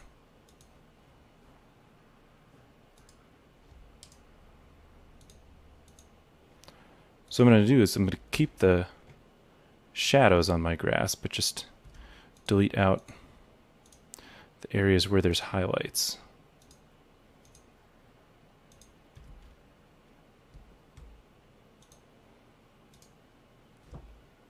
Or at least some of them.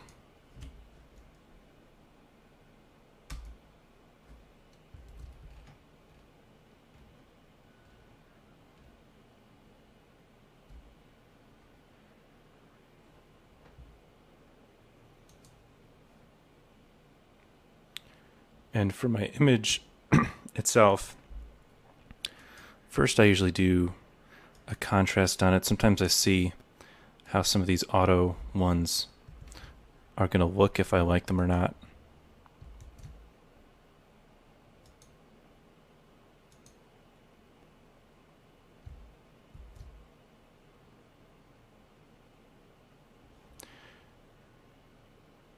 Now to make this look more like a sunny day, like the sky looks, I mean, it looks pretty good, but I just want to make it a little warmer.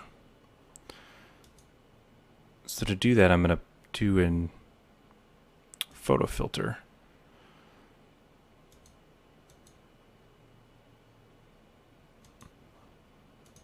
But that might be a little too warm, so I'm just going to turn this layer that I created down to 50% and maybe even 35%, and that just warms it up just a slight amount.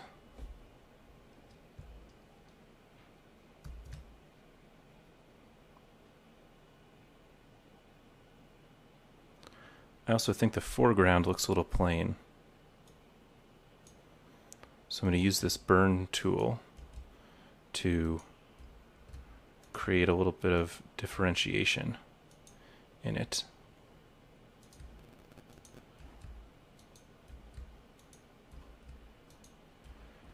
And this is a pretty good tool to use on any surface that seems like it should have more of a gradient across it and doesn't. I'm also going to try it on this concrete out here,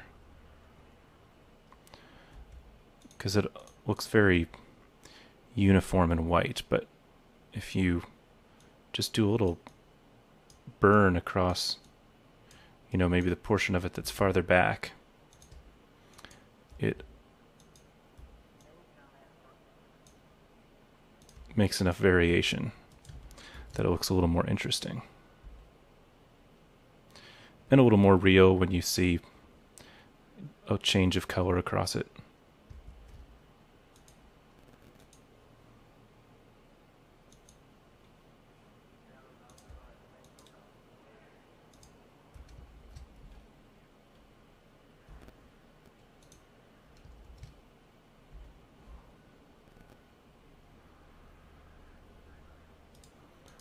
I also might give it a little try here on the roof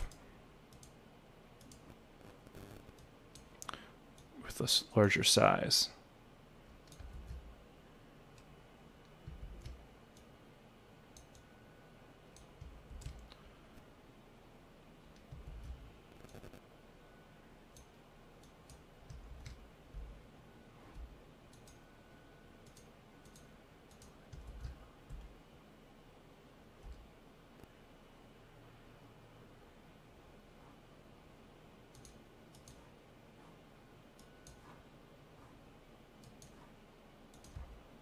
And maybe a little bit here on the sidewalk for some definition.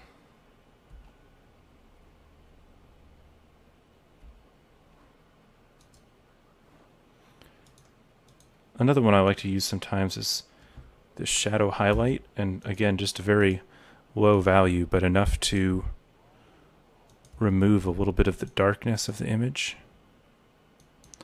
I'll just do it at a 4.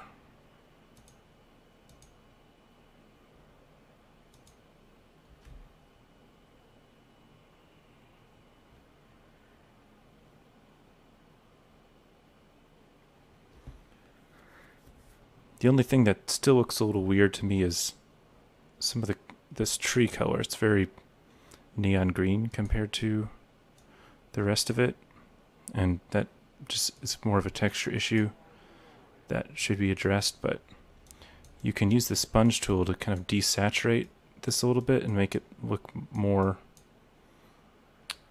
natural green.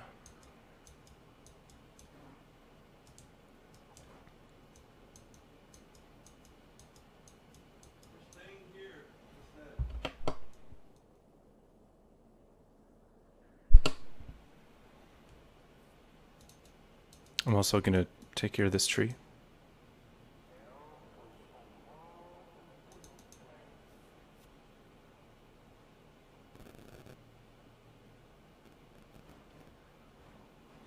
Now this part of the green here, it's too moss greenish. Needs to be actually bumped up.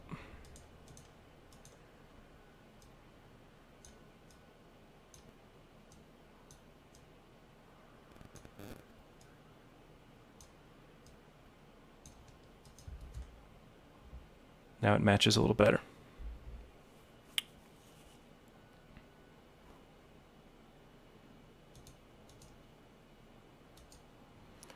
Sometimes I play around with the redness of the brick.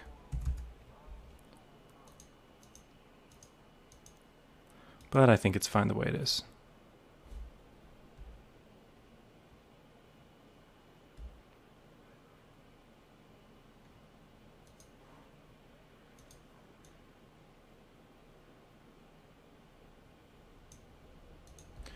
I'm just repositioning the sky to...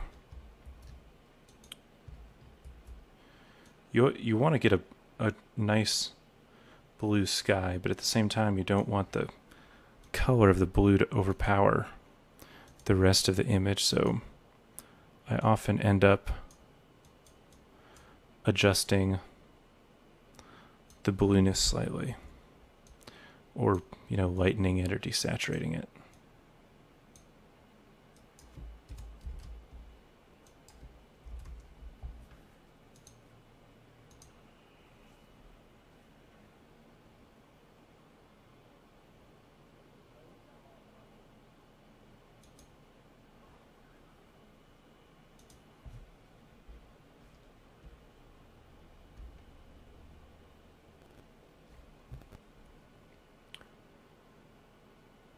But I think that looks pretty good for an image at this point.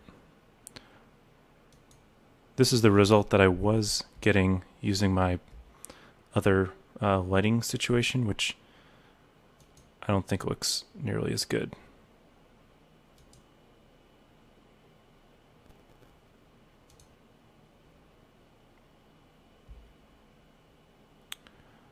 So this is the one I'm going to go with, and when I send this out to people... Oh, I noticed a little spot here.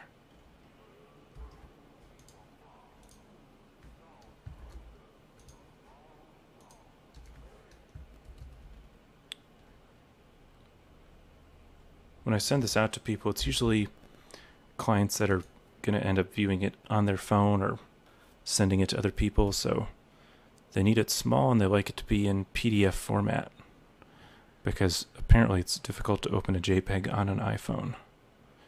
So I'll do save for web to get the file size down. Under 2 megs, or around 2 megs is usually good. So it looks basically just as good, but it's a much smaller size.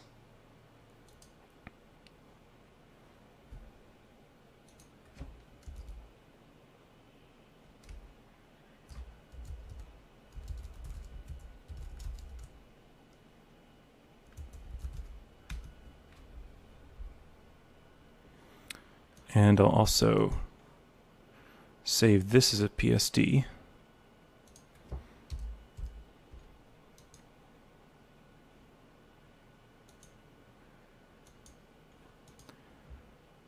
And that image that I saved down, I will then convert it to a PDF.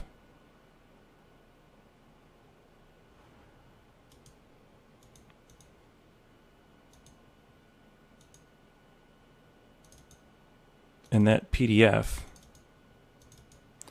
will have the small file size just like the image did, essentially.